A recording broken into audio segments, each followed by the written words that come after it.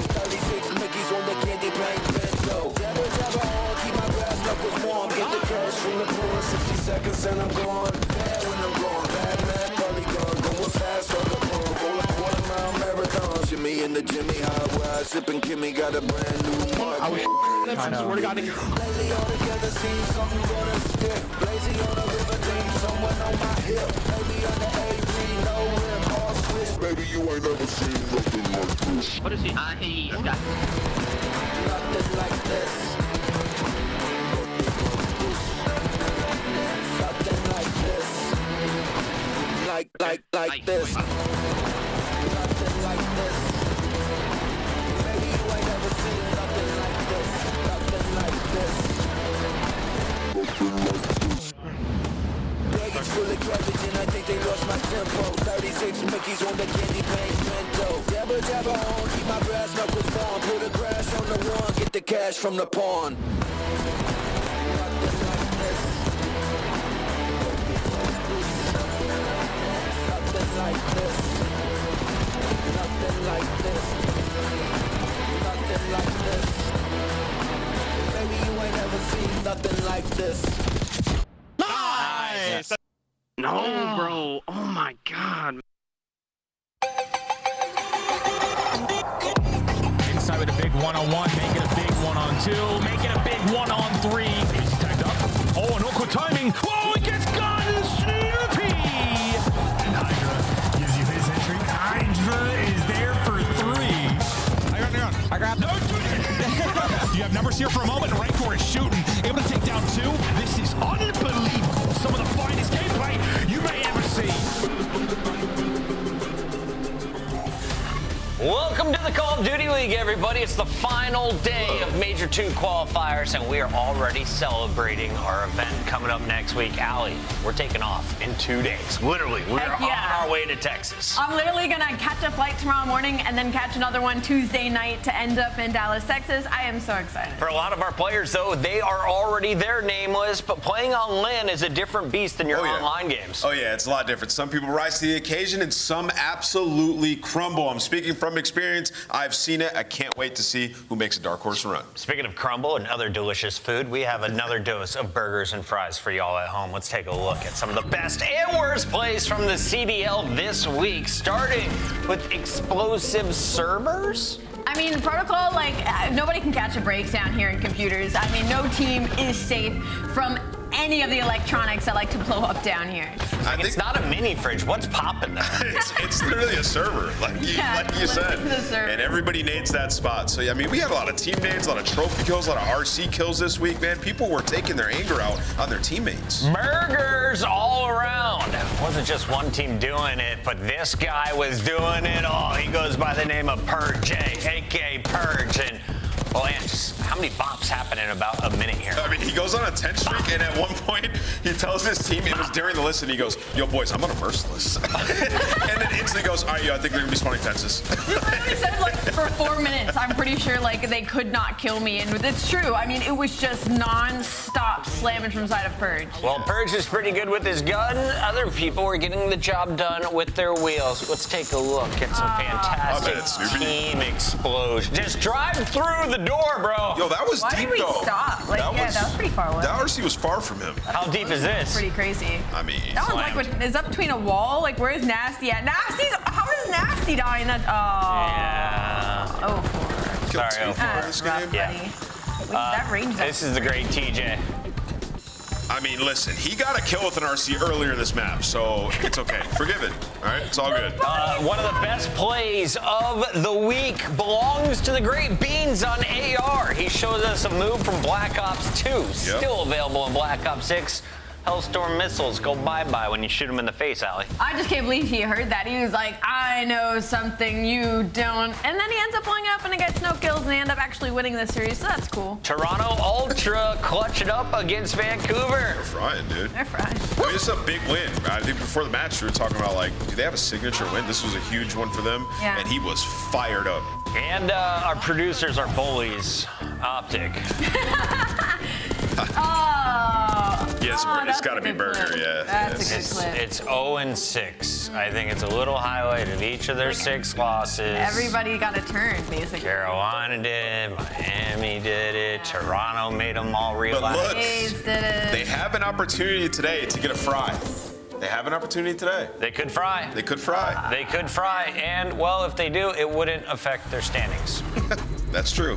Whoa, hey, hold on. They would move up 1 spot, Chris. Over Falcons. Yes. If they, Good. Oh, and Good. Falcons won maps yesterday. Yeah. So And- Optics got to go to at least a game 5 to keep pace with But Falcons. they would pass LAG, right? Because they beat LAG and it'd be head-to-head. So they move up 2 spots. Wow. I mean, yeah.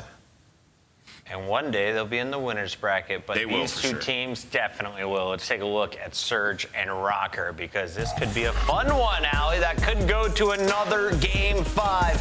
Vancouver Surge, yesterday you told me they were a top 3 team. How do they fare against Minnesota?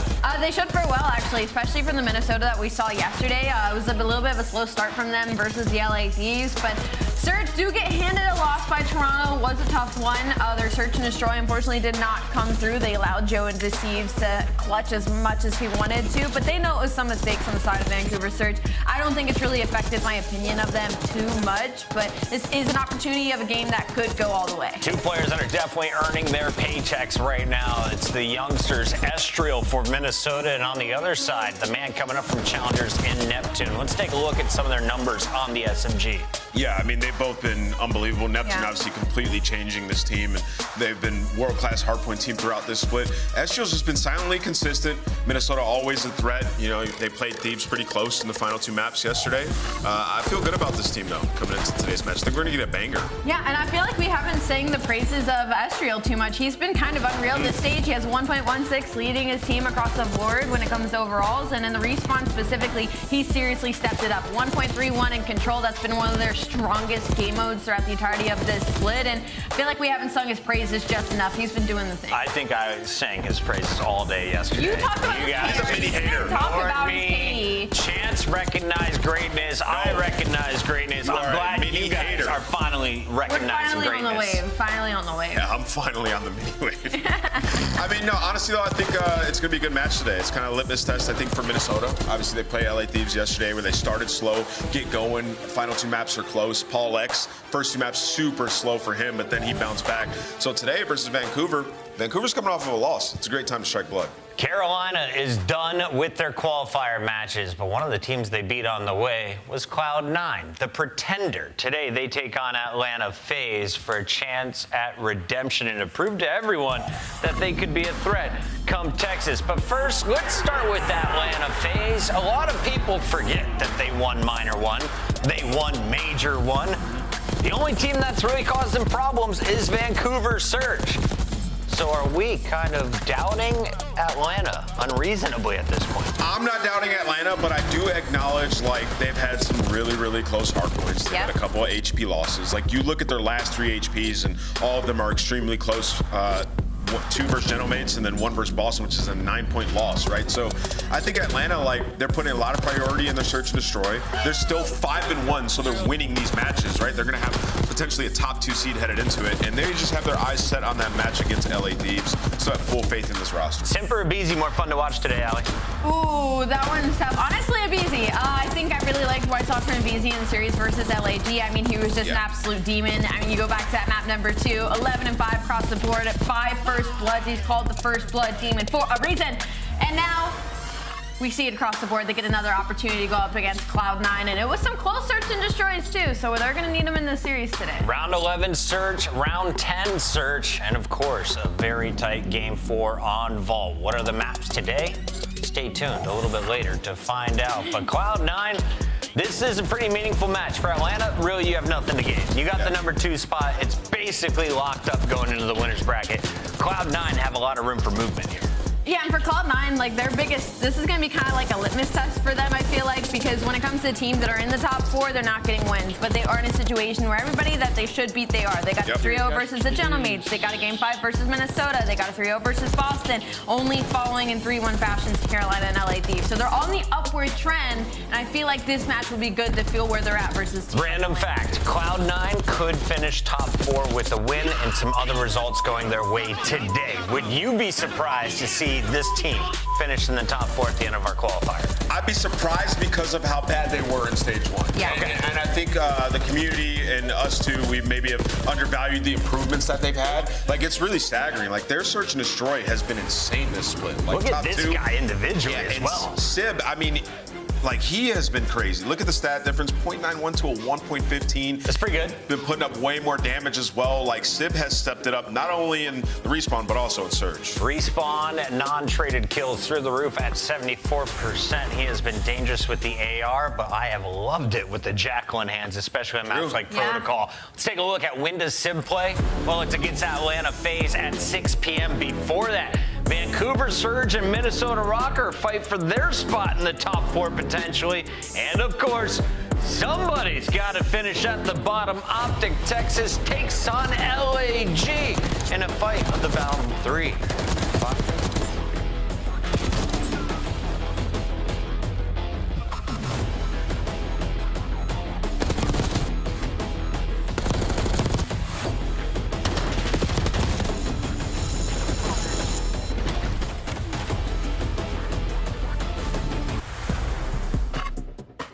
Upgrade your game with the Scuff, the official controller of the Call of Duty League. The Esports World Cup is an official partner of the Call of Duty League.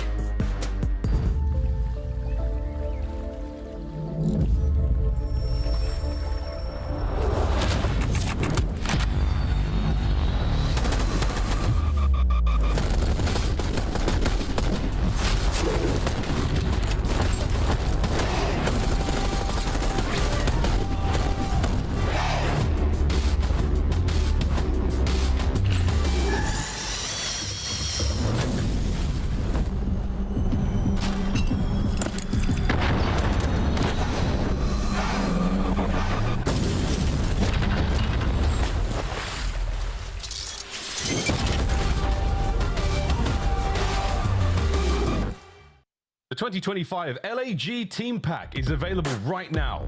Each pack includes home and away operators, as well as this weapon camo to assert your royal will in the lobby. Next time you boot up, suit up at the in-game shop.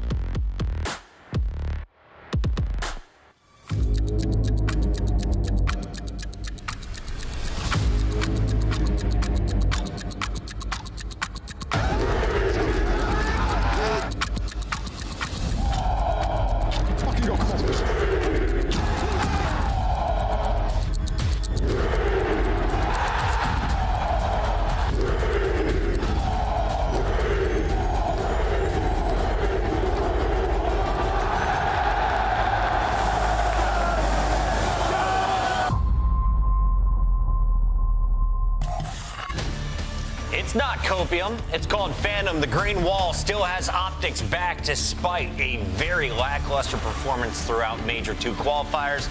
In fact, it's one of the worst we have seen. They are 0-6 mapless.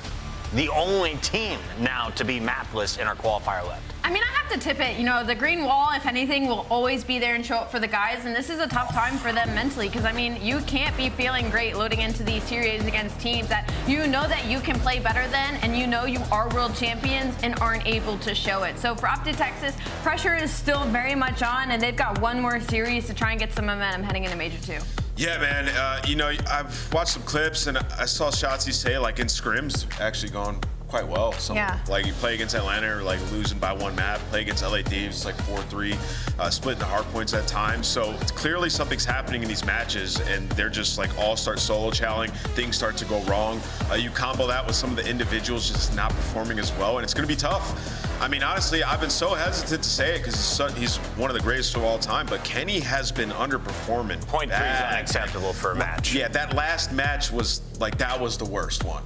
That was the worst one. We do want to call out today, You heard it on Scum Stream. They have moved locations, and when they do, there's been a history of success. Let's take a look back. Major 4 last year.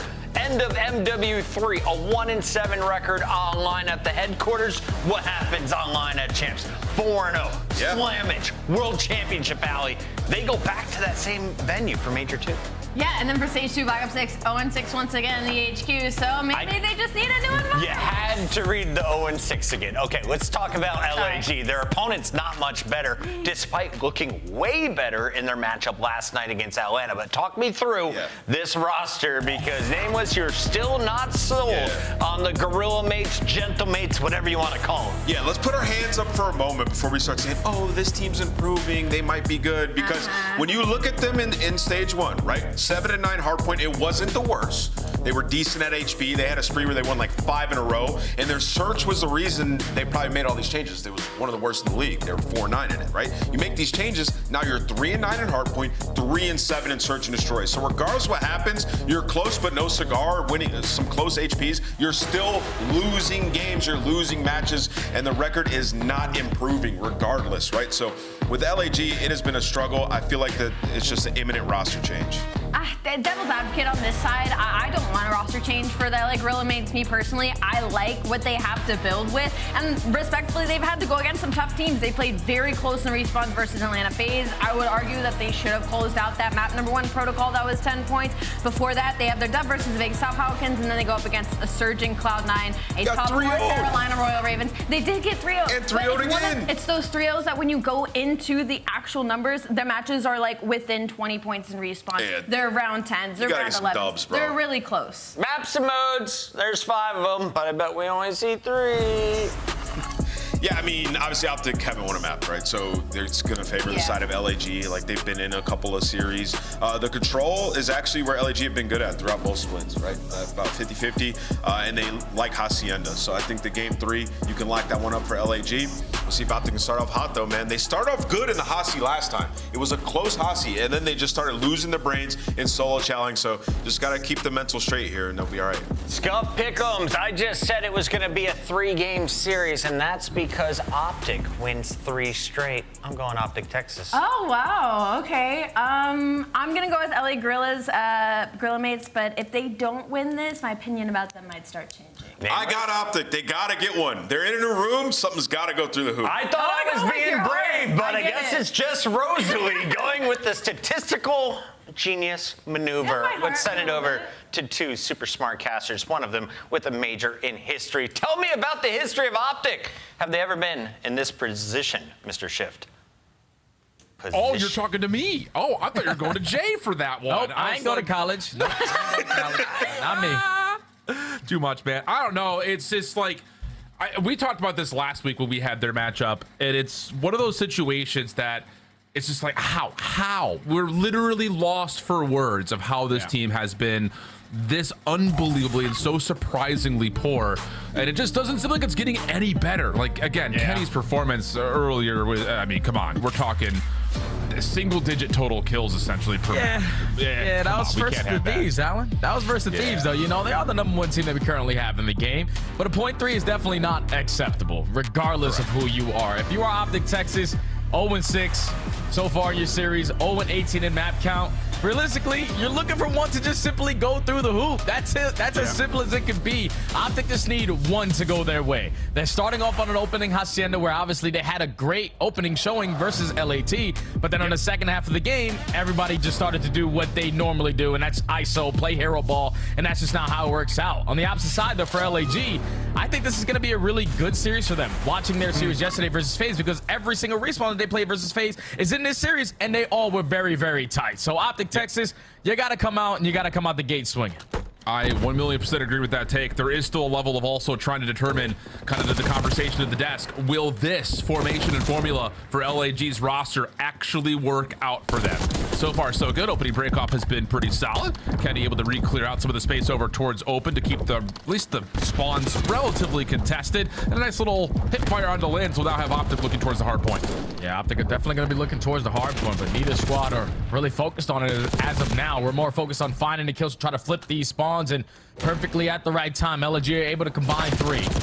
So now you can work for some time here at P1. You already have the rotation over towards New. They're seeming like they're just going to give it up for free, and Optic can take this 10 seconds and also a lot of space with it. Yeah, indeed the case.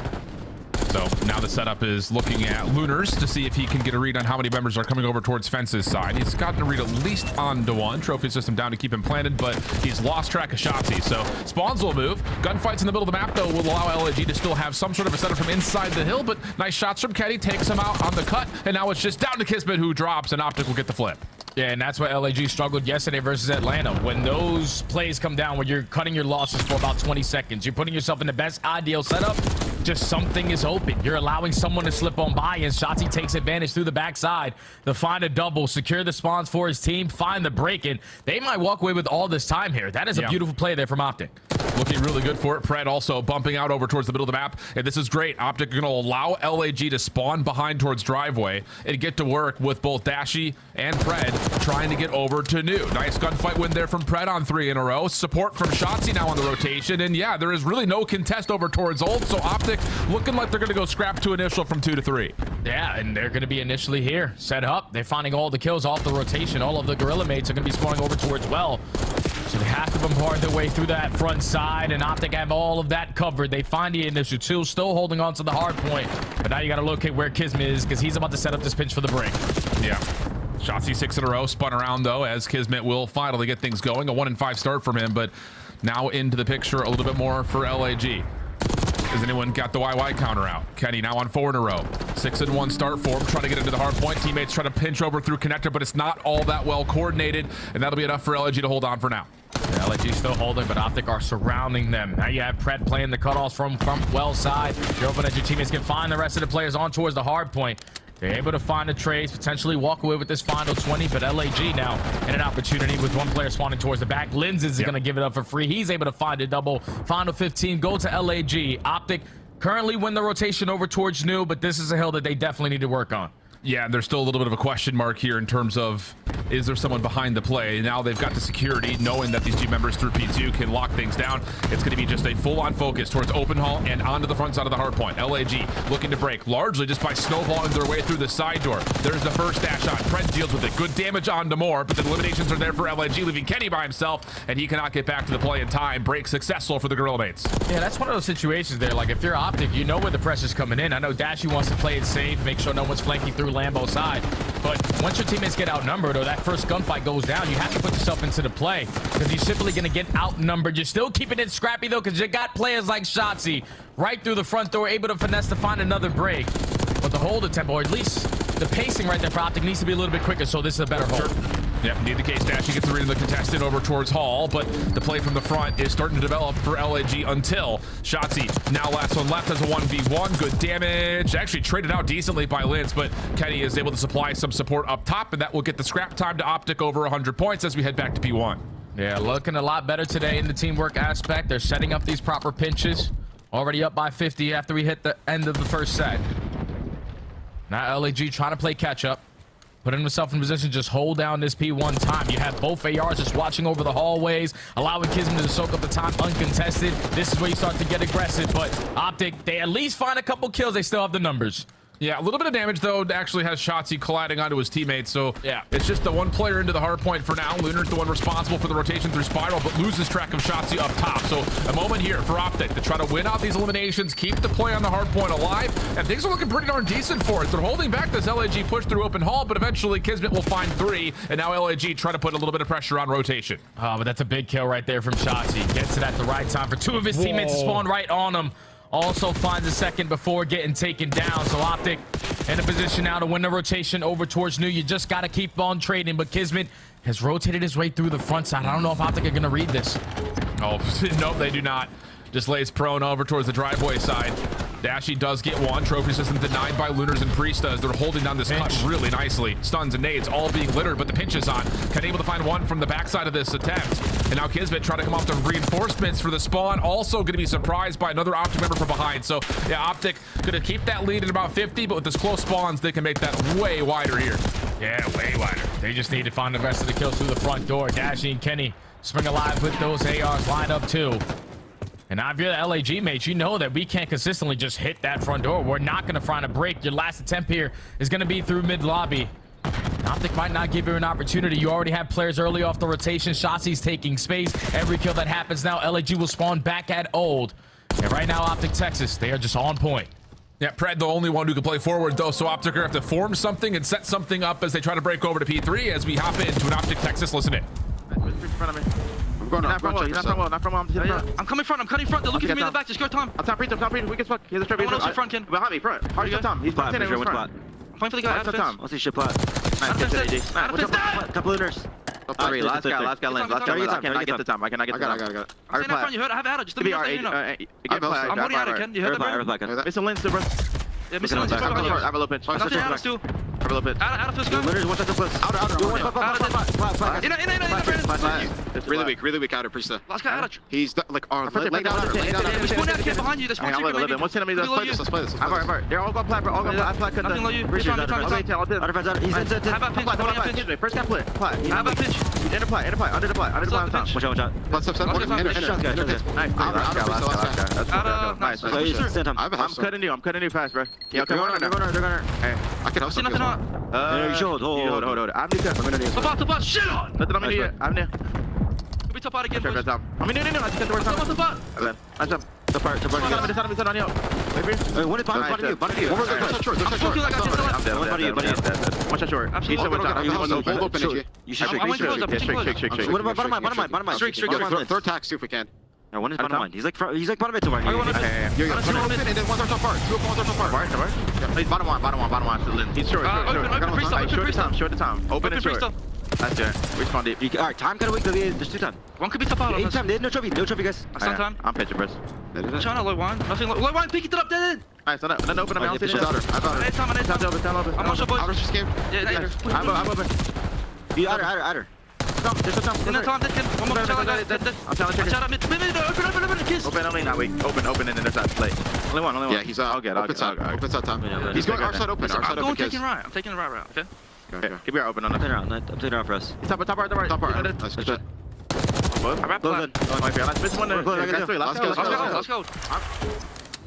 Yeah, not bad at all here for Optic. I think the green wall's gonna love being able to see Pred get all fiery in the comms. Yeah. Makes it feel like the old school Renegades day when he was in APAC, just absolutely destroying. And that seems to be the case here for Optic as he finds himself at 21-18. Yeah, they haven't really had a lot of moments so far throughout the stage to roar a little bit, but everyone is sitting at positive. Kenny at 17-17. The guns are working today for Optic Texas. So you find yourself up by 60, but do not let your foot off the gas because LAG with a perfect hold there at P4, withstanding the Hellstorm coming in, are still keeping this a game. And now they're only down by 50 and currently contesting for those back zones as well. Yeah, indeed the case. Pred making a mess of top side of Spiral. 18 seconds of scrap time here. Look like Optic are going to just collect as much of that as they possibly can. LAG required, though, to win out this next hold over towards P2. You've got Lunars once again backside over towards the driveway to watch. You've got Kismet right here working with Lins to make sure no one hits down through Spiral. And now here comes the play once again for Optic moving around the back. Oh, that's a big opening kill there from Pred. Can your teammates find a trade to at least potentially spawn them out? But Pred gets the better of Kismet. At least there for the trade. Optic Texas through mid lobby, instantly find the break. LAG breakdown again. Oh, and Lynn's not able to keep his life over towards the connector, so now it is just on Kismet. Not quite able to find full entry, but at least enough pressure here for LAG spawning close to keep the hard point in their name. Little water out for Kenny, waiting for his teammates to develop the hit from the front first, or maybe not at all. Kenny's actually the first one to peek. He finds the first bullet onto Lynn's. Follow up from Pred is clean. Now it's just on to Lunar's backside of the hill. He's being held back by Dashy. Pistol out, not going to work, and Optic can win here. Optic can win here. LAG starting to spawn all around that middle map area. You just got to take care of Lynn's to the backside. Optic Texas looking like they're going to secure a map win here. And it's going to come in electric fashion with Shotzzy on the pinch. It's finally happened. Optic Texas find their first map win, and even Pred looks up and says, praise be Hacienda, finding a clean win here versus LAG. Finally able to see one go through the hoop. The green wall fans get a little bit more excited. Pred is saying, thank you, God. We have been able to get over this hump. But a hardpoint W is a great W, especially if you're Optic starting off in the map number 1. They completely outclassed LAG.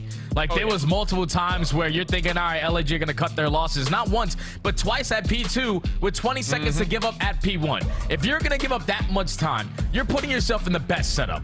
Their setup, though, was instantly broken on the first attempt right there from Optic Texas because Optic's teamwork was on point. We're understanding, okay, we're not going to bombard our way through lobby to find these kills. We have to take different angles. And the fact that they're able to take those angles through well and at the same time put a little pressure on the front and mid lobby, you're also finding the opening kill. It makes your job a whole lot easier because you're instantly putting yourself in the numbers advantage. We haven't seen this form of Optic Texas in quite some time, but that's a good start to at least build off of.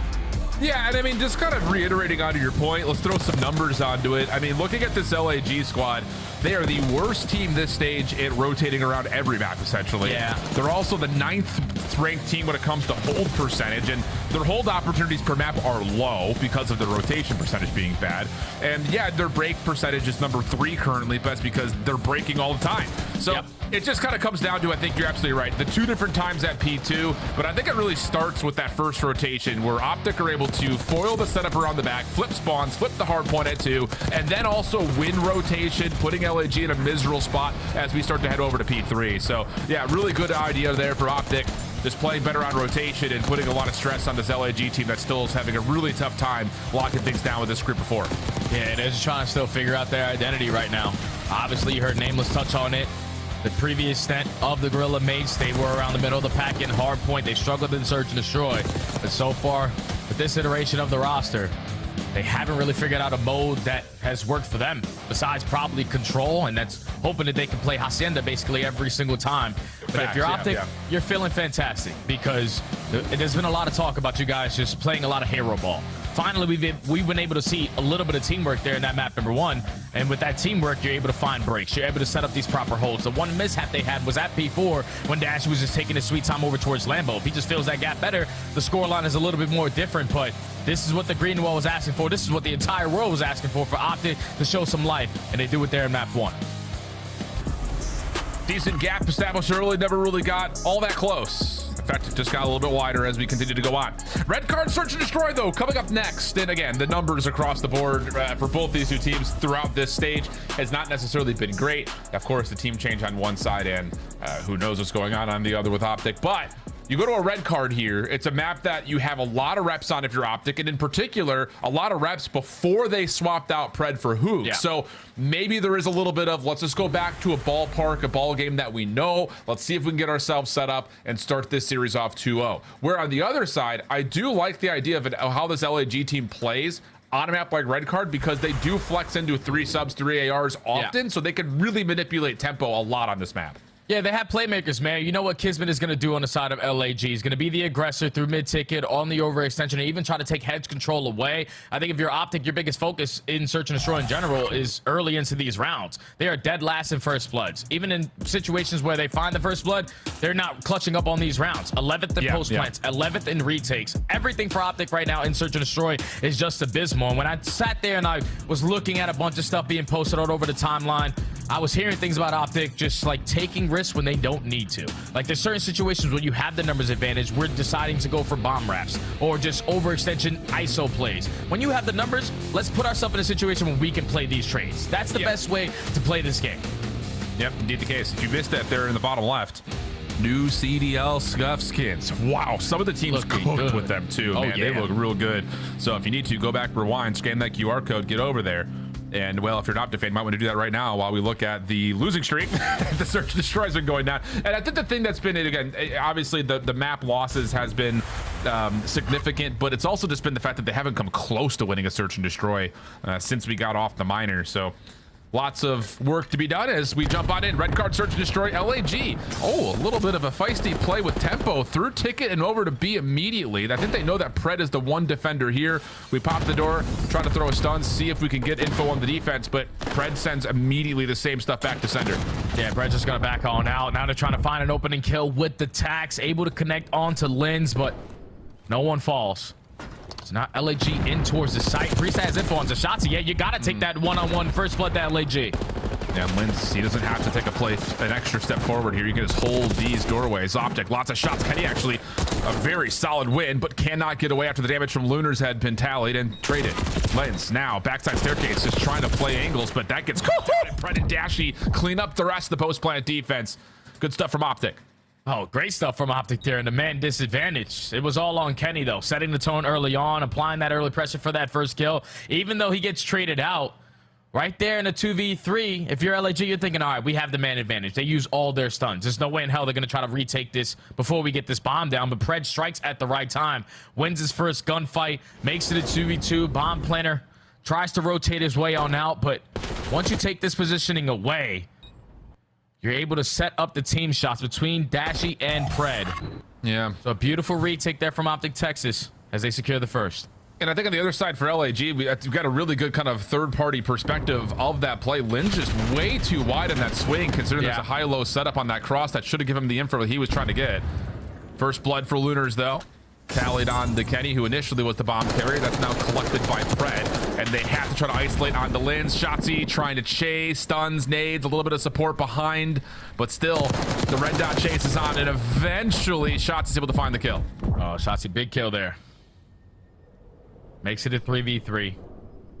And now you're forcing LAG to start to back up from their positions. Priesthood knows that he could potentially be spotted over from stage, but you have to make sure we're accounting for Shotzzy. Do not allow him to get lost. Pred's still going to be the bomb carrier, but Kismet's sitting right beside him. Yeah, he sure is. And that now changes the entire complexion of this round, especially with Lunars fighting one, almost able to take down Shotzzy as well. With 30 seconds left, and Shotzzy pretty much held over towards the top side of glass. This is going to be a very tough comeback, and he's likely going to have to do this by way of finding both kills. There's really not a chance he gets this bomb and runs for a plant. Yeah, there's just no way he should be able to clutch this round, but Shotzzy can do Shotzzy things. Makes it a 1v1, 15 seconds. Thankfully, Priesta, with the repositioning, able to play the buddy system there with Kismet and not allow Shotzzy to get on out. Still with 15 seconds, though, to recover that bomb in that position and even think about the objective. It's going to be very difficult to do. Most likely had to play for the kill, but LAG set the tone there on their defense. They take away Hedge. They find that first blood. They force Shotzzy to try to be aggressive through mid-ticket, even though he does find some success there. All that pressure over towards Hedge, you make Optic back down in their position, and that allows eventually Kismet to take that space away through B Street to work that pinch. Great play. Yeah, it's definitely one of those things too, where if you're Optic and you do get that kill on Linz at mid, and you started to get Shotzzy pushed up to, it looked like they were already in a spot to likely re-clear Hedges, but the bomb just never comes to be a part of that play. Shotzzy timing here is exquisite. This is the same break off for the two players through mid for LAG. Doesn't have the same support from behind, though, and I will say LAG is very lucky to still be in a 4v4, even maybe more lucky. They find a 1v1 into Kenny mid-map. It does get traded as the bomb carrier drops. Yeah, that's the bomb carrier. That's the biggest thing. Now you have to commit your way over towards B. And Optic have hit the rotation to be set up for it. Pred gonna try to make a hero play, sets up on the pinch, finds one, and at least able to almost get out, but 2v2. Now, Shotzzy, information gain, finds the kill and sneaks away from Lunars, who was nearby, just didn't have an angle. Bomb should be very collectible here, but Lunars is, of course, worried about Shotzzy just running circles around you, and why wouldn't you be? Well, there's some good information. A couple of warning shots from Lunars. And I'm not going to lie to you, if this continues just to be a shoulders game, yeah, Lunars just kind of put himself out of the realm of possibility of clutching that, not being able to get back to the bomb in time, and doesn't even get that far as Dashy secures the kill. Yeah, Dashy was the tone setter that round. Even when Kenny got picked off, he was able to find that kill onto Kismet, make it a 3v3, force LAG to commit their way over towards that B site. And finally, some smiles from young Bruce. It's been quite some time since they've been able to have a little bit of fun, but things are starting to go their way. Even in man disadvantages, they're getting picked off early on. They're clutching up with the man down. And that's back-to-back defenses there for Optic. 2 3v4 wins as well. LAG going to spread the floor here on this defense. Furthest player forward will be Kismet, kind of lurking over towards this mid-cut on the backside of Ticket towards B. And we're inch-warming our way up if you're Shotzzy. Finally now with a couple of shots over the top towards Linz. They're going to try to push the issue. Linz in trouble, backs away. Gives himself a chance at this as he doesn't get affected by any stuns either. Rotating over his Lunars. Can he get an angle at this back door to try to hold off this play from Optic though? Linz gets tagged, somehow slips right by the Optic offense. And now he's got a chance again to try to reset this, but Shotzi with the Jackal, too good up close. Kismet can only find one trade and we'll go 3v2. He just kept on backing down the players from LAG. Linz with so many repositions, just simply trying to play his life. Gets picked off and the Kismet finds one, but instantly traded. Now to 3v2, make it a 2v2. Pred gets a little bit too aggressive on the backside of B, but he's potentially trying to set up this rotation because Dashy has all the space. Yeah, he can just hold this if he wants to. A look over to Priesta, wants to make sure he's got the clean shots, and that will work. But the problem is the bomb carrier again falls. It's just so separated from Optic's offense. Lunars, a couple of shots towards Dashy. Should know that he's got the time to play for the high ground, and yep, will do that perfectly. Dashy predicted it well, but not able to shoot back in time, and Lunars will clutch up the round for LAG. Yeah, big round there from Lunars to make it into a one-on-one. Knows that Dashy doesn't have the time on his side. I just have to put myself in a position to potentially contest it. But Dashy was playing from the kill, and Lunars with the reposition and too strong. So all-out defense is there, but if you're Optic man advantage, we gotta take our time there. There's no reason why Pred should be attacking over towards Eskies, giving up his life for free, making it a 2v2. Because in a man advantage, you just hold in towards that site. We can get the bomb down at B instead of thinking about that rotation over towards A. Yeah. But LAG, they capitalize on that moment. Tie game. Lunar's going to carry a 3 streak into round number 5. This will be the first time we're going to see LAG's offense try to develop something different than this quick B hit through mid. Optic have adjusted their defense to try to put some test into that play if that were to come through. It's Shotzi and Pred at mid-ticket, but this does mean that there is a lack of defensive pressure over towards Hedges, and Linz will actually throw a couple of shots at mid and move this Optic defense around a touch more. Yeah, but this is one of those rounds where we're just simply playing for a pick, trying to slow down the game, take a little bit of space away, and Kismet is able to strike first. So now we got to back on up, recover the bomb. No, potentially the rotation for Optic Texas is going to be over towards the A side, but Lunars is able to spot one player, not going to commit on the gunfight. And now Kenny's lost. Yeah. Shots. Yeah, I don't, okay. Shotzi still trying to reposition though, caught by Linz. And Dashy's now been seen at mid-map. Bomb collected by Priesta, should get to work on a free A plant. Dashy knows he's got to deal with at least this player a little bit deeper, but has lost track of Linz. And now has to try to play off the bomb. Able to at least re-secure information on where Linz is positioned, but this is a very difficult 1v3. Oh yeah, it's a 1v3. Obviously, you were looking for that kill onto Linz because he's basically going to be the safety net on this plant spot. But with 30 seconds left, bomb planted at A, Linz still throwing shoulders around the middle of the map. Dashy simply might run out of ammo before he can get into a gunfight. It's going to be a run out of ammo or run out of time, one of the two, and has to force it onto the bomb site. Not going to work there. Yeah, puzzling from Lunar's perspective, but that definitely felt like one of those rounds where Optic adjusts their defense, put both of their SMGs inside a ticket. Let's not let LAG run through us at mid, but that comes at the cost of being able to hold over towards Hedges, and it's just a free route for Kismet to open up for first blood. Yeah, they've had, what, like 2 defenses now where they try to take that ticket control. That one, they do it a little bit slower because obviously LAG have yet to leave the spawn. But when they are wasting time there, that forces Optic to start to play those mind games. Potentially they're here, potentially they're there. And even with Dashy in a position to watch that crossover towards A, Pred just gets a little bit too aggressive, thinking that they were already at stage. So he got picked off first, and then everything else after that was a chain effect. But now Optic back on the offense. Going to change their approach, showing a little bit of presence over towards Hedge, and LAG are ready for it. Yeah, I mean, those opening nades from LAG were perfect, and Optic are not going to have really any information on where any of these defenders could be at mid. Good clearance, though, from Pred, swiftly getting back over towards where the LAG trophy is positioned. So he's gotten through that first line of defense, but LAG have backed up and played this more reserved. Yeah, they're playing super safe now. Just making sure you have the player who's sitting top windows and Lunars watching the crossover towards stage. As long as no one puts himself in a position around that site, we do not have to budge on our setup. 40 seconds still to go. Optic still taking a slow approach. Yeah, and they really aren't putting any pressure on B at the moment. Yeah, and Pred's now been seen. LAG should feel very confident in this defensive setup with the player up top and the ability to try to watch a cut. Lunars? Okay. Does get the read onto Pred. We go 3v3. The bomb's just going to make its way over onto the B site, and I don't even know if Lunars has information on this. Oh, well, with 20 seconds left, obviously, you know they're not at A, so they're most likely going to be getting this bomb down at B. You still have an opportunity to clutch up on the round. 3v3 on the retake. A nade in the back pocket here for looters. Then trophies down. Those are not going to be effective. Yeah, and you don't have the ability of retaking this off the pinch. You just have no information on where Shotzi's gotten lost to, so you have to flood from the front, and that works perfect from Kismet. Oh, the response over to Shotzi also beautiful. Just down to 1, and Lunars will find it off screen on the dashy backside of the site. And that is an absolutely brilliant retake, the one that was required just simply due to the fact that you just didn't know where Shotzi was, and you're not going to go hunting for him with the bomb down already. So good decision making from LAG. Oh, yeah, and believe it or not, like the nade had a really big impact on that round, even though it was instantly blocked by that trophy. You're able to back them down from their positioning, allow Kismet the slim chance of potentially finding an opening, and he takes full advantage of it. Jumps out, finds that first kill onto Kenny, the trade there for Shotzi. And then doesn't even have to shoot his gun for that final kill because your teammate took care of it. 3 rounds in a row here for LAG. They're starting to pull away. Yeah, Kismet on 5. So streaks are becoming a part of the conversation now immediately as we jump in round number 7. Similar break off for LAG. This time it's not supported with a hit through ticket. It's just a look towards the outsides at bleachers. And Kismet is going to be the vanguard of this play.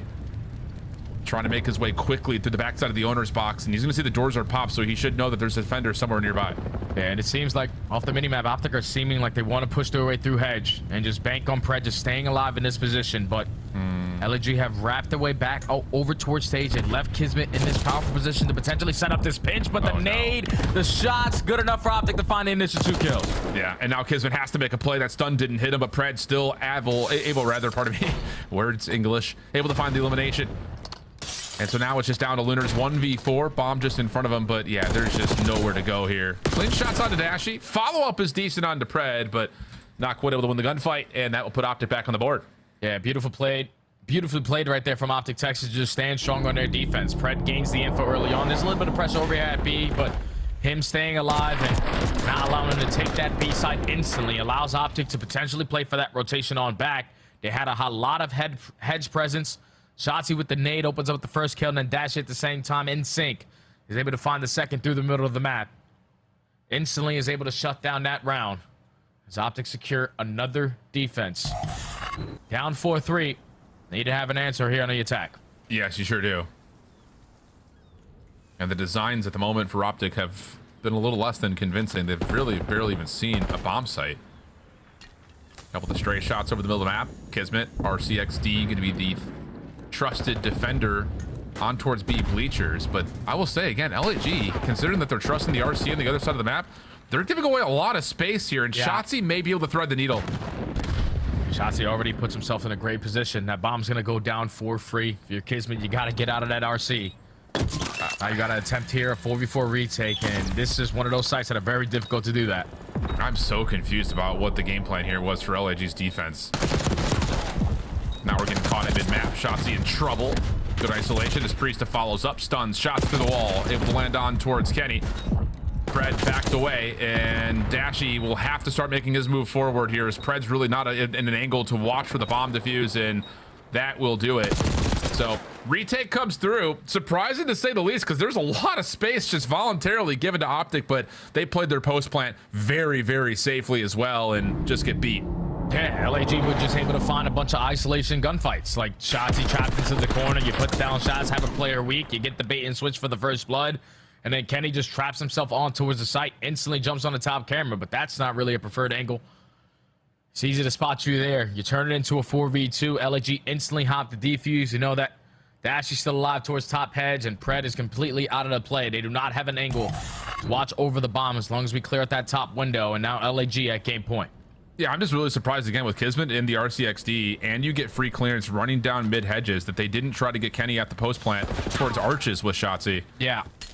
But neither here nor there. 5-3 the tally. Shotzi, good first blood. Almost able to turn that into a second, but denied. Pred looking for the rotation through ticket. May have predicted it perfectly, but Linz goes prone, gets a little bit of regen. He'll stay alive, and now Dashy's in a little bit of trouble, and he'll have to back down in the 3v3. Yeah, this is a lot of information gained, though, on the side of LAG, though. You already spot 2 players shooting through that mid ticket, so we can take a little bit of space here at A. Bomb rotating its way on the proper side, and Kenny, the opposing side, is working on this deep pinch, but you gotta hurry up. Yeah. Dashy moving quickly. Pred gonna be caught backside hot dog. And then Dashy's got nowhere to go. This is going to be a 1v3 for Kenny. And I love this from LAG. Just going to try to rewrap this all the way around the back and make life extra difficult if they get this plant at B. Oh, yeah, and Kenny only has a frag to work with, so gotta catch the timing on at least one play if you want to make this more of a clutchable round. And as soon as you get into an engagement, Lunars with the AR spots you from long distance. And LAG are able to respond after slow map number 1. Take the search and destroy to tie the series. Yeah, I mean, I think there's definitely a couple of moments on both teams' sides. You look back and say, like, okay, we're kind of giving away more than we probably should here. Obviously, the one that lives kind of most recently in the head is that Optic post plant. I mean, you've got Shotzi committed to playing backside hot dog stand. Kenny's the one planning, and he just runs back over towards camera instead of trying to play over through arches to get a crossfire set up with Shotzi. Like you said, Pred was not a part of the play. On the other front, though, there's also like some question marks to LAG of giving away a lot of space as well. I know they're opening a couple of rounds, had a lot of offensive focus and through ticket. Worked initially, then kind of got shut down. But after that point, hard to find bomb plants for LAG. But yeah, it just didn't really make that much of a difference. A lot of production from Lunars, 13 and 6, 1900 damage, 2 first bloods. So good stuff out of him. Yeah, he did his thing, man. That's a good search and destroy there from the rookie. So allow his team to tie this series up. But if Optic need to talk about anything from that map, there's a couple rounds that they just simply let go. 3v2 when Pred just gets aggressive on the outside of that B bomb. That's not supposed to happen. 4v4 post plant, your setup needs to be a lot better. I know before we even started the map, I said they were 11th overall. They still have yet to figure out that aspect, and S&D is still a struggle for them.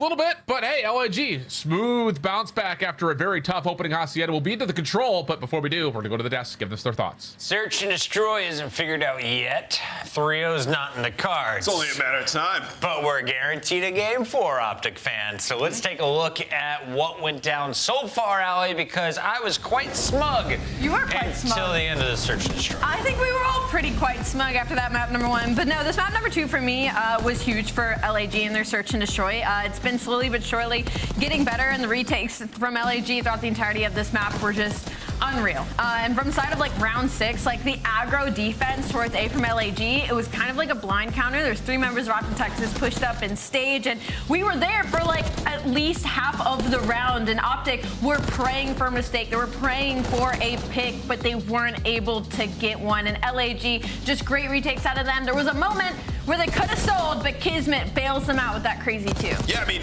that was the round where it's like, all right, Optic are going to slow play towards A. It's a swing round. It was round number 6.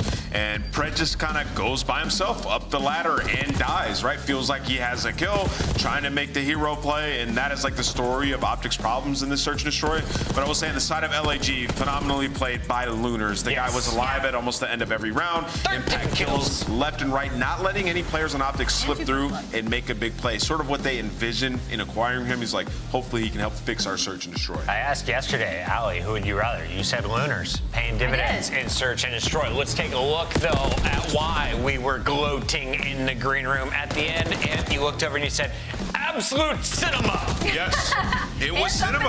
Listen, there were some really good plays on this hardpoint, and you know, the top teams, they do it on a consistent basis. I haven't seen Optic do this since stage 1 when they had Ook on the team, right? And it was actually Pred who made some really big plays. It was the rotation over towards P3. On that first rotation, Pred gets pushed all the way up through secret and just waits. He just takes his time, and they go in for a pinch, and they end up getting a ton of time on that hill. So Optic today, man, waiting on each other in the respawn so far, taking their time, executing the breaks well, and prioritizing the spawns. They looked really good in that first hardpoint. This hardpoint was night and day for me. From what we've previously seen from Optic Texas, it actually felt like they were communicating and kind of on the same page. It's an awesome play. Their rotations were incredible. They were disgusting at that holdover on P2 Lambo. We saw a little bit from it in the previous matches, but obviously it didn't pay out. Today, beautiful hardpoint from the side of Optic Texas. Hey, Allie, guess how Scump reacted after that win? I'm assuming he was very happy. Let's see. Let's see.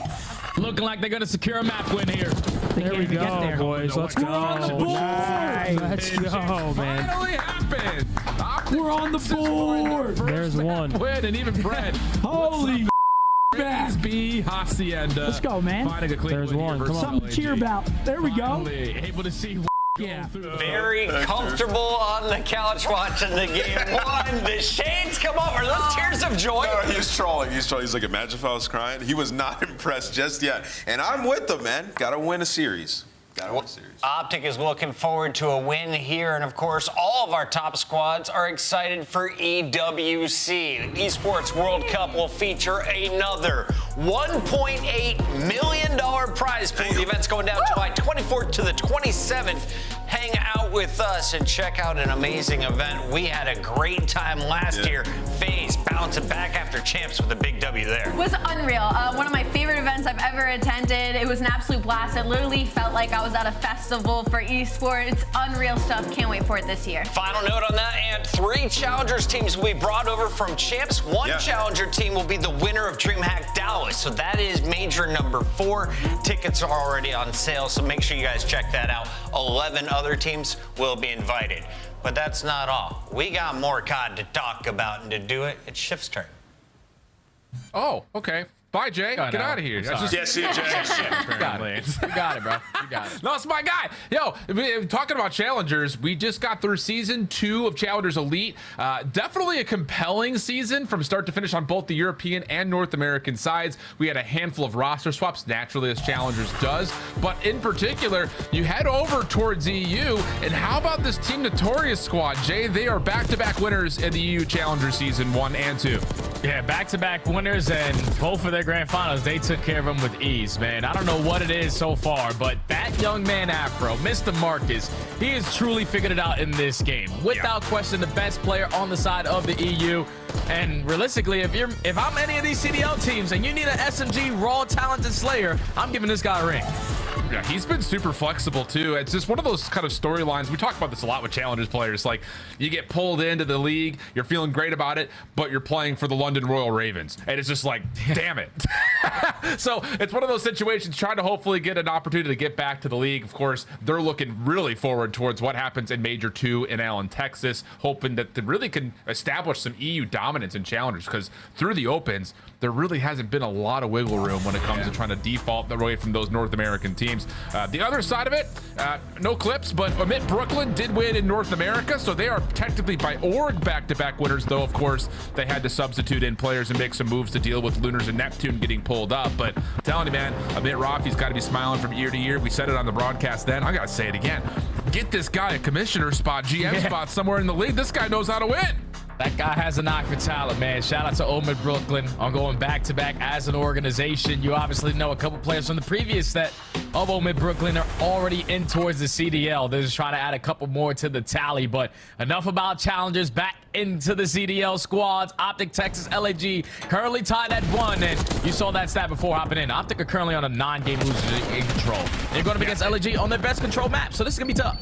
Yeah, LNG, and I know Nameless brought this up in the pre-show, but their control has actually been really solid. A couple of their losses have been a little bit on the worst side since the split has changed, the roster has changed, but for the most part, they have been pretty decent when it comes to control overall. Kenny with a pop-up for 3 in the feed. That gets my duo a little bit fiery, a little bit electric, and LAG are now kind of stuck in the same blender that it feels like everyone's getting stuck in with this aggressive spawn trap.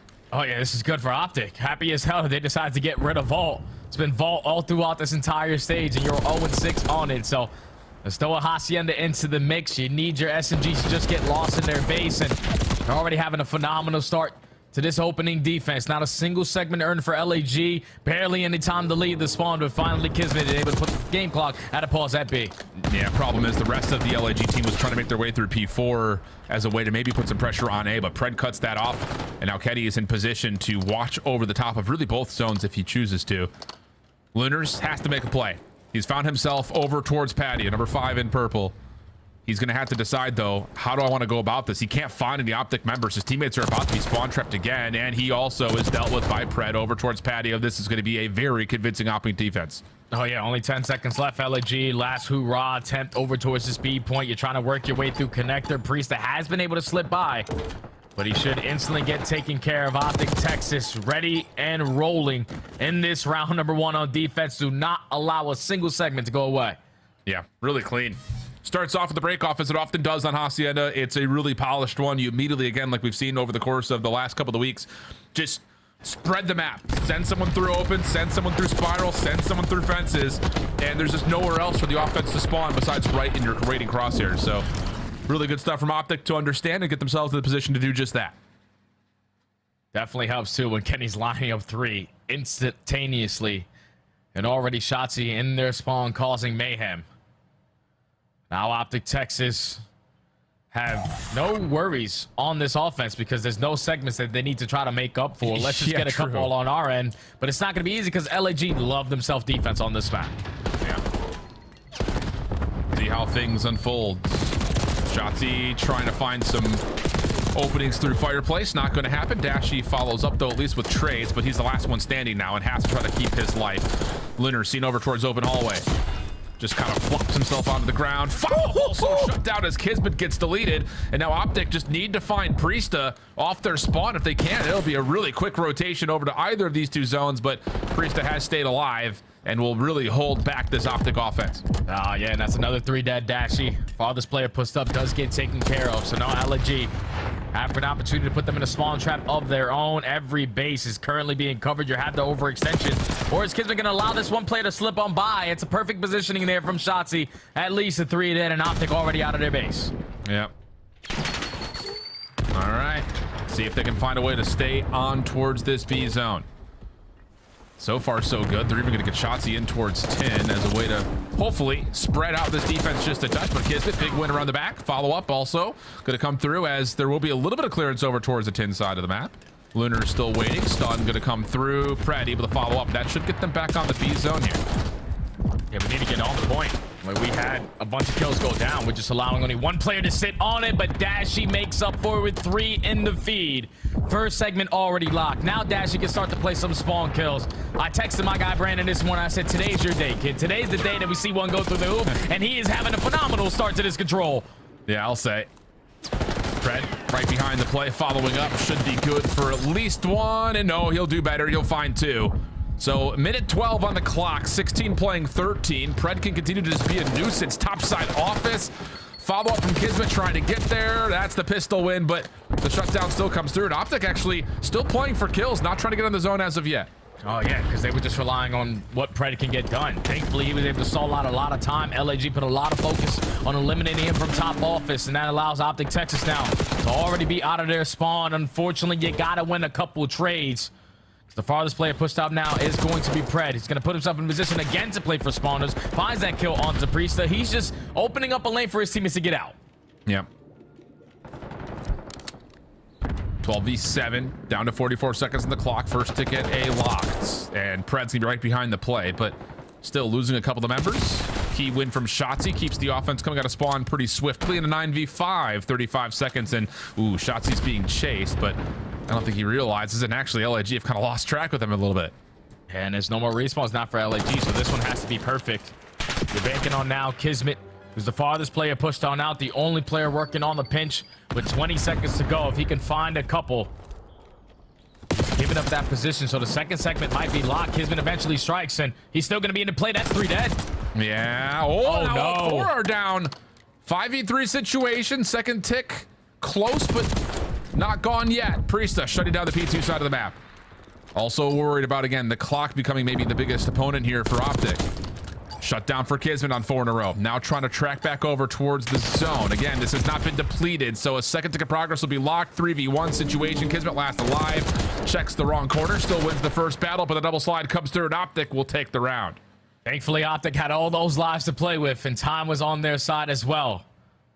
Because I thought once that 4 dead goes down and then Priesta finds the initial kill off the respawn, would have made Optic's chances very, very slim, but able to find that trade on the Priesta. Kismet puts down shots over towards well, so you have a lot of information gained. Just need to put someone on the objective. Thankfully, you're able to outnumber them to close out that round, but Dashy with so many big moments, so many big gunfights throughout that round, allow Optic Texas to secure the attack. They get it done with 5 segments, but now they're in the hefty lead to close this one out. Oh, yeah. Absolutely the case. You could not be more comfortable right now if you're Optic Texas in this current map. So, long pathway ahead here for LAG. And you'll have to see this from the respawn of Optic Texas. Everyone helping each other. A couple of moments that feel like they're about to go awry, but someone comes up big. Opening here as well, looking good for the breakoff. 2 will drop for LAG. Kismet behind the play, but loses all of his teammates. So yes, he finds 2, but that really just kind of stops Optic from putting on the spawn trap. Yeah, that's fine. Like, you'll go 3 for 2 every single time, go 4 for 2, and now force all of LAG to work this overextension. 30 seconds have already been gone. You take care of Kenny, who was pushed out in towards their lobby, so that's first wave down. But you got to get some top hallway control, and Dashy and the boys are just not allowing it to be easy. Yep. Hello. Big win there from Priesta. Problem is, like you mentioned, these Optic players inside the LAG spawn are going to have us playing like a frequency control right now. Just who can find the most amount of spawn kills at the moment. Lynn's on the zone. Surprise from behind as Dashy finds him to clear off that one tick of progress at B. Kismet trying to quickly come back over to at least try to save some of this, and will find the clean shots to allow a chance to pause the clock. Yeah, now you're just hoping that your teammates can get past Shotzzy because he's just been in your spawn. You're able to take care of him with no one dropping. Time being paused at 28 seconds. Now you have a double stack at B. First segment should be locked. You just got to be prepared for this pinch because Optic are trying to set it up. Well, here we go. Kenny able to find the opener. Challenges around from the back as Kenny will get another. Lunar still hanging from this and almost able to find the lineup. Not quite to happen. Optic will clear the zone. And now we're on the last chance, the last legs here for LAG. And his Kismet shut down. Now it's just down to desperately trying to work your way onto the 8-point here for your LAG. And it's just not going to happen. Yeah, it might be over with. Shotzzy finds the initial 2 clutch gunfights there. Pred strikes for the 3rd. Only 10 seconds left. Farthest player pushed up is going to be Lunars. You need him to pop a 4-piece, and unfortunately, he's only able to get 1. So Optic Texas do a little bit better this time. They add another map to the tally. Optic up 2-1. Yeah, really clean control from start to finish. Obviously, it doesn't start better than that. Round number 1, you get the 3 from Kenny, and then you're immediately spawn trapping and not allowing any single route to open up really at any point in that first offensive round for LAG. The follow-up attack, sure, works out nicely. A couple of moments that you start to say, oh, careful. But like I mentioned, like, you just get someone who pops up, finds a good double, opens the space back to the spawn trap, never really comes into play. And then you're off to the races again, putting the pressure onto both zones. So, yeah, I would say from start to finish, all 3 of those rounds really nicely developed by Optic. Yeah, well played. And the biggest thing that I was focused on was their breakoffs. We watched them so far throughout this entire qualifiers go 3 to 4 dead. Every single time they're spawning in on control, finally, some kills go your way. It makes your job a whole lot easier when you're trying to take that map control away. Kenny goes 14 to 15. That's okay. You had Shotzzy and Pred roaming in their spawn. Dashy finding clutch kill after clutch kill. Just a very easy game there from Optic Texas. Filling lanes when they need to, setting up the proper pinches when they need to, and also taking their time on these attempts. Like on these break attempts where you're thinking, okay, LAG are on it. They're going to be able to at least get a couple guaranteed segments. They're slowly working these pinches, making sure that, okay, that's covered. We're good there. Now I can start to work the pinch with my team and set up these breaks. It was just well coordinated from Optic Texas and both respawns so far.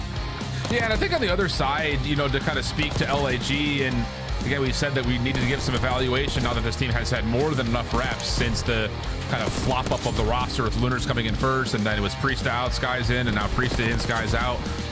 I mean, I don't know, man. There's just something about this AR line that just does not really bode much confidence whatsoever. I mean, Lunar's a really bad map here, 7 and 17, but it just feels like continually, time after time, when LAG need to put something together, they just cannot get set up. It's just a lot of 2v3s, 2v4s. Like, it just never really felt like they were able to get themselves as a collective group before to start making a play together. It had to be based off of individuals. Like, a nice double there from Kismet, but he's the last one standing. His teammates were already all dead. So it's just tough because it just feels like this LAG team is a boat taking on more water than they can handle. Yeah, it's definitely tough, man, because when you think about this roster, obviously the initial stint of it throughout stage 1, they couldn't really find success. So then you added a new player in the Looters. You swip out Skies, you bring back in Priesta. Just their formula right now for the game isn't really working. The game plan for the game isn't really working, and it's hard to be consistent when every single time you're spawning on in, it's just something different, or just certain things that you're trying to fix about the game, and then something else breaks. That's the most annoying thing about being a pro. Is that you put so much focus into fixing 1 or 2 setups, and then your previous setups that you thought were great are instantly starting to get broken down. So LAG just continuously struggling in that aspect. Now they're down 2-1 in the series, going into a protocol hardpoint, which is, this is a map they played really tight versus Atlanta FaZe, and there's one thing that they need to focus on was finding some success at P4. The same thing that we saw in map number 1, where they're rotating early for 20 seconds, giving up 20 seconds, and putting themselves in the best ideal setup. They were instantly getting broken down today and yesterday. If you are LAG, the setups need to be a lot better because you can force a game 5 here. And I think the other part about that map from yesterday versus Atlanta is like, honestly, if you just stop Draza from feasting on you, yes, he was probably chilling. Yeah, I mean, he was unbelievable. But you're right. I mean, like the game flow graph was like really tight, and then you get to a P4 and like here's Atlanta booped up real hard. Like it definitely was very clear what the vulnerability was for this LAG squad. So see what they could do here as we find ourselves going back to protocol. The Hacienda to start, though, I mean, talking about, again, LAG playing a close map versus Atlanta in their most recent matchup on that map, didn't see the same signs of it versus Optic. So doesn't necessarily mean because it just happened yesterday that it's going to come through here again. But yeah, I think you're right in terms of, like, again, the macro focus, especially around P4 for LAG, just has to be better. Yeah, it simply has to, man. Like, you have to be able to win a bunch of these one-on-one gunfights because that's the way that Optic like to set up on these breaks. Just don't allow them to pick you guys apart. Force players to reposition and get caught off bad timing in those situations. One player who really had a great standout performance yesterday versus FaZe was Linz. Like, he had so many opportunities yesterday with that SMG, influencing the spawns a certain way, coming back to help his team to fight out junk time. He has to be making big plays, impactful plays on these pinches. But I'm also looking at Priest. Like, he's a guy who I think the most of. Like, he has unbelievable talent. It's just right now, I feel like he's lacking in that confidence aspect. If he can just put that together, he can go back to the player that we are knowing of, right back in there, world champion type of player. Yeah. It's just in certain situations, he doesn't really believe in himself or believe in the communication that's coming in. You're getting bad timings left and right. You just need P-Dog to be P-Dog. Just get loose.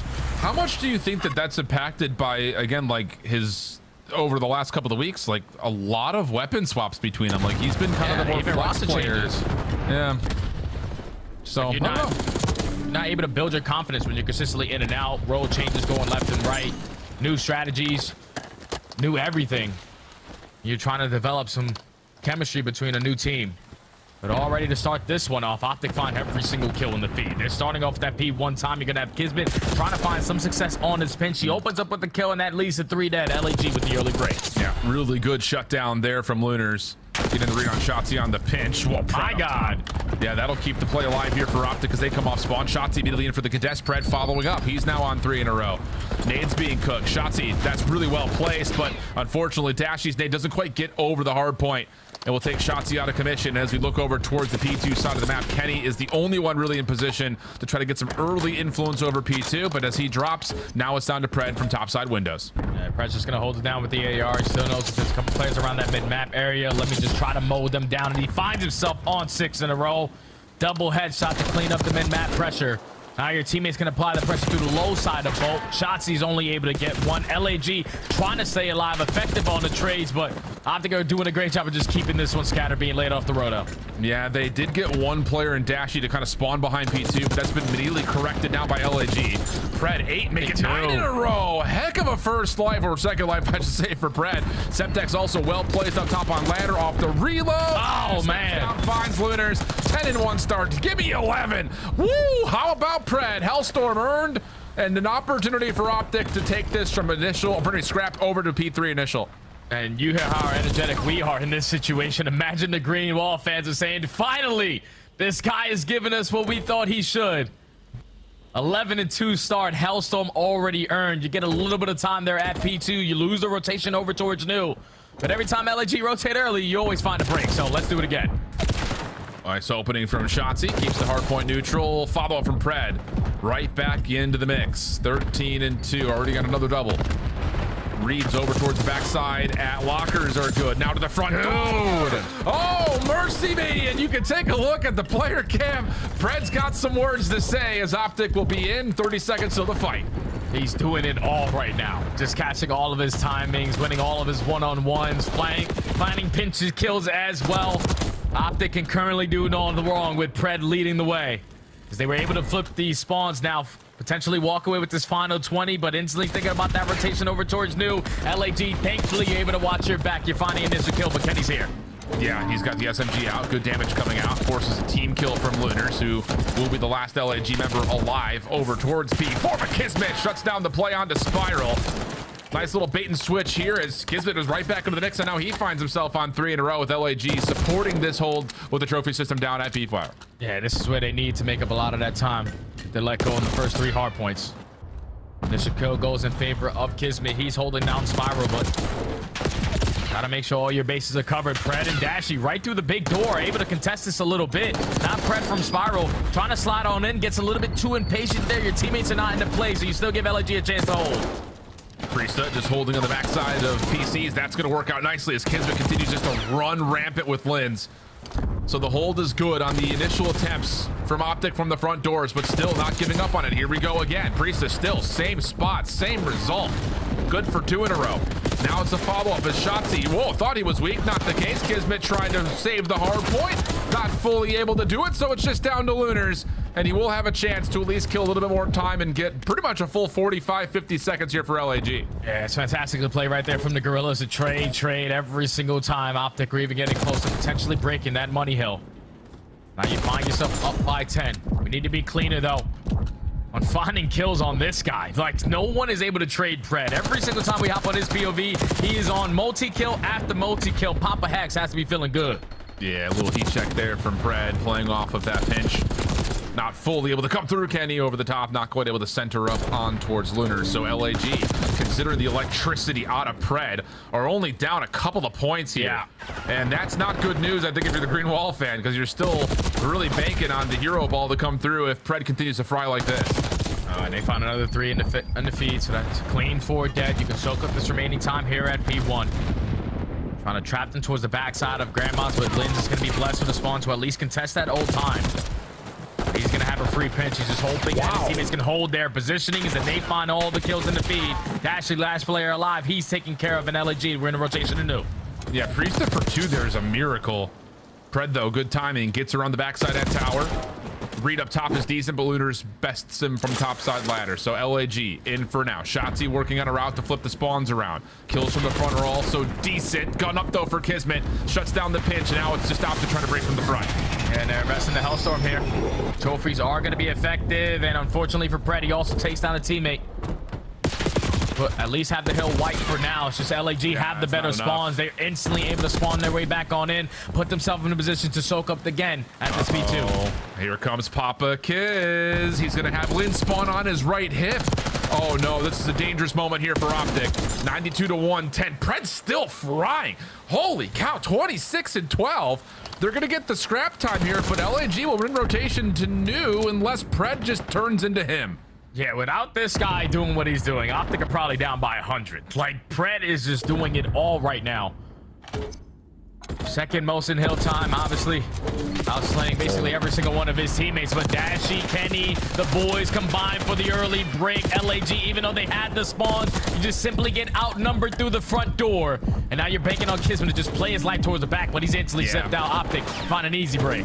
Yeah, Kismet, I don't think anticipated that there were going to be 3 Optic members who spawned essentially right in front of him. His teammates nowhere else to spawn besides from the front. The kills from the front door are decent. And how about that from LAG? It looked like an absolutely smooth break from Optic from the front. Looked like they were going to flip the spawns at the same time, but instead it's a quick re-break from the front, and now LAG are looking favorable for this back 20. Yeah, they just put all their reinforcements over through sidewalk and the middle door. No one watching the zip side through the overextension of that boat, and that allows Priesta to block those spawns, find a double and spawn Optic all the way across the map. Now it's all about the chase in towards the bottom side of P4. Optic find the initial couple of kills. You're going to turn this into a 2v2. You need to clutch up on these fights. Oh, about a tie game through the end of this most recent hardpoint and a 50-50 battle over the top of P4. And prime time for us to take a listen in with the Los Angeles Gorillas, mate. Need a backside, need a backside. Close right done. Big door, one shot. One in Grandma, on the heady, Ken. I'm flanking him. Get maps. Kenny's weak on the bow, he's staying alive. I hear you. Just go to time, Chris, go to time, bro. He pitch me lost maps. Maps. He's gonna be two maps. There's 2 maps. Spiral maps. Spiral is dead. Nice, take time. Let's go big door. Yeah, let's go big door. That guy's just you can lay on the maps if you want. Like deep cliff. Okay. I see him deep cliff. I'm laying down. I'm on side again. I hear you. I'm one shot. He's on the heady. Heady. 2 down. 3v2. Out of the box. Yo, he's boat. Maps in big door. Ironing map. Alright. Focus your big door. That's what you gotta worry about. Two map. One on time. I got stun new. Pushing the zip. Grandma's top. I hear you. Could've went top, Bernie. Nice. I was him. Good. Where's that? I'm trying to help you new. I don't see him new. It's make on Brandon. Hold in. One shot. Big door. He's gonna try to go P2. I hear you. I think this guy wants to make gun. Brandon maybe. Yeah, I'm looking at mid. He's gonna be P2. He's gonna Flank long. Yep, Dashy. He's staying long. He's staying long. We're good. He knows I'm here. He's still long. Bottom grandma's. Oh, shit, he took forever. Bottom grandma's Brandon. Yep. Touch spawn dead. Nice, get up. Yo, bottom grandma's Brandon. We're spawning our tower. I'm bottom grandma's. I hear you. He's top grandma's. I'm behind time. Okay. I need a time. Time. AG dead. Nice, get up. Top grandma's still Brandon. You ammo. Bottom grandma's one shot. Nice. Bottom, nice job. I ain't got time. Don't worry about it. One shot. Shotzi. Stay down from heaven. I can help you spawn. I hear you on that. You can make it. Nice, good up. Nice, team kill. That's last guy. Okay. Where's he at, boat? I'm trying to block him. Make sure we're blocking him. He's gonna I'll get your dubs. Alright, one's all heli. Yeah, he's top dubs. He's showing us. An inner side point. He's on the grid box. Tool. One more ult. Nice. Alright, you're on new time or no? Old Brandon. I'm on there. Okay. You spawn it? I'm gonna play the same team. Real tight affair here, Jay. But once again, we rotate over to a pivotal hardpoint. LAG in control, and they were making a mess of the Optic setup around P1 at the same time. Lots of stress here for Optic Texas. Oh, yeah, that team nade that comes in and technically counts as a team nade there for Dashy, but most likely someone from the Gorillas threw a Semtex right on the top side of those gun steps.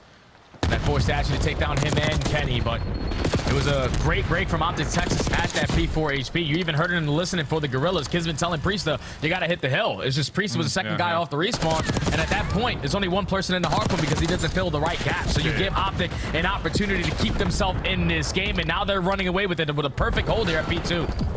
And you let Pred just get free and let him just do what he's been doing all game long. It's a little bit of extra time. Break on the way, though, for the scrap time for LAG, looking decent.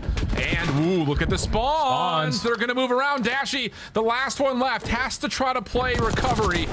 Gets the first into lockers. Predictions decent here on the Lins, who just backs away. Wants to make sure the spawns stay safe for LAG, and that's allowed now Optic to flood in from the front. The spawns are safe if you find that trade if you're Lins. It's just the fact that you allow Dashy to stay alive. Now he's making you pay for it. Optic already find a break in towards the hill in P3 where they do not have the spawns. You should have not allowed them in this hardpoint the way that you did. But now you need to find a break. You need to find it quick. That Priesta gets 3, though. Oh, my goodness. Just Shotzi, last one left in. There'll be enough time to at least allow Kismet to trade from the front, but still, the spawn's good for Optic. Now from the front door, LAG trying to work their way in, but Pred has bumped out this route. Or has he? Priesta, the quick elimination, but Optic still comfortable and can still win the game here. Yeah, they can still win it here. So if you're LG, you got to work your way through the front door. There's not much time to develop on any of these routes. You're trying to go over towards sidewalk, and Dashy is lining up every single headshot. That's a clean 4 dead. That might be game. Yeah, feels like it. Last couple of seconds started to come through. It's just LAG running in one by one, and everyone starts to feast at the end. You're absolutely right, though. That play from Lins may have just costed LAG the game. And could be something in the water. Like, he was kind of getting cooked the first rotation to hills. And if you're not feeling confident, you're trying to play a little bit too cautious, a little bit too safe. Too many question marks of how many Optic members could possibly be there. He backs up, and that play right there allows Optic to flood in from the front, get the kills, and get the hard point and the spawns at the same time. Yeah, a lot of misplays right there from the Gorillas. They should have been able to force the game number 5. If you think about that P4 where Priesta doesn't fill the right gap, you get outnumbered for the break there. Then rotation, like Lynch, you gotta play for that trade. Like backing up to secure the spawns is cool and all, but if you get that kill, you secure the spawns as well, because every single play from Optic Texas are all the way across the map. It's just when you allow Dashy to stay alive, eventually turn that life into 2 kills, his teammates now have the numbers in those engagements. Just better played from Optic Texas. Obviously, Pred has an unbelievable performance there to give them that early spark. But Optic finally see one go through the hoop, Alan. Who knows what can happen at the major, man? Who knows? It's one of those things, too. I think if you were to pick any individual player on this Optic team that you want to see a spark from before the major, I would pick Pred. I know that Kenny's been a lot of the focus because of the numbers, but if you could get your charismatic, energetic leader, so to speak, in Pred to start popping up, I have to imagine that boosts a lot of confidence across the board, and he has a mammoth game in map number 4. So it's all respawn wins for Optic. A couple of fumbles in the search and destroy. That's fine. It's going to happen, especially with them just trying to get their feet underneath them again. That's a hell of a way to do it before they get into their home major here, Kazun. Oh, yeah. Good respawn W's. Obviously need to work on the search and destroy, but I think you got a little bit of time to do that. Let's just bring back in the Destas here their thoughts. Thank you very much, gentlemen. Great cast, and we got 4 games out of Optic today, and also a dub. Congratulations to the Green Wall. Ant, you and I saw this. We knew Optic was a top 10 team. Had to. Yeah, 100%. They had to win today, right? You got to give the fans something to root for. When we get to Allen, Texas, as you said, they move up to 10th now in the standings. But, I mean, just more so like in the way that they did it, right? Pred had an unbelievable 40 bombs. Closing map here, like just taking over and doing it like in the spawn, being the guy on the front line, like making huge plays, being a nuisance. Just played so well by Optic throughout. I want to get flowers across the board here to a lot of the Optic Texas members. Obviously, Pred dropping 40, that's always going to make things easier for the rest of your team to catch up later on in these games going. But even Dashy, by the end of this, was absolutely frying people. And then on the flip side, Kenny had so many moments where maybe it not shows up in the KD, but where he got the Impact opening kills, kill that literally opened up the entire map and opened up a lot of these hills. It happened, I believe, during that P3 and P2. during one of the P2s as well. He literally slides in and just guns the singular guy from LAG and Hill with an AR as well. Like, no reason he should have been able to get that kill, and that allows the rest of the members off of Texas to collapse for that break. So, unbelievable teamwork out of Texas today. Yeah, he did a great job. Kenny had a couple big kills, like you said. One up top inside of P3, wins a huge gunfight on the guy in the heady stairs. But really, like, the story of this map was just Pred, man. I mean, we got to talk about the guy a little more. Like, really, he came back to this team. Guys weren't even winning maps, losing every single series 3-0. And people starting to say, like, oh, man, has Pred lost it? Well, I think he showed it individually. He still has it. If they can put it together as a team and find that chemistry, this team can make some waves. He now joins us live in the winner's circle. Pred, congratulations. Your first W in the CDL for the 2025 season. How did it feel to get a qualifier win? No, we needed that. We needed some sort of momentum. I mean, this qualifier has been insane. Yeah, I mean, the results speak for themselves. We're just like a must win. Just heading into our tournament, we just needed some sort of momentum. Lobby high KD, by the way, a 1.45. Congrats on your individual performance. Yeah, thank you. Yeah, look, you know, I feel like I've always been a top player in the league. So for me, obviously the situation was really unique. Just not playing and coming back. I've never obviously had that, and then coming back and not being able to win a map or whatever. So for me, I know that I need to like step up and make sure that I'm playing to the level I know I can, and just help make a run at the tournament. Absolutely. Pred, obviously, like you said, I'm glad you said it was a unique situation, because it really is a unique situation. You guys went from being world champs, best in the world, to then, some of the worst floors that we've seen in a long, long time. And I want to ask, having been in this position, now starting to make your way upwards, what is kind of step one when, like, everything seems to be going wrong? What was Optic Texas's step one to try to move forward? Just confidence. I think that's the best thing. We want to be as confident as even if we decide to do the wrong play, as long as we're all confident in what we're doing and like just what we're doing on the map, I feel like it can work just because of our talent and stuff. So I just think the biggest thing that I believe in is like confidence. You got to be confident that you can win. And call me crazy, I still think we can do good.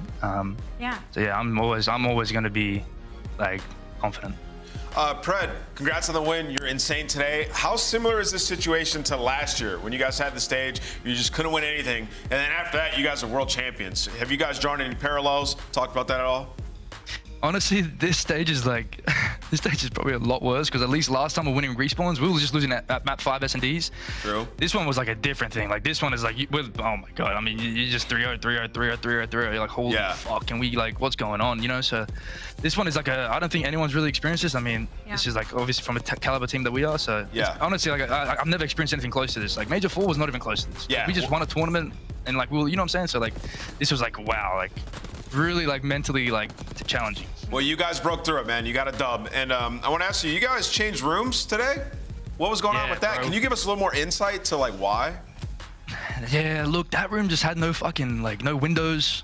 This one has like a bit of sunlight coming in. Okay. You know what I'm saying? It feels more open. I don't know, just a different vibe, bro. You know what they say, an environmental change. New environment, and you got a dub. Hey, I like it. Environmental change, exactly. Playing in the sun. Well, you get to do it next week in front of your fans. Unfortunately, you'll be starting in the winner's bracket. The good news is, though, that means you play on day number 1. What do you think about coming into the event? Look, man, there's a different type of energy when you step forward in front of our fans. So I'm excited to just be in front of the green wall, and I hope they can still cheer for us, man. We still believe that we can do well, and when we have them by our side, it always makes it a lot more easier. We got that ring ceremony on Thursday, I should say. So we'll see you then. Excellent matches are ahead. I believe in you, Pred. Appreciate it. Thank you, guys.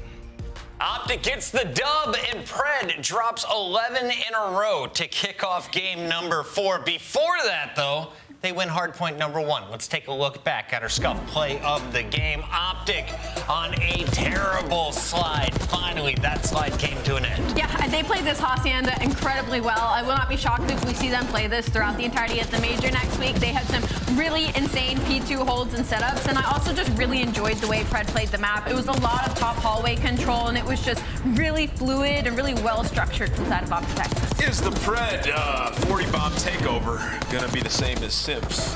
Huge, what is it, 1v3 against 1v4 it's gonna be what bomb sends down? them. Yeah, 1v4. What sends them to the upward. Is this gonna be the same? No. Where they just start steamrolling? No.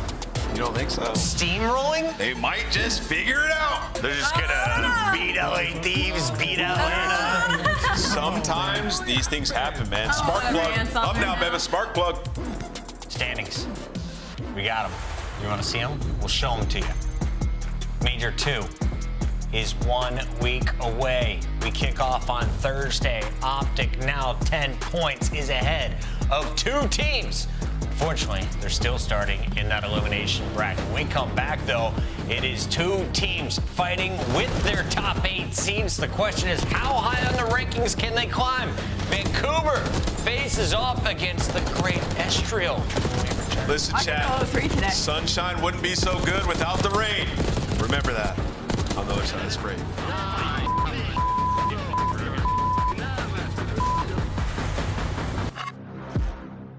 Upgrade your game with the Scuff, the official controller of the Call of Duty League. The Esports World Cup is an official partner of the Call of Duty League.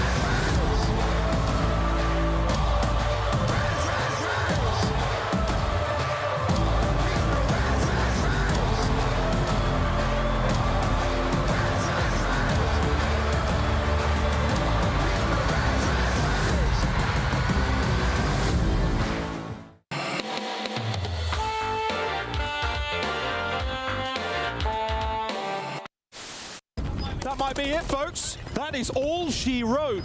Heretics, 3-0 on Control. Unbelievable stuff. Again, these guys on this map were lost for so long. The improvements they made, never mind, the map is going on 0.0. Vehicle didn't know either. Heretics started celebrating, and there's still game to be played. There's 2 segments gone. Wow, what's happening? It's not over yet. Pass my shotgun.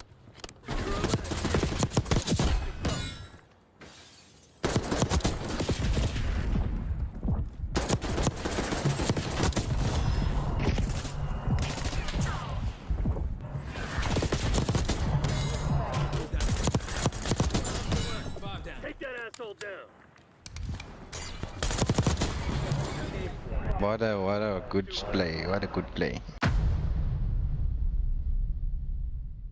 My Vancouver Surge team pack is available now. Each pack includes home and away operators, as well as this weapon charm when you have a bone to pick. Next time you boot up, suit up at the in-game shop.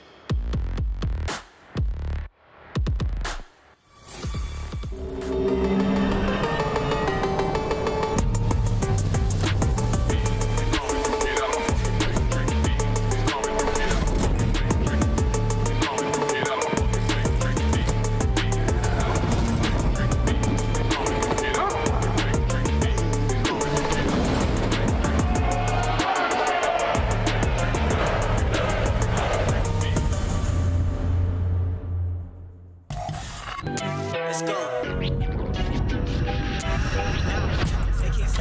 Fame comes up with the backside of Palace Wall, plus the delayed hit from Escriel. Check the scoreboard, I'm running up stacks. Numbers don't lie, that's facts. Yeah, they can't stop.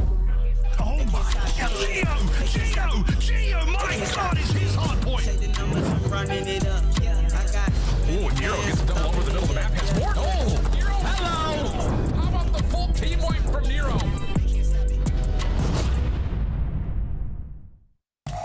Minnesota Rock are locked into the top 8.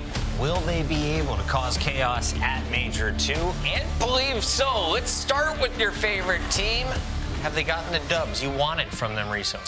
Not any like big wins. I think that's the struggle with them, and they've just started so slow in a lot of their series, right? We were joking in the green room talking about it. They're like the only team that it feels like they rely on a big play, and then everybody starts to turn it on, right? And yesterday it was Gio, just a bit too late in the series. I think if they figure out their search and destroy, coming into this event strategically, watch some VOD, maybe copy some of the better search teams.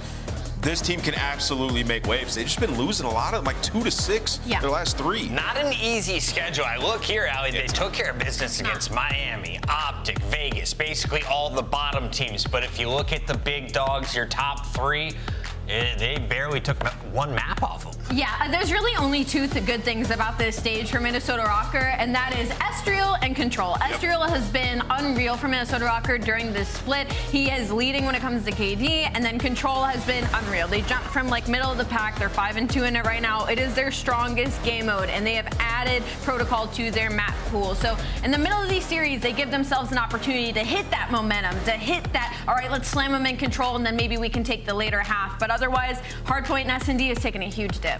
Yeah, I mean, you look at their numbers and stuff, you look at this team, they're easy to root for. Their matches are always super entertaining, right? Because it's always a bounce back. And in terms of Hardpoint, 4-6 in the game mode, but all their damage is basically the same. So they're playing at the exact same pace, and it just feels like when they turn it on, this is a team that can be a dark horse. On the other side, the great Rambo Ray. Yes, that Rambo Ray is the man behind the scenes. The wizard up in Vancouver has put together a winning lineup. It took him a minute. But he found his crew, and I am a little worried about Vancouver. They have a map pool issue.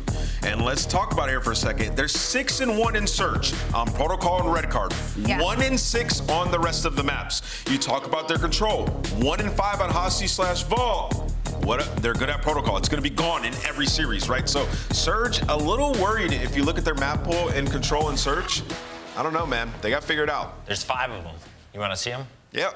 I would love to see them. Let's take a look. Their maps, their modes, they're coming up right now. It's and red card. I like the way you said that. Vault. I'm looking at that Hacienda. Immediately, you want to lean towards the side of the Vancouver Surge. It is not good for Minnesota. They're sitting at 2-3 on that, while Surge, that's going to be their strongest one, sitting at 4-1. The middle of the vaults, Minnesota, they like to spawn in on vault constantly. I don't hate that for the side of the Rocker, but for Vancouver, they're going to want to get this done pretty early. Is it a Geo takeover day, Ian? I mean, I think it might be Escriel takeover day. I mean, like I said, the search and the control is for Vancouver. What I'm looking at, they do have that red card as the game 5 if they make it all the way there, but I think this can be an electric series.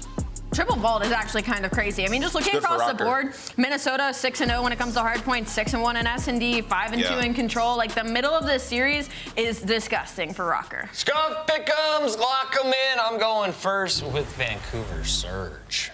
Yeah, I don't know. This is, after seeing those vaults, I'm going to give Ant a chance here. I'm going to go Vancouver Surge.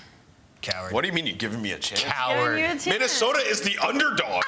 I'm going with Minnesota. That's Chris. I know, that's your chance to catch up. Miles. Wheeler. I can't tell if Wheeler is just postulating, really pondering the universe deep. I'm just copying Chris. Time stone out. He's just trying to pop out the time stone and rewind all those tough choices he made. He picked Optic for a long time, folks, but they won today. Good for them. All right, mate, let's do this. Chance, Rocker. The underdog, Vancouver, a dangerous team by all accounts, but I think this is going to be a fantastic series. Yes, I expect it to be a barn burner map 5. We haven't had a good quality Minnesota Rocker map 5 in quite some time, so I'm expecting a very distant series. And Minnesota Rocker should be bringing the heat as well, because I think they have a lot more pressure on them. You're looking at the records and performances. Surge have been on point in Hardpoint in this stage.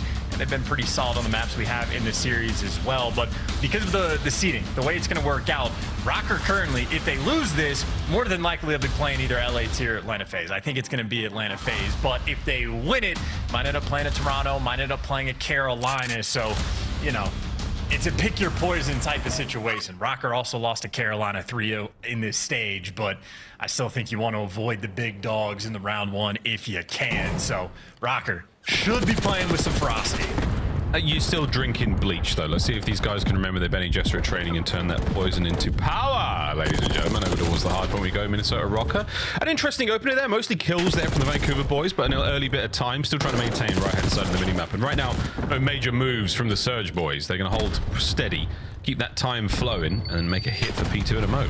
They got a great setup as well, right? Make sure no one's working through Lambo, and 04 reads that pressure. And I mean, now they got the double chow coming through the stairwell, and you're able to at least take 2 down and get some trades. But either way, that's just to make sure you keep the guy on hill time safe. So as far as P1s go, I mean, that's nearly 30 seconds on the clock, and Paul X, I mean, can't even take it away. He gets in a good spot. It's maybe there to set up Geo.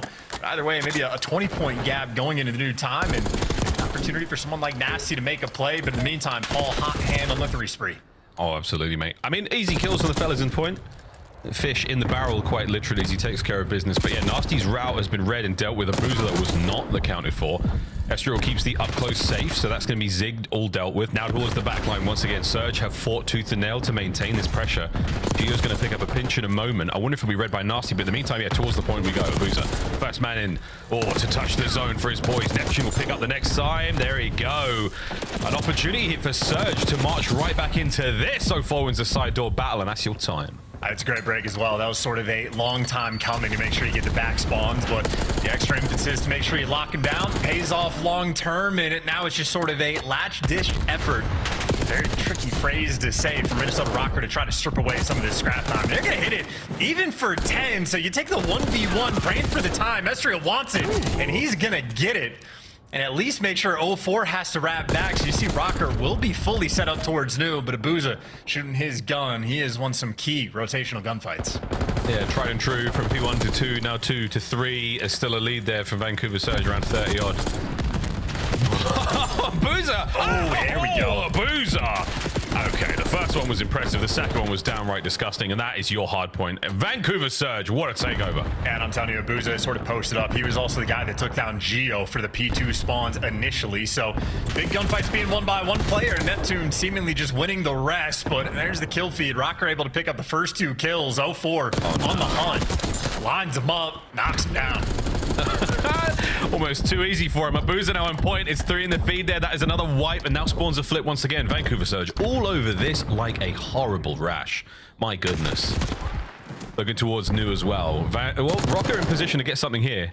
Neptune's going to cause some problems through the middle of the map, but your numbers are all over the new point, and that's exactly where you want them to be. Pick a corner, any corner. Try not to team fire. And good luck getting this time. You need it.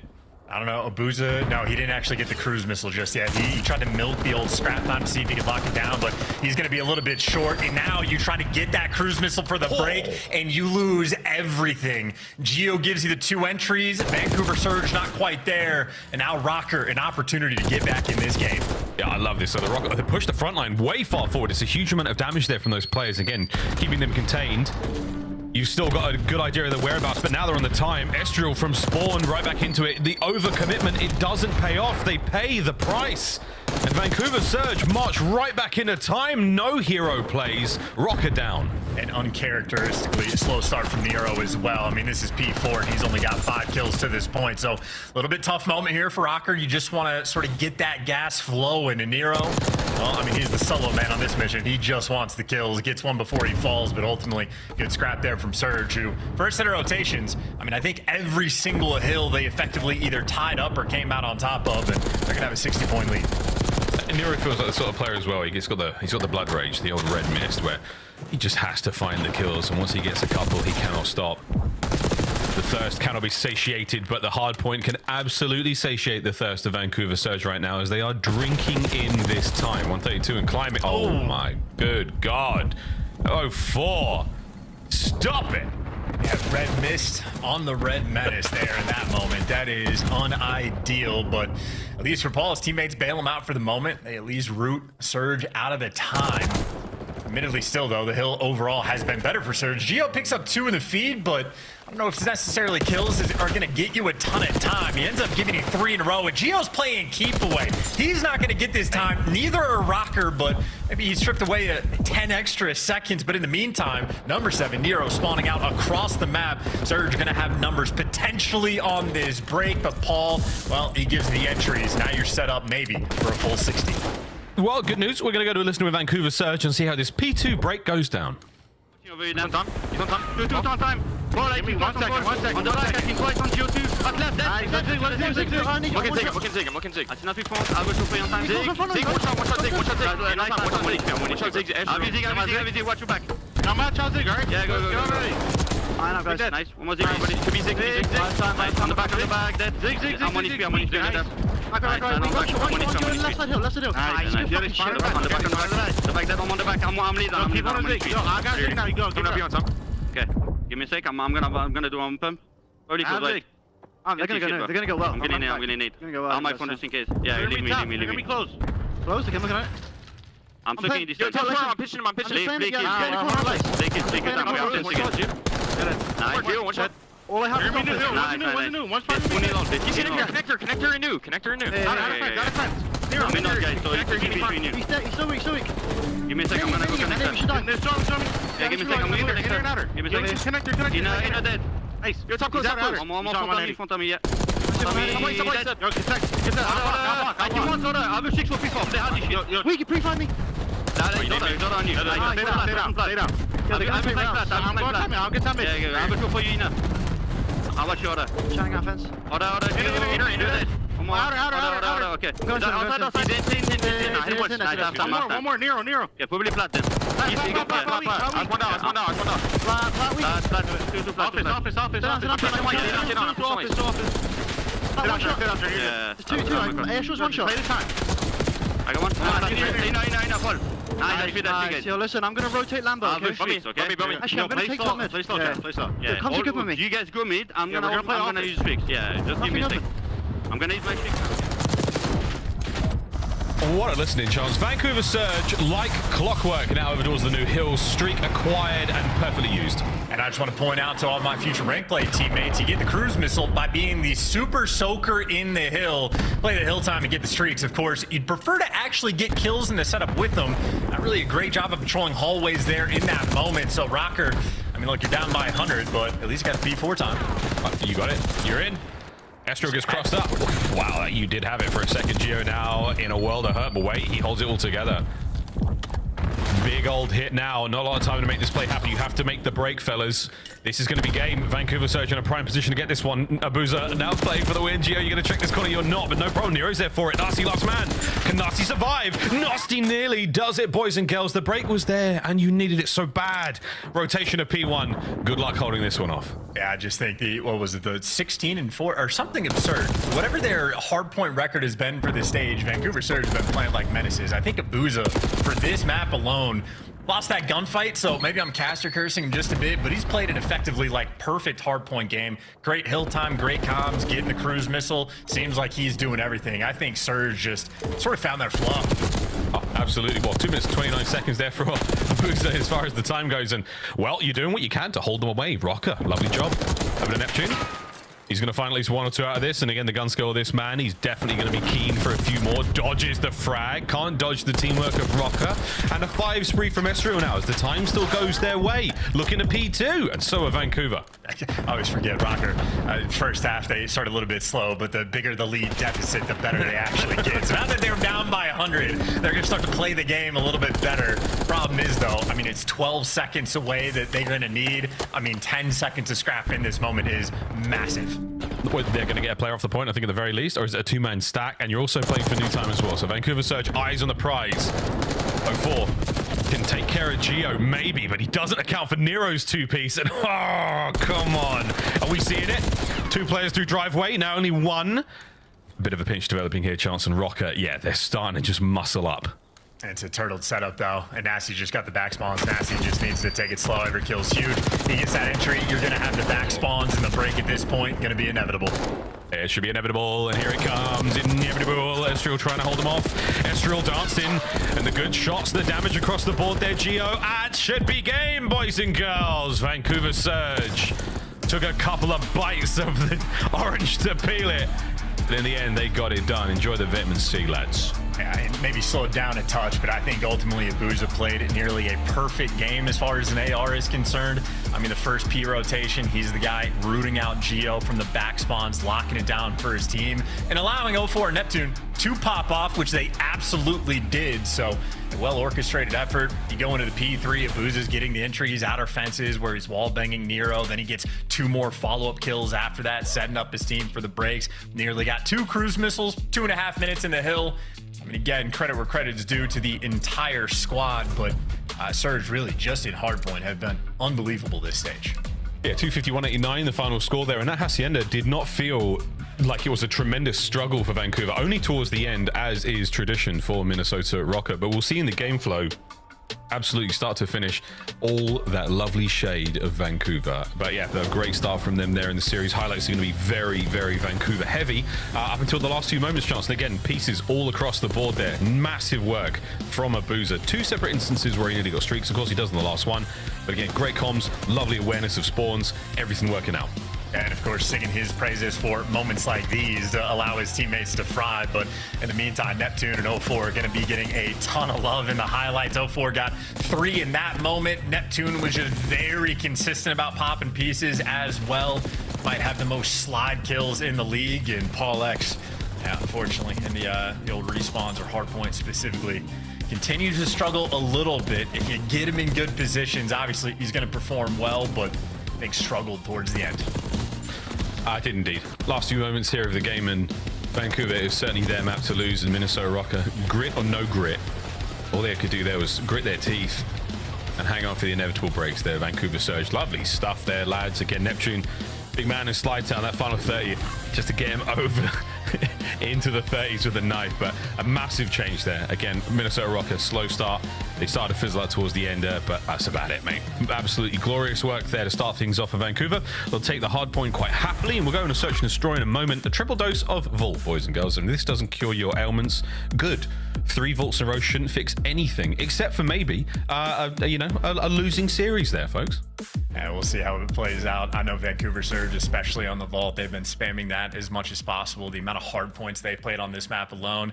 I mean, they've been squaring up against FaZe at any given opportunity. So they're going to be well orchestrated. And of course, on the flip side for Minnesota Rocker, I mean, it was more so at the start of the year, but anytime those guys have played a Vault hardpoint, it is every single time ending in emphatic fashion. Final 10 seconds of the game. It ends on like the third set of rotations on a P1 is where they keep having games end. So the ultimate distance is where Rocker like to take these maps, but that is, of course, only if we get there. Got to get past the S&D in control.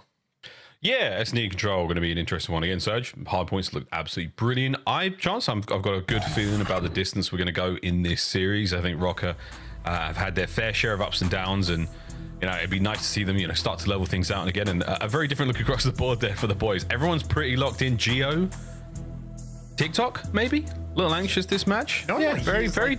He's the firing range guy, I thought, typically. Yeah, he's the guy. I mean, no one hates the firing range training dummies more than Gio, but right now, he's checking something pretty serious on his phone. That's some serious check. Maybe this is not that he's checked out. I gotta hit YouTube real quick, rewind, see what happened on like whatever key rotation, try to figure something out, or maybe just locked into the phone. But either way, a little discombobulated for the moment, but get the crust out of your eyes and wake up for the map number 2. We always know how the Vaults are gonna play. It is gonna be out and about those A-hits. It's just such a funny idea that, like, oh yeah, Rocker were asleep during map 1. Oh, sorry, man. Yeah, what time is it? Oh, that's right, I got you, bro. 2 and 3, they'll start to find themselves. But that is the way it has gone this year, folks. This season already. Minnesota Rocker, the slow starters. Tough to have a slow start against a team with such a superb run when it comes to hardpoint. But S&D, as we play on Vault again, the record not bad whatsoever for Rocker. Not terrible there for the boys of Surge, but put everyone to the test here, folks. The last day of play before we go into Major 2. Let's get it. And Easy Mac with the stats there showing off that the first bloods might be the massive difference in this game. Rocker have an electric first blood rate on this map, and Neptune knows he needs to take it from him, or you are going to struggle. There you are, indeed. So far, no struggle. But yeah, incredible. Just hold it. There you go. Wow, Neptune, wildly ambitious. Could have been very devastating. Now a 1v2, an 0-4. We've seen this before. A little bit of a rat. That's that. 0-4 down and out. Nero on the defuse. The first round is done. Yeah, Neptune had some crazy COD timing in that round. At one point was standing directly next to 3 players on the cat steps, and unfortunate for him, was not prepared for that many players to be nearby ready to turn their guns. I think he just wants to hop in the pool, get that flank off immediately, but just absolutely full sends. I mean, it's wild to think if he didn't. Oh, sorry, go on. I was going to say red dot chaser extraordinaire. Oh, yeah, man. If he doesn't send it, I mean, if he pumps the brakes for a second, you get Rocker to turn, and then all of a sudden your teammates are possibly in a position to take a favorable gunfight instead of getting overwhelmed on the site. So, or crazy, just man. Body shield. Unironically, a body shield in that moment, I feel like is going to be a round guarantee. That's a really good call. You'd have got the kill on the guy by pool, no problem. And then the next dude who challenges you from the hop up, yeah, absolutely. Then you buy your team that 10 seconds with all the comps. Like, grab your opponents, folks. Grab them. Apeasy does all the time. Here comes Surge. Oh, this trophy. Good trophy, though. Epps taking the high route. Eyes are up at the ready. Here we go.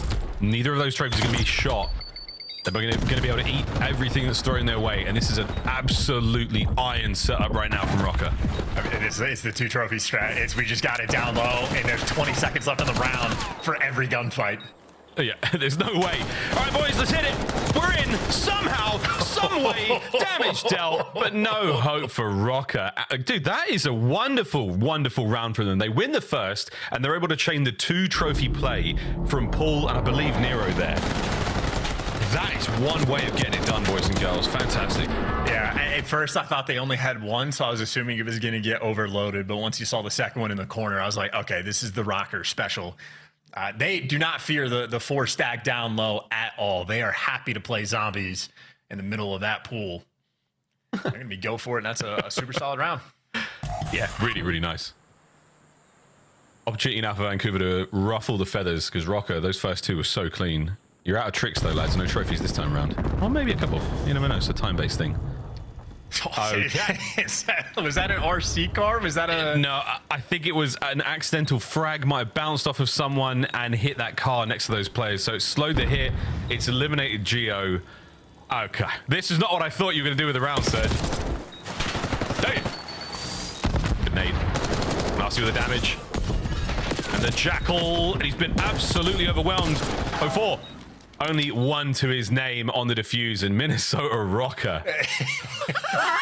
What? Okay, never look at your phone in between maps again. You're gonna die, Geo. We don't need you for this round. No, that's not good from Surge. They tried to do the anything you can do, I can do better. They tried to hit the 4 down low strat, and instead Minnesota Rocker just pick them apart.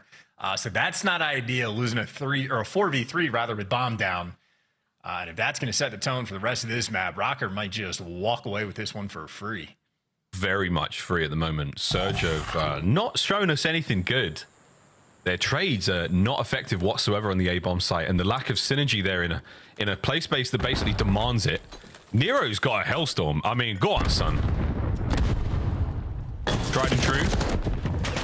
Nice opener from 0-4. No need for the trophy system. Hey, we're getting involved here, folks. Watch out for the nades. The splash damage might have just taken care of that one. And we're in. We found the opening. And go, Surge, go! That is the round.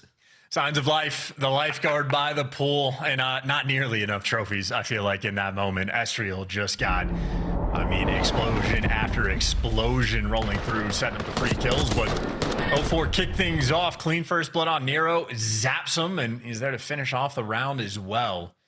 0-4 making his presence known. I wonder, though, might be something we have to go back over, that the Semtex that exploded, the sticky that exploded close to that trophy actually destroyed it. So it wasn't necessarily a case of the trophy getting overwhelmed entirely, but that lethal removing it from play. I don't know. That's a wild one. What are the odds of that happening? Either way, folks, 3-1. Vancouver finally, wow, takes something, but they're about to run into a whole lot of trouble. Nice dodges as a group. Oh. They're just trying to take a page out of Rocker's book. Notice they have one less trophy in the situation. And its placement is sort of in the middle of the doorway as well, so if they hit pull, they can shoot it out. Neptune on the back door. A little bit anxious now. Second trophy from Nasty, maybe not. Gut check there, and it might pay off. We'll find out. You're down to man, Vancouver. Oh, you love to see it. Not enough on the shots, though. Paul guns him. Man advantage Rocker on the attempt.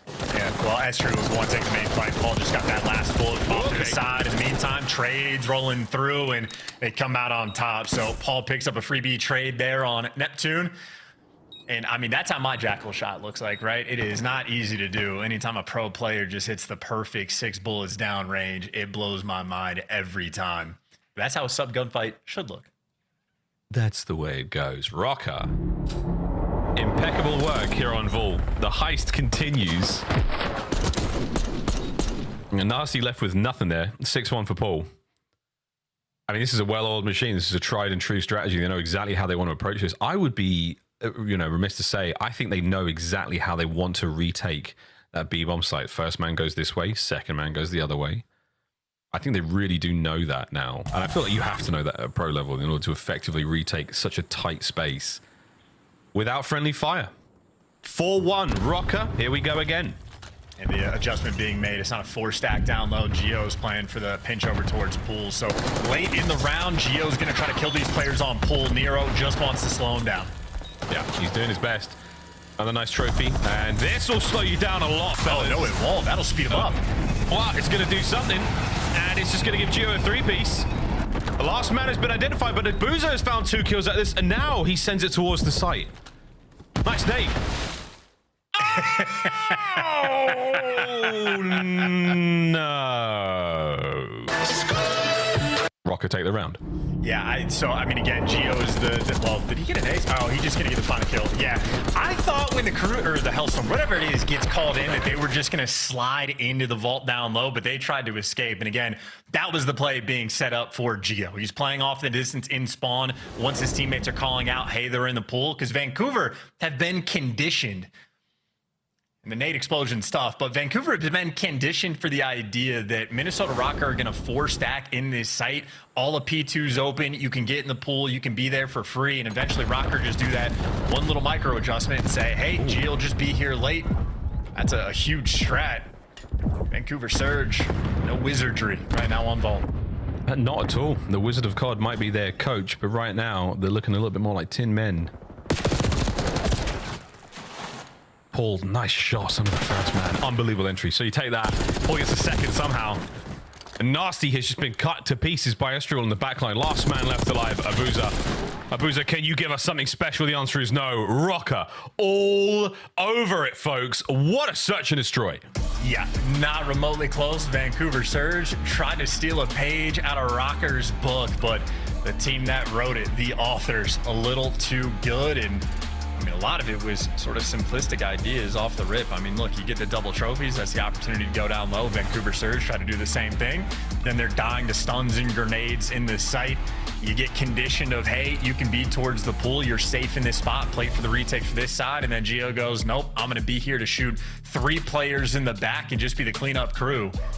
So Gio basically had his feet up this game. Is Paul Lex, fantastic bounce back he had from map number 1. And shout out to Estriel. 7 assists. The man was involved. Yeah, really, really involved.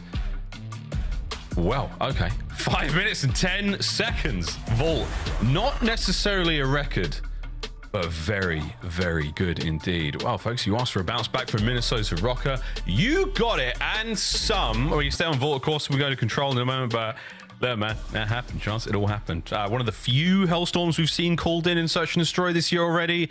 And yeah, immaculate bounce back desk. You know what I'm talking about? You know what you're talking about? Let's get it. Do it again. Sing along, chat. No. No, okay. No. You have to pay for that, Chris. Cool. The storm is a brewing. I feel a game 5 coming.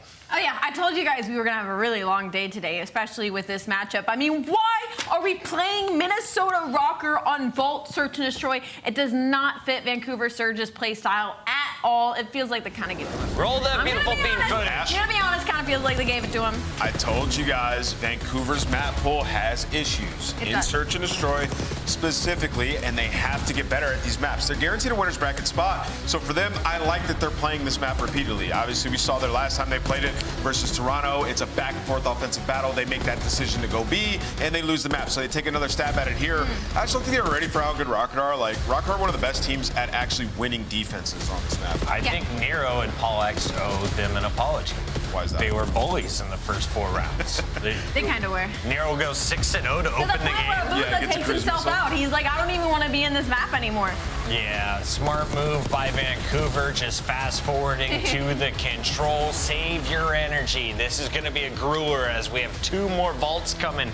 Is that trouble for Vancouver? Yes, the control is trouble. You talk about Minnesota, one of the best vault control teams in the game, one of the better control teams that we have just in general, and on the side of Vancouver, a map that they just haven't loved, 1-3. Statistically, yes, having vault control and hardpoint back-to-back right in the middle of the series isn't great, sitting that the fact that Minnesota Rocker is dominant across the board when it comes to that map and mode combo. But I will say the only thing that really made me mad was the Search and Destroy. I think Vancouver Surge can absolutely hang on Vault when it comes to respawns. I think 04 and Neptune, if they're playing at their peak, can absolutely hang with the SMGs and the pressers from the side of Minnesota. We could show you more Hardpoint, or we could play Hidden Heroes, moving the show along. It's my job. Take a look at this graphic. It's Hidden Hero time. I've picked out 4 players. It's the best of the rest. They're not in the top 3, but they're somewhere in the middle of the pack. 22 years old, 20, 22, and 23. Allie, which would you like to choose first? Wow, this is hard. This is from this series, right? No. The best of the rest. Best of the rest, Al. 4 MVPs from 4 middle-of-the-pack teams. I'm going to go first. Thank you, Ann. I'm going to go bottom left, and I'm going to go Joe Deceives. 20-year-old Joe Deceives. Ding, Nice. ding, ding, ding, ding. Allie, you're on the clock. Oh, God, don't put me on the clock. You're on the clock. MVPs from the middle-of-the-pack 5, teams? 4, God, 3, God, I don't 2, know. God. 1. Pick a corner. I'm gonna pick a corner, big Kismet, bottom right. Kismet, bottom right. It is Kismet, 23 years old. No. Bulldog, got a few more wrinkles I'm than gonna that, go. Allie. I'm going to go top right, and I don't think he qualified, so I'm going to go TJ. TJ at 22? Oh, he's older. Yeah, you're right. They're old men. I didn't even look at the age, bro. Allie. Don't ask me Redeem again. yourself. Chris, I think you should do it. In the top left corner. Let me narrow it down for you. Okay. We've got Toronto gone. You have Vancouver gone. You have Cloud9 gone. Coming in with a 1.16, 22 years old, a top 8 finish at Champs last year. Top 8 finished at Champs last year. Guys, we're testing a memory that I don't have. I'm literally a goldfish. Can I at least have a team? Do you know the team? He says from Toronto. Who else? Cloud9. No, like we've already done those 3, so we have. It's a different team. It's from Rocker. Okay. It's from Minnesota Rocker last year. You can do it. You can do it. You're not doing it. I'm not doing it. You guys might have to do it. It's got to be Estriel. I'm gonna steal Anthony. Ding, ding, ding. I'm not good at this. I did pretty good. I'm not good at this at all. I'm sweating, chat. I'm literally sweating. I like putting you guys on the hot seat. This is why I have a notebook, because my memory, I'm like Dory. That's why Google exists, kids. Let's go over to our casters. They exist for a reason as well. Just keep swimming, Ali. Just keep swimming. I can't. I actually thought I got Sib bottom right, but I thought top left could have been Real. I don't know how old Real is, but good game, team. Good game. Back to another good game. Back to Vault, back to Control, and back to Rocket and Surge. Chance, how are we tingling for this one? Is it common sense, or is it Peter sense, or is it Spidey sense? It's Estriel sense with nice unruly hair. No, I got lost on the sense thing, but what I can sense in this series is the fact that Vancouver Surge's hardpoint record has been so good throughout this stage that I think it's much more important for Minnesota to actually go and win this map. And obviously the record, a little bit better overall, 5-2 compared to 5-6. Now, a lot of that is from the minor from Vancouver Surge, having some extra series and playing against some better competition. So I think this map will still be a battle, but nonetheless for Rocker, I'm thinking it's not a must-win, because like the team is always good when they're down, and they're a good Hardpoint team as well. But certainly, I think there's a lot more pressure on Rocker for this map. Yeah, again, the sort of the pressure of Rocker, a squad that's definitely got a very, very high ceiling as a squad. Not quite meeting at the moment. Let's see how they go, though. Into Vault Control we go. You know the rules, friends. 30 lives either side. 2 zones. Dive on in. Estral trying to do just that. A bit of time and bought here, but not a lot of space. As Surge have not vacated the A zone. They're just chilling there. And Estral can't do a whole lot. He jumps the fence, he dies, he waits here, he probably dies in a moment. Nasty just guns him. So Vancouver, no options whatsoever but to die. Dude, they're not moving.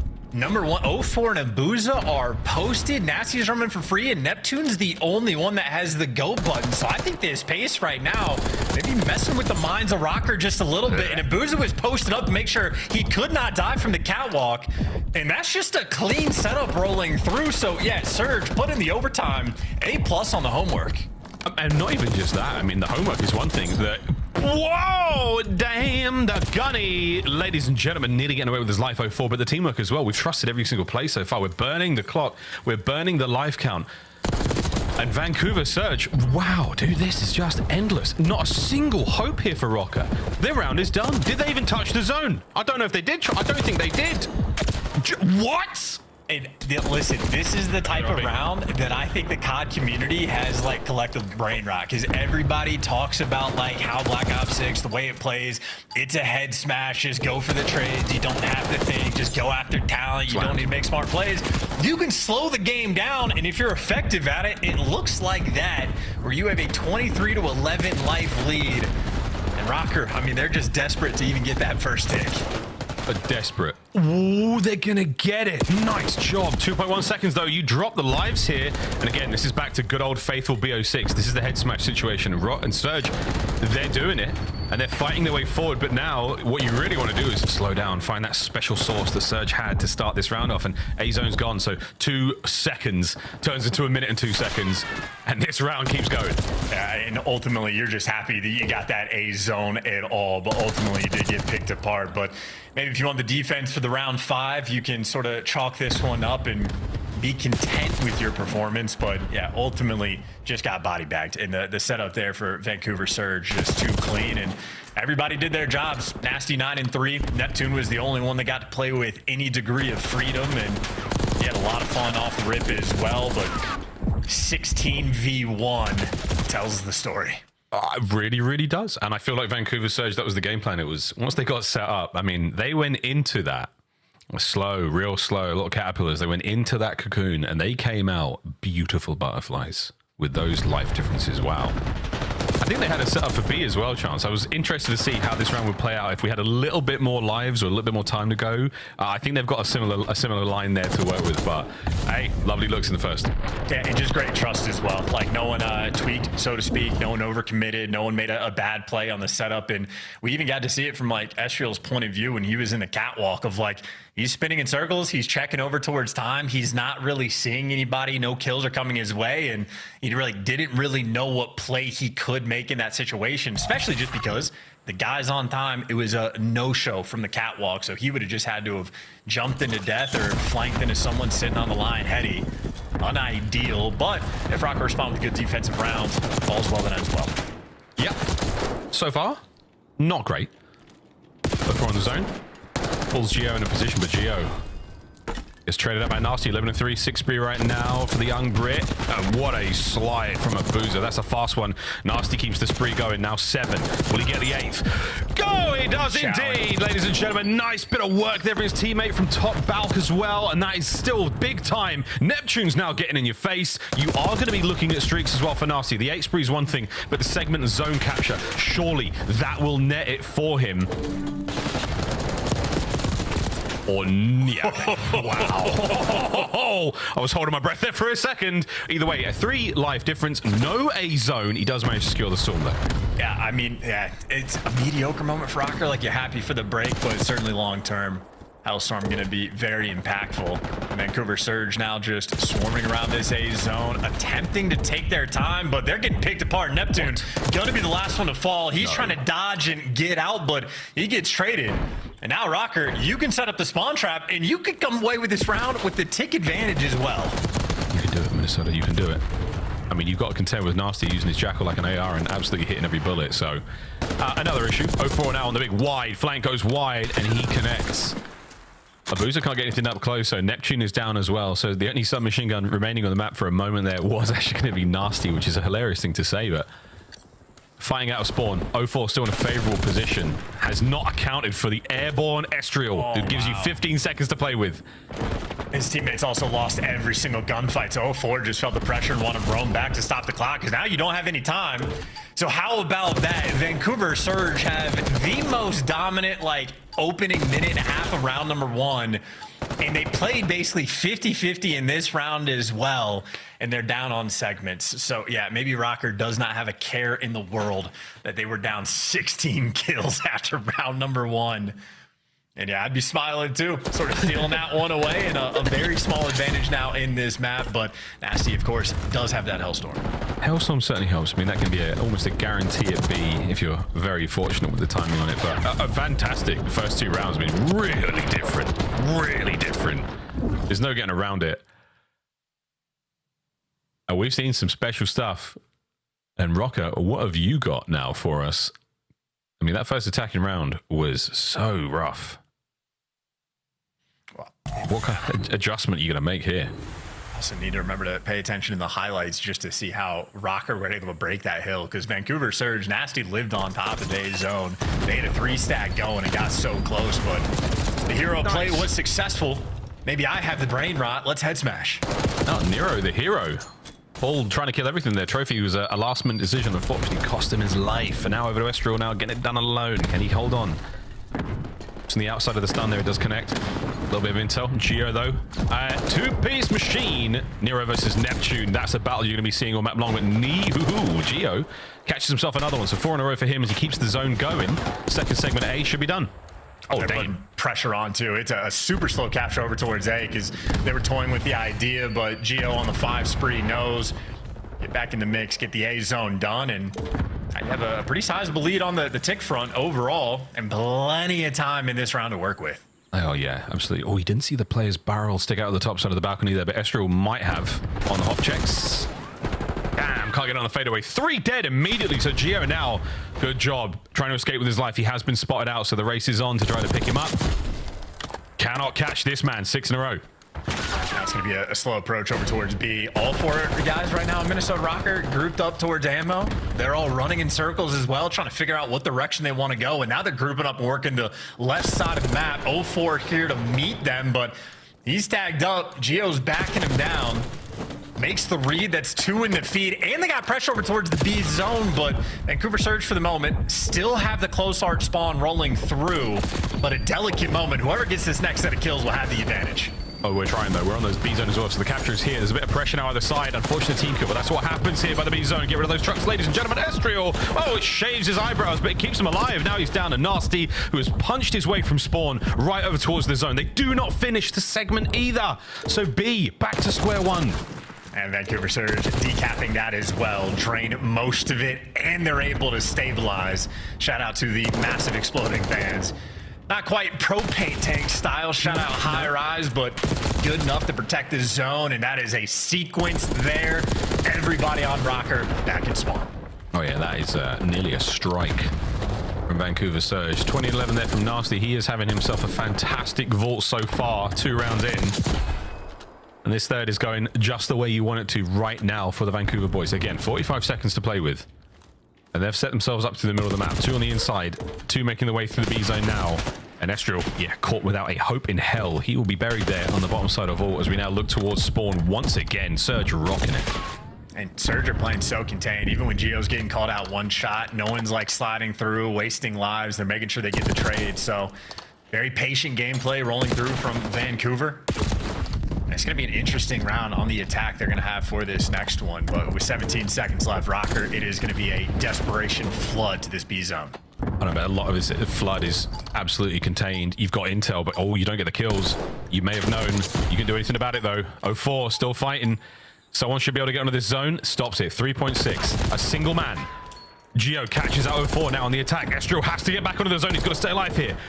Trophy's going to cover it. Pulls Abuza. Can Abuza get involved? Picks up the pitch. Gets it. Ooh, get back on the zone. They don't. Was that a mistake? I might have to watch that one back, folks. In a moment like that, it is certainly stressful. Oh my word. Did Rocker vacate the point? There was a lot going on there. Or is it a series of kills? I need the replay. I think the kills rolling through. There's a pretty good swarm there from Surge around the zone. And at that point, I think Rocker had like 2 lives remaining. Players hitting him from side art, players over towards ammo as well. But here's a look. You were trying to get Estriel doing the dance. Yeah, 1.1 on the clock. The Estriel takes the fight, loses it. Yeah, it was just enough of a fight. Just overwhelmed. Yeah. Just overwhelmed. I mean, Joe was close by, but not close enough with 1.1 on the clock. Wow, what a moment. Well, Surge, take the lead. Map point. If we get, like, you know, if we go to a round 5 right now, Rocker might have a small advantage to get that final defensive round, but you could very well just win it here. Nero, though, off the break. Nice little 2 sprees. Had another slow respawn performance, at least in the KD column, and Abuza has not. Him and Nasty pretty on point. That's the last man in line there. Is Estriel 04 gets him. Now your time a little bit more secure at Neptune. I mean, Vancouver Surge applying pressure all over the map. Possibility for Neptune to get a few more, but instead he buys his teammates long enough. Wow, sweet nades to get the A zone. It's not done yet.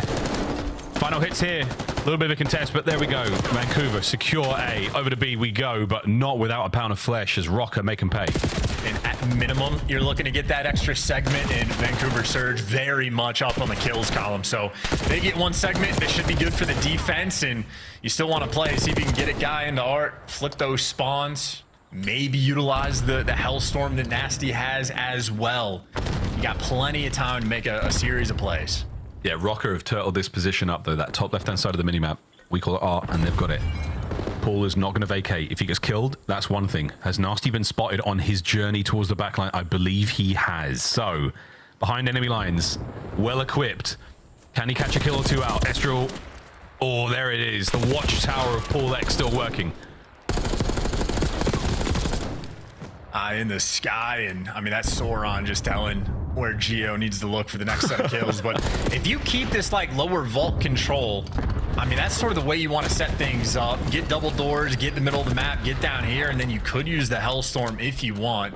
You don't necessarily need to make the commitment, but it's a back pocket threat right now, and that's 2 kills in the feed. They're letting the kills fall into their lap, and it's because of the Hellstorm. There you go, extra kill, forcing that spawn out. You get 2 bodies on the point.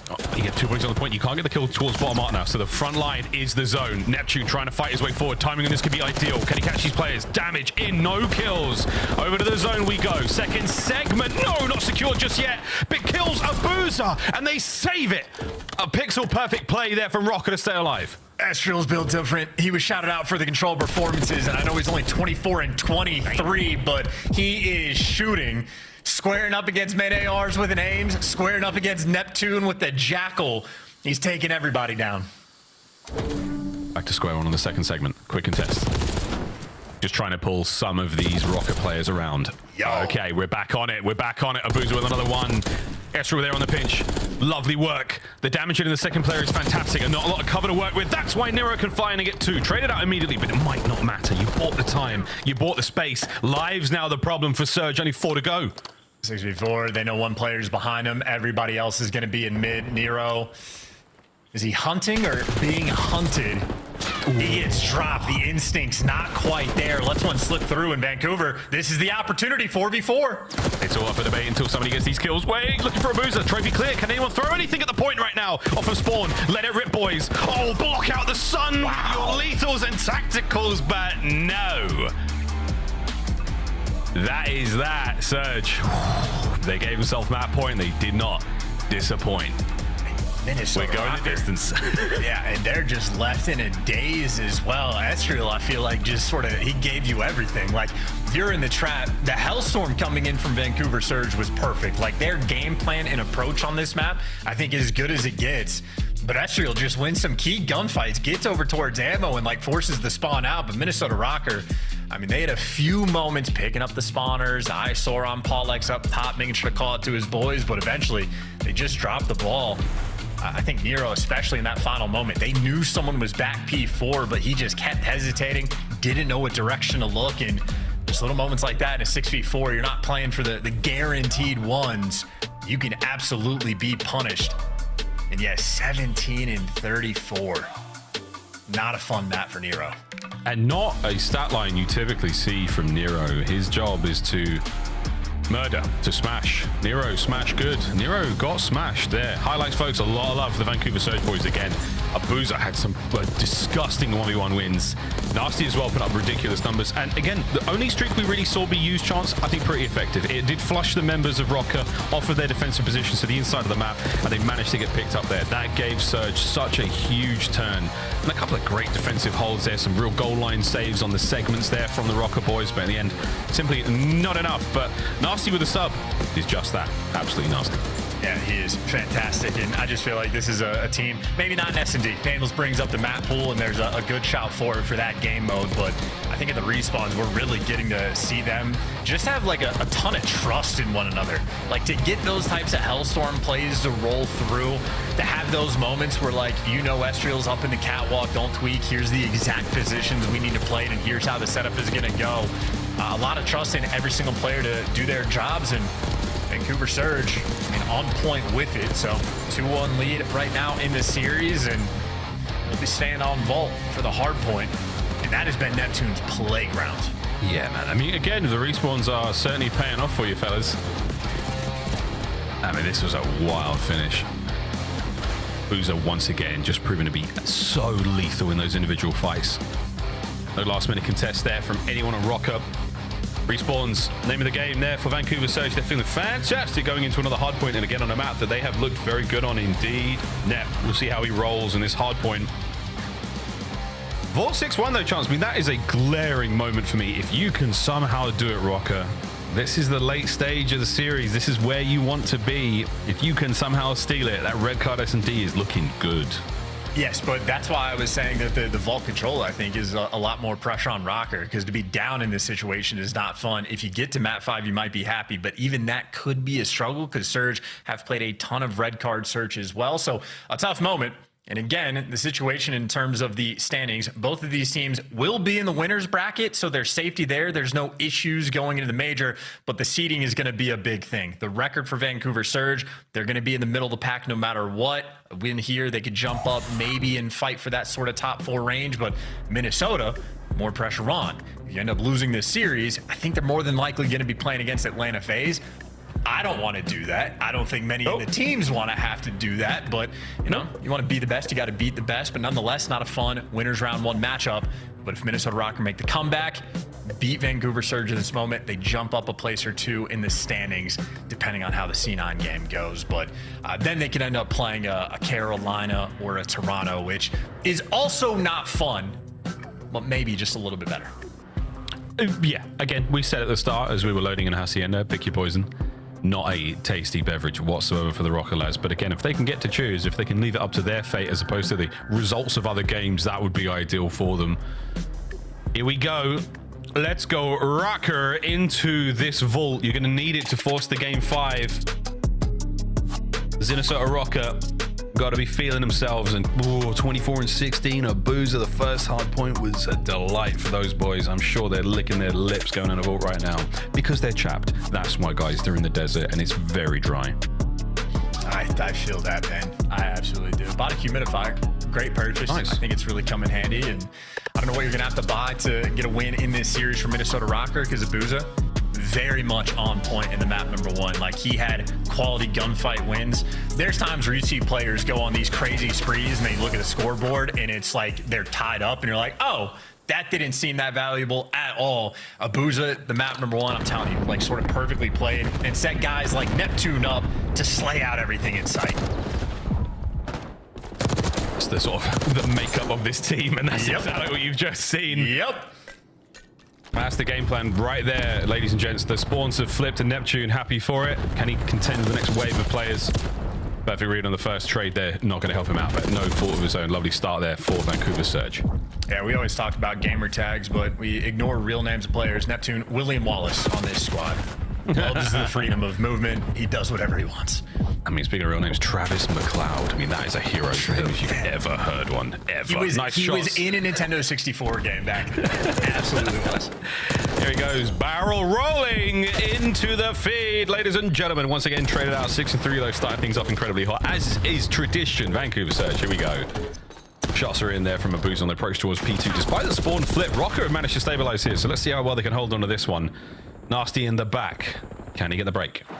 Well, he's already got his boys spawning up with him, so number 6 on time. Estriel's completely surrounded. 0-4 knows, one guy on time. Leave it for your teammates. We'll get the cutoffs, and Minnesota Rocker, in a very similar fashion to the Hacienda, just getting bullied when it comes to the actual spawn gunfights and placements. Oh, no. So in a long-term game, you're just going to have to fight these uphill battles. It is not fun. Nice lethal usage there to flush all the members of Surge out of these power positions, but can you win this war of attrition now by the zone? I do not think so. Estriel down in the pool. Nero now on the approach alone, but again, a staggered hit. Every kill he gets is great, but at the end of the day, spawns are going to be going the way of the Rocker boys. You managed to hold them on the push towards New. You managed to hold them in the middle of the map. And can you secure some decent time of 3 and chain it into 4? And I will say this is close to Glaze because Abuza is only 3-3, but that is also a perfectly played P2 of like knowing when to chow with his teammates, knowing when to trust them to go and get the kills. So a lot happening, including now Nasty again, a player on Surge here blocking spawns, and look at how distant number 5 and number 7 are, and he shreds Geo. So that is 2 gunfight wins, and he just set his team up for the next like 100 seconds potentially. Estriel wants to be the guy to break it down and cause confusion here for Nasty, but already, I mean, no one's getting this P3 time, and Nasty still has his spawns for his boys. He does, and he's managed to stay safe. Oh, he's even got a kill. Howdy! That's the coverage there from Abuza. Perfect spawns there. Estriel's play a little too slow, unable to capitalize on the fact that Nasty was alone there. Now 0-4. You love to see it, boys and girls. Vancouver Surge once again, diamond hands across these hard points. Yeah, super high value gunfight wins as well. So you're just going to get the measly final 10 seconds of scrap there from Rocker. 30 some odd point deficit right now you're working with, and this is a clean setup on the minimap right now for Vancouver. Nasty knows his job just to survive. Do not die. Win extremely naughty little gunfights like that. 6 now in a row. Eyes on the next wave. It's not terribly flashy, folks, but it is absolutely brilliant play from Vancouver Surge right now. Couple of shots into Estriel on the approach. Lovely kill. Over to Nero now in the middle of the map. Gets one and done. Neps, the last man up now on that front line. Waits for the spawners. Perfect hold. Vancouver run it up.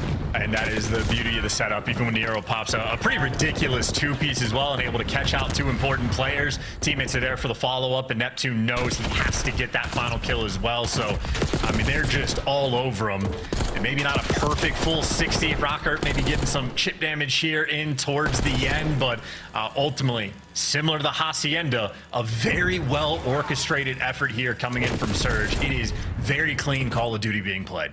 It's a real treat to watch. Don't need a huge amount of kills, you just need the ones that matter, the ones that make the enemy spawn as far away from possible from you and the time. And that's what we're getting right now, folks. Rocker, they've got themselves in a P1. This is an opportunity to turn this ship around. We're going to put their grit to the test, but right now it seems a little tough. Neptune, spot for choice. Can't get them both, though. 0-4 on the chase here. Keeping the kills absolutely rolling for Surge. Nothing left unchecked. Yeah, now we're playing a round of control as well virtually. We're getting a roughly similar setup. Maybe you're playing for the spawns a little bit earlier on, or giving up the catwalk pressure. Actually, yeah, maybe a little too passive in there from Neptune, letting the players through cat, so they're going to end up getting the break, and an opportunity for Rocker, get back into the game. Decent P1 time being collected, and they got the right side spawns long term, but then you look at the kill feed, and the SMGs for Surge picking up all the kills, and 0-4 knows the name of the game. He has slipped the net unchecked. It's absolutely perfect. I mean, Rocker, you're in a lot of trouble now, folks. Let's see if we go through listening and give them some good vibes. I'm trying to help you, Hookah. Hookah, watch out.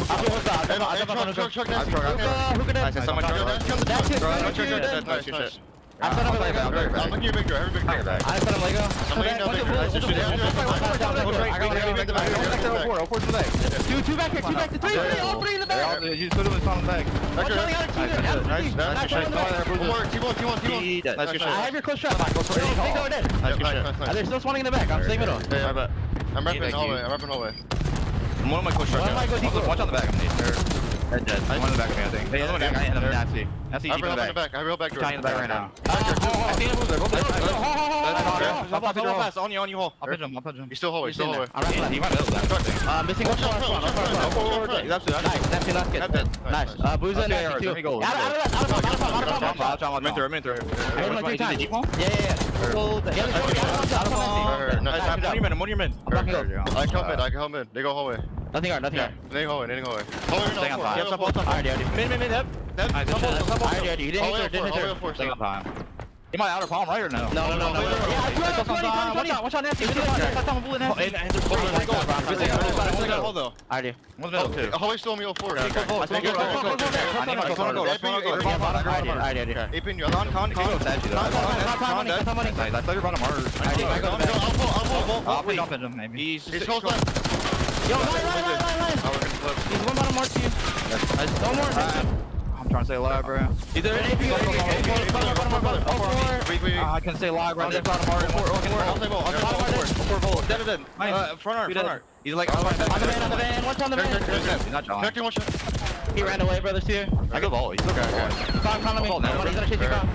Full net. You can go back to the exact moment where Minnesota Rocker knew the spawns were going to flip, and Abuza, you sneaky man.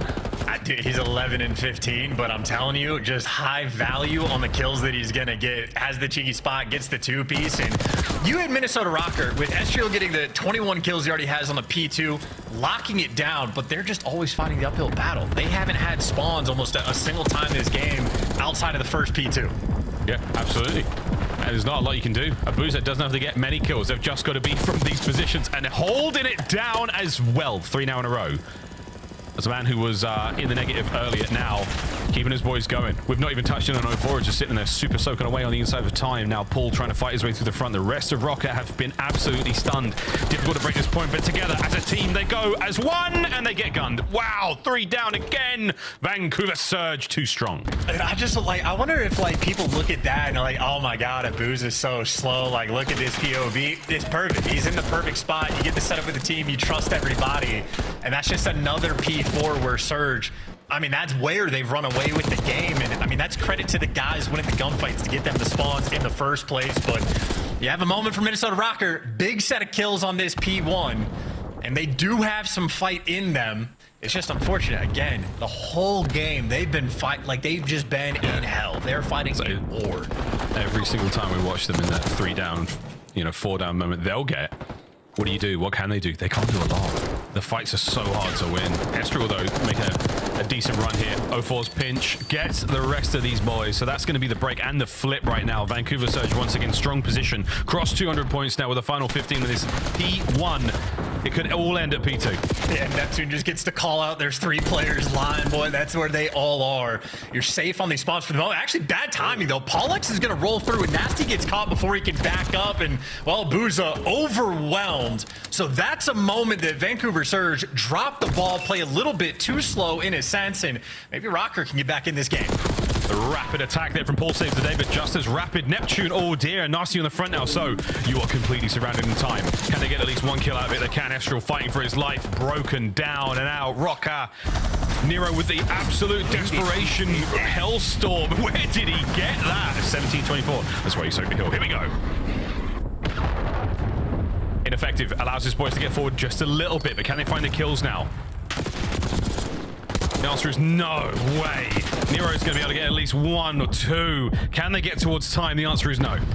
And I just love how that was a moment where, maybe Rocker can get back in the game. In 3 seconds later, Neptune is in the back spawn blocking it to make sure his team will just eventually get the break, even if they're not winning those initial gunfights. So I just know the minimap right now for Vancouver in this series has been gorgeous. Rambo has to be happy with this performance. And if we're thinking long term, for 17 seconds, Vancouver Surge can absolutely win it here on the P3, and yet they are still making sure they have posted in depths on the left side of the map to make sure they have the spawns, should we even go to a P4. I mean, it's the big should we. That's a big win from Estriel. Again, 0-4 and Nasty right back in it. Art maintained. This position is still worth its weight in literal gold here on Vault. Nero does not check it. 0-4 playing the powerful position. Final 10 seconds here again. Looking to win it on P3. They can get it done, Estriel. What a 3 that is. Cleans up the point. But again, the long term, it is this position that matters the most. I mean, trophies out, 4 stack. And let's look at the routes off spawn as well. You got Neptune just funneling in, making sure he's locking down P4. Everybody else sort of squaring up and just picking up the errant kills. And nobody's throwing away their lives. 0-4 has to get overwhelmed before he falls. And he's baiting out kills here for his teammates. I mean, Rocker, you got to cross no man's land to get to this time. You got interlocking fields there as well from the top Hardpoint and top of Art, but they've both been plucked. Nasty now alone. He's under a huge amount of pressure. To the front we now go. 0-4 on the inside of time. Paul's on a flank. He might be hit the side door and pick up 2 here. Arguably, it's not a 2. It's Neptune with the turn and burn for the series. And that is that Vancouver Surge. It ain't flashy, but my God, it's good.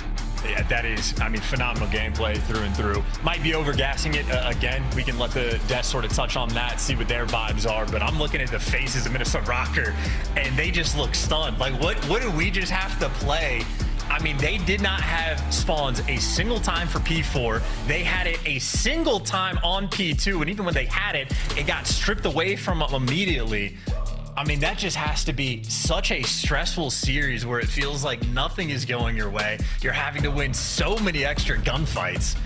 And then Nero, I mean, somehow got a hellstorm in that map. He must have super soaked some hill to make it happen. But ultimately, just another comfortable game coming in from Vancouver. Booza, 27 kills, 4,200 damage as well.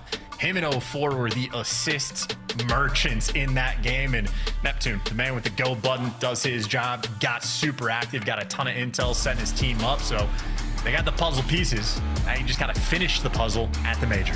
Yeah, that's the real question. Online has been so fantastic for the Vancouver Surge boys. An unbelievable turnaround for the entire team with the addition of Neptune, but can you do it where it matters the most at the major? We'll find out next week.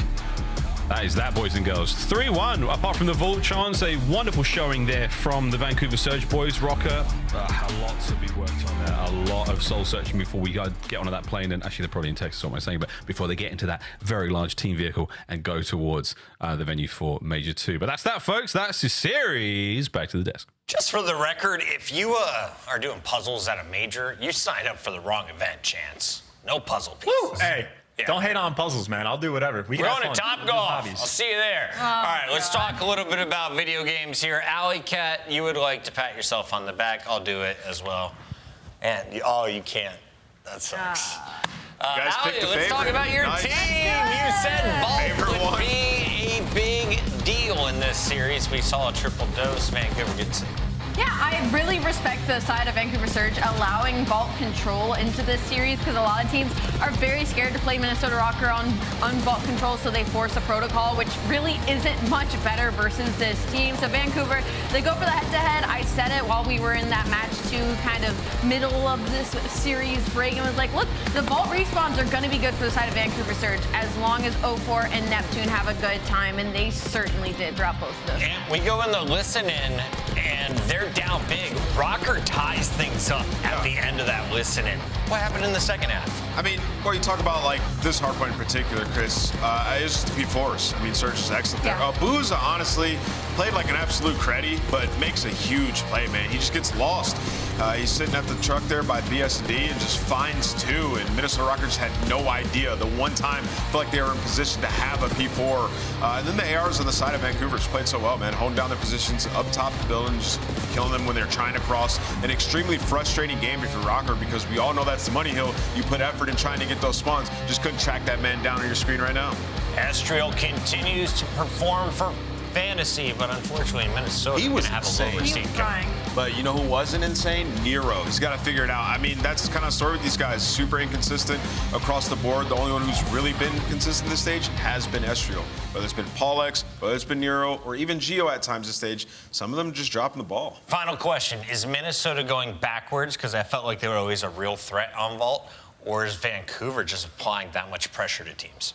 I have to actually give the flowers to Vancouver here. They're actually 8th overall in this split in breaking, and I feel like that map 1 and even in the map 4, when Minnesota did have a singular hold towards that P2, they got broken like this. You can tell the work's been put in for the Vancouver Surge. They're breaking well and they're attacking well in control. That is our scuff play of the game. Let's take a look at the Surge with the swing game victory, Al. I mean, it was just dominance. I mean, just the control of the map. You can tell the route. I mean, 04 goes on a literal mission on this backside, and once he gets this first kill, that causes the rest of Minnesota Rocker to be like, okay, now we have to worry about this guy in the back, but it's the teamwork from Vancouver Surge, timing these pushes and timing these pinches to create kind of like just the sense of chaos. Yeah, and just kind of playing tight, right? Recognize where people are going to be coming from. You know if it gets kind of quiet. It's 04's flanking when he finds that kill. When it gets quiet for a couple seconds, you know somebody's pinching all the way around ammo, or they're going to be mid-map. So you just pick up on that. It's good communication and a map they desperately need. Their vault was not great coming into it. Highlight of the whole match for me was Abuza's reaction. He's playing with passion this season, Ant. Yeah, he is, man. I mean,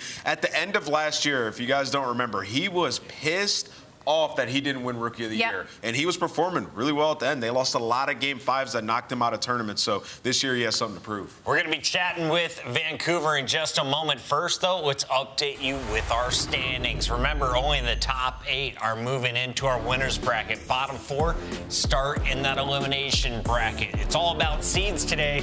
And Vancouver now move up to the number 4 spot. They face Toronto Ultra in the opening round. Who just beat him in a Game 5, winning the 2 search and destroys. So that could be one of the best matches that we have in the winners bracket. On the other side, you got Minnesota playing Atlanta FaZe, assuming FaZe wins their next game, Allie. Yeah, and that's going to spell trouble for Minnesota Rocker because they do not want to go up against Atlanta FaZe right now. Let's talk about Vancouver versus Toronto, though, with a player who will be attending his first LAN wearing the Vancouver jersey. Neptune, it's awesome to have you on the show. You've been so fun to watch throughout this entire stage. What are your thoughts going into LAN next week? I'm feeling really confident. I feel like I've been putting in a lot of extra time and work into, playing money aids. I'm just trying to play the game as much as I possibly can because recently I feel like I've been kind of slacking a little bit. Compared to when I first joined the team. But I feel like I'm getting back into my, my rhythm, and I think that's all that matters to me. If I'm playing at my best, then I don't think we'll lose. From a 1.3 to a 1.13, it's all right. You're doing pretty well. I was going to say, Nep, saying what was his version of saying you are doing unreal things for the Vancouver Surge squad. Don't be hard on yourself. Congratulations. This is night and day from when you were first in the league a couple of years ago to the player you are now. What have you feel like you kind of brought to the Vancouver Surge? Because, I mean, with you added to the roster, like, did you bring in game comms? Did you bring in just aggression? Did you change the way they approach the game? What was that like when you were brought into this team? Whenever they first picked me up, I feel like going into it, I already understood the game super well from playing in Challengers because we scrimmed a lot of pro teams. So it wasn't like we were only playing Challenger kids. Like, we were beating top pro teams. And I definitely have like a good game plan, and I feel like it kind of mixed into like the way they already played, so it kind of just like clicked naturally. It wasn't like, I taught them how to play the game. It was just like I know what I'm doing, they know what they're doing, and I think it just clicks. Neptune, I want to ask you, man, you've been playing so well throughout this stage. There's one team that got you guys, though, obviously LA Thieves, Game 7, but Toronto that we just saw recently. You're probably going to play them round 1 when we get to the LAN. So how's it going to go different? What kind of approach you guys going to bring to that match to get the dub? Obviously, like we're gonna definitely change a few things up because the last time we played them, it was just obvious that they might have watched our VOD. They definitely knew what we were doing, and I don't think we came in as prepared as we should have. So for this match, like if we play them. Oh no! Stepped on the internet cord. Sorry about that, family. Oh, he's back. I don't know. Did they cut out? Yeah, okay. I don't know what happened. Rambo didn't want you to give us any of the strats, so we appreciate him pulling the plug. Well done, Ray. But good luck at the major, man. All right, thank you. That is Neptune, that is Vancouver Surge, and that is another dub. They are going in with a top 4 seed as of right now. Let's take a look at what's coming up next, though. We've got a team back on the rise after winning Minor 1 and Major 1. People seem to have forgot about FaZe. They look to take on a struggling Cloud9.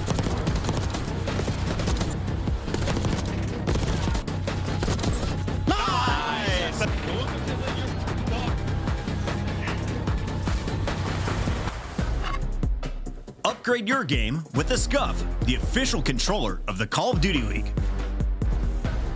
The Esports World Cup is an official partner of the Call of Duty League.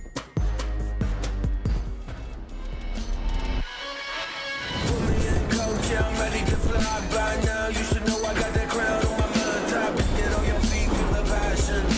Big bang coming through, blast like a cannon. Blast like a cannon. Big bang coming through, blast like a cannon.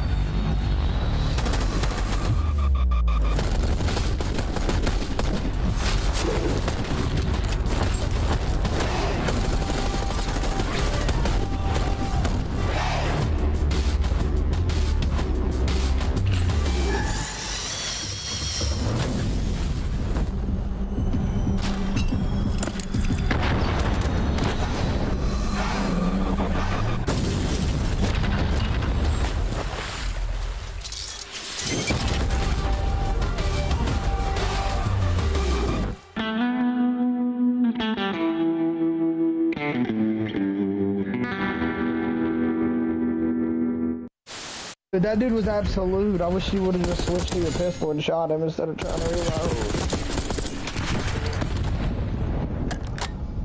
Sometimes it's faster to switch than reload. Yeah, bro.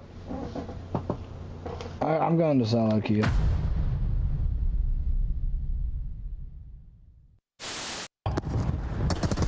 Second tick is done. Abizi is cheesing. Abizi is cheesing.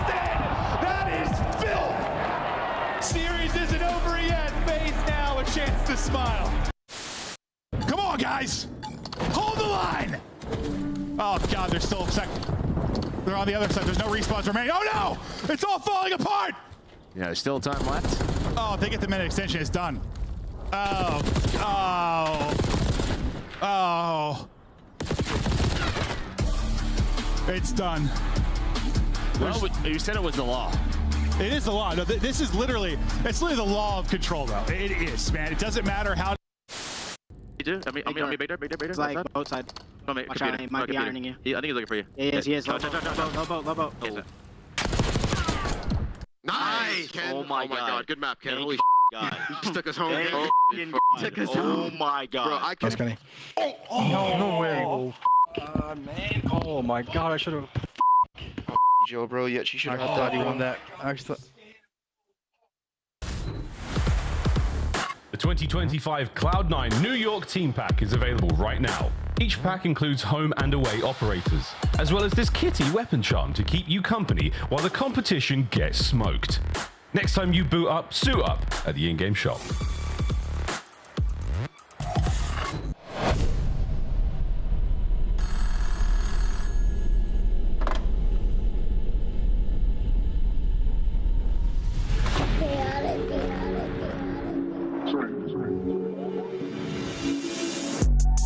Nah, for real. They be talking tough, but they won't get up in that field. ARPs and 223s get hit up in your grill. Iron on me like I'm Tony, like an orange eye pill. Come and get your shorty, cause she tryna cop a feel. She know look chaotic, keep it hot before the deal. And you steady talking out your neck, it's never real. So I say nah for real. Nah for real. Yeah.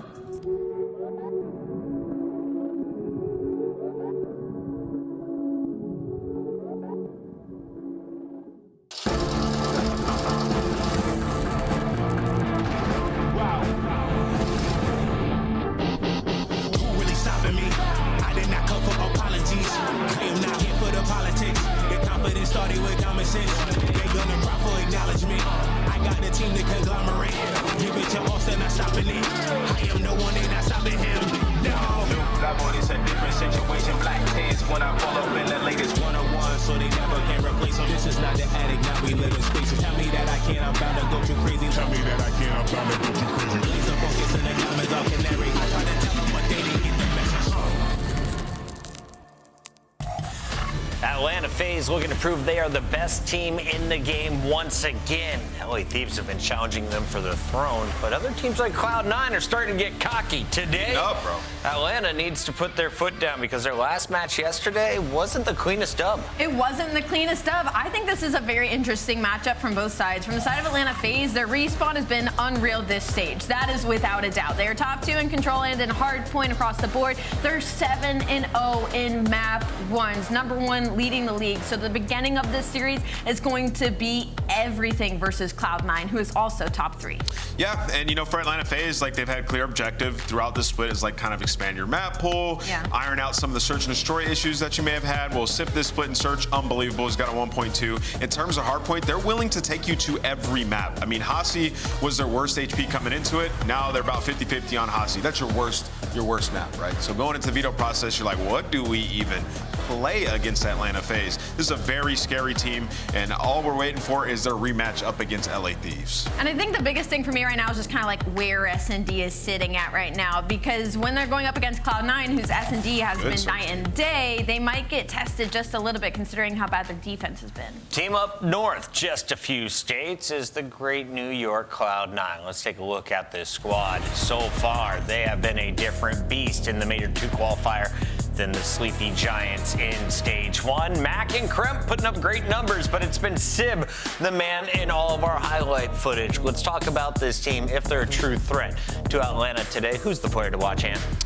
I'm going to go with Kremp, man. I think Search and Destroy, he's been unreal throughout this whole split, and that's been their best mode. I mean, top 2 this in Stage 2 in that game mode, and once again, willing to go to a lot of different maps. So for Cloud9, I mean, stylistically, could be a tough matchup for Atlanta FaZe, given how they've been playing a lot of close HPs. Ali, I'll show you these, but I don't think it matters. Let's skip ahead to our scuff pick'ems. I'm going Atlanta FaZe, and I'm going 3-0. Why? I just saw Simp giggling.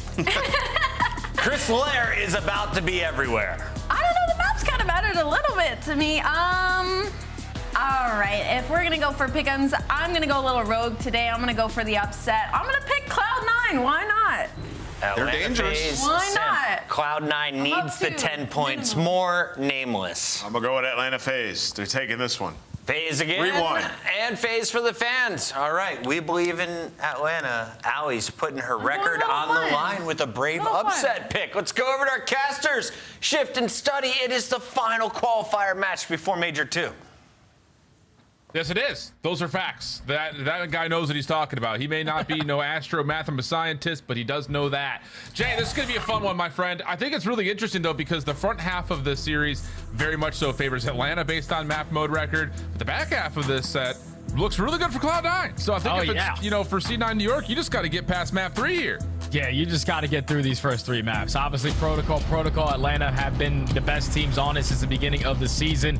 Now they're adding it back into the map pool because they had a really tight one yesterday versus LAG, 250 to 240. There's some things you need to clean up going into Major 2, but obviously for both of these squads, they both are terrible at vault control. So it was easy to make the decision for that Hasi. The map number 4, Atlanta FaZe, still testing on that Hacienda Hardpoint. And if we magically are able to get to a map 5, Skyline is a straight up square up. That's one of the maps that C9 preferred to play. But I think C9 realistically needs to answer early into the series because you saw that graphic there. They have been able to beat everyone outside of the top 4. You lose to Carolina, you lose to Vancouver, you lose to LA Thieves at Minor 2, and now you're going up against the second best team that we have in the game in Atlanta FaZe. The biggest thing that I saw from all of those series combined is that the SMG tend to struggle versus the top dogs. Need to have a better performance today. Yes, that is such a very valid shout, especially in the face of Easy and Sib, who are having a very solid qualifier and just general Stage 2 to this point. Speaking of the devil, he shall appear. Oh my goodness, if he rips Sib off that heady, that would have been a hell of a way to start us off. But still, inside the hard point is a Beezy. Cell watching over the top of him to allow 20 seconds plus to get already tallied up for Atlanta. Oh yeah, Cloud9 need to start contesting this. You can't give up all this time here at P1. One thing that Atlanta FaZe have been doing so far throughout this entire season, actually, not only this stage, has always been the team initially at these hard points. Same thing could be said for Cloud9. At this stage, they're second overall in rotations. That is going to be a battle from start to finish. But Atlanta FaZe setting the tone, potentially walking away to 40 seconds here at P1, and now Beezy hitting a route to flip the spawns. Yeah, really well done by Beezy.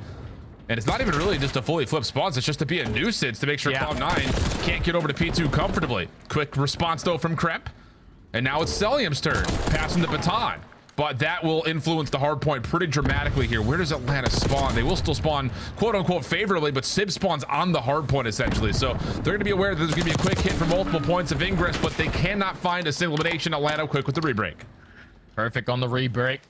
Don't know if they're going to be able to read this positioning, though, of Mac, as he's already sitting on the bottom side of Trips. Going to be able to take that mid-gun control, turn to the left, find that kill onto Celium. So Cloud9 able to potentially find the break here, at least for now, because you still have a couple players from Atlanta FaZe ready to contest it, but Sib trying to hold it down from top lip. He only finds one attached there for the trade. It should be Cloud9 walk away with this final 20, but Atlanta, they know they have the spawns. We can still hit this. Yeah, that's exactly right. This is one of the things that we've really, I think, seen from Atlanta in this stage in particular. The SMGs knowing when they've got the freedom to just run and... Oh my God! Oh my goodness, Chris Lair.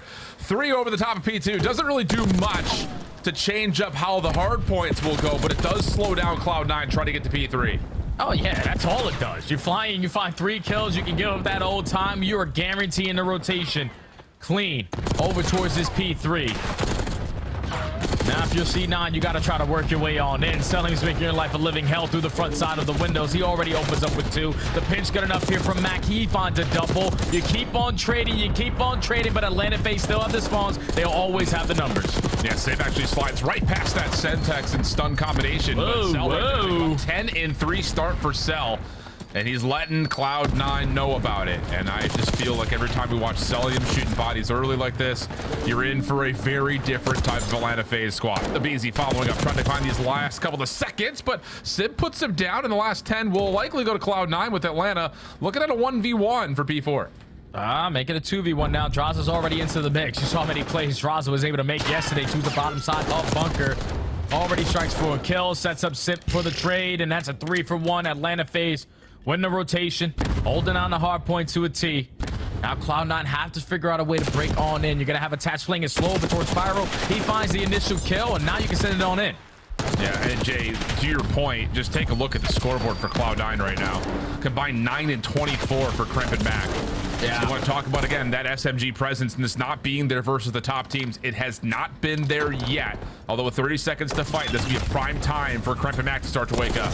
Yeah, it's a perfect situation to be in, especially when you're in the bunker hardpoint. You know the SMGs are tending to have a field day when those gunfights start to go on down, but Simp lines up a double through elevator. Simp, the last player here. Yeah, I'll be able to close that one out as well. He's one shot. So Cloud9 able to stabilize here at the money hill. Walk away with at least 30 to 35 seconds, keeping themselves into this game, but the SMGs need to get activated on the second half. Really good, just kind of small moment to point towards Sib, getting the SMG off the ground and now turning it into a fire. 7 in a row for Sib working on the Hellstorm, but FaZe the team currently up, and we'll take a listen to see how Atlanta are coming as they try to make their way over to P1. I top time. I don't see top ammo. He's up. Nice, good shit. I have ammo. I have time. I'm only top ammo. I got it. I'm in. I go right. Nothing top ammo. Nothing top ammo. I'm holding ammo. You have someone? Yeah. I'm turning. Nothing top ammo. Nothing middle. Back top ammo on the window. Top ammo. Top granny still there. Gun in time. You can't jump out the time. There's no time. Dylan, dead. Bottom granny's back. Watch the back. Time and gun. I'm gonna go new. I'm going. On top of the gun. Yo, he's top of the gun, Johnny. Yeah, let's on the ground. Yo, I'm back fucking tower. Back tower, hold on. I'm spawning. I'm trying deep. I have grimace. They can't go deep. I'm deep. Yeah, I'm not even. Alright, let's down. P1. I'm close. I'm touch. We're gonna flip. I actually like to say it. No. He's dead. What's top of it? How many crap? Time dead. Maybe in tower. Don't they probably? I'll see you on the side. You want me good? Yo, Mac. Tower. Dante's in tower. Dante or Mac went underground. I think he might be underground. Underground back. Good comms. Nice. I left. I top tower. Mid. Drop that. It's tower me too. Let's tell you guys. I'm blocking. What's tower? What's tower? nice. I'm one shot, bro. I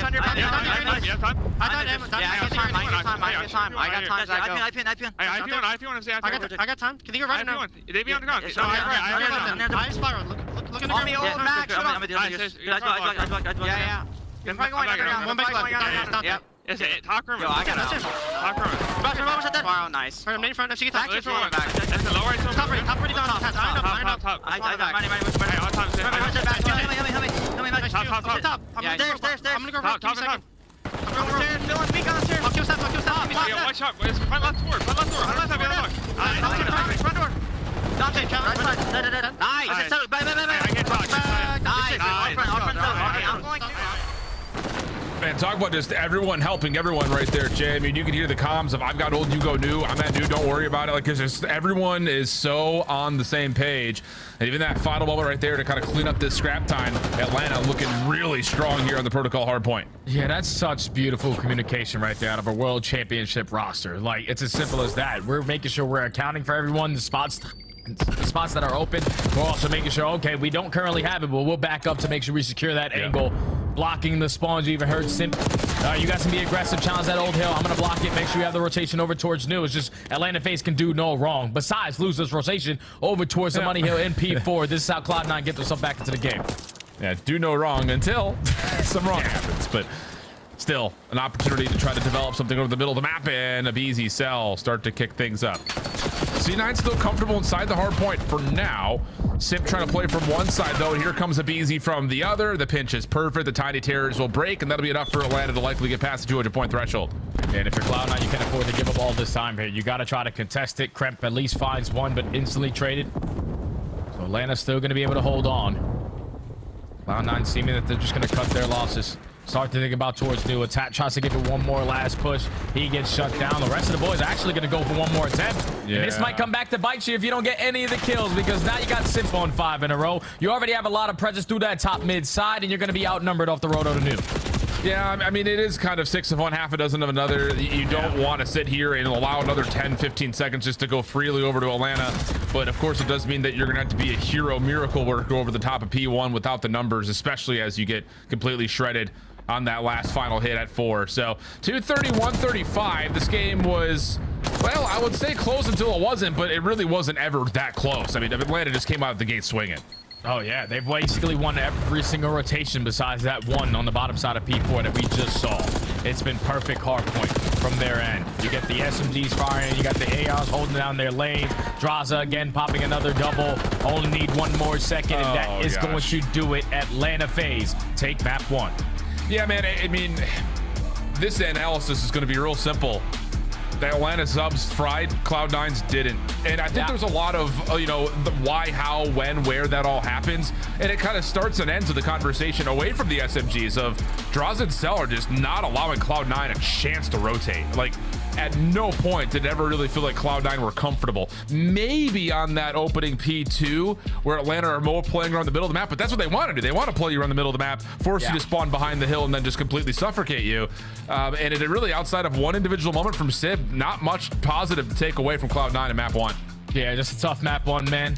Just the SMGs really couldn't find kills, both sitting at 6 non-traded, combined 30 seconds.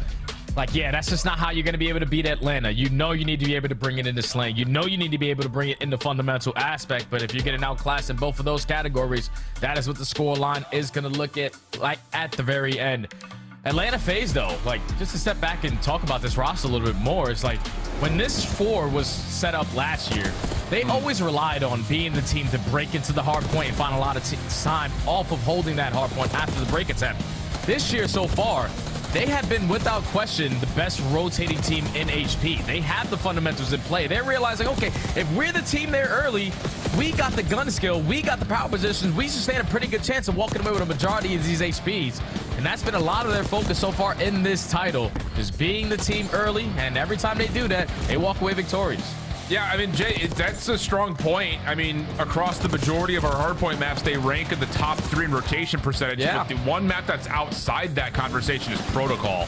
11th in overall rotation percentage throughout this stage on the map. So it's kind of, you know, nice to see when Cloud9 do play well. It is largely because of their ability to rotate, but here on a map like Protocol, they have struggled in being able to do that, and that was definitely the storyline in this map. I think especially when Simp is pulling drama-based 3 pieces, Cell shooting bodies by P3. It just feels like this Atlanta team is primed and ready to come out of the gates hot.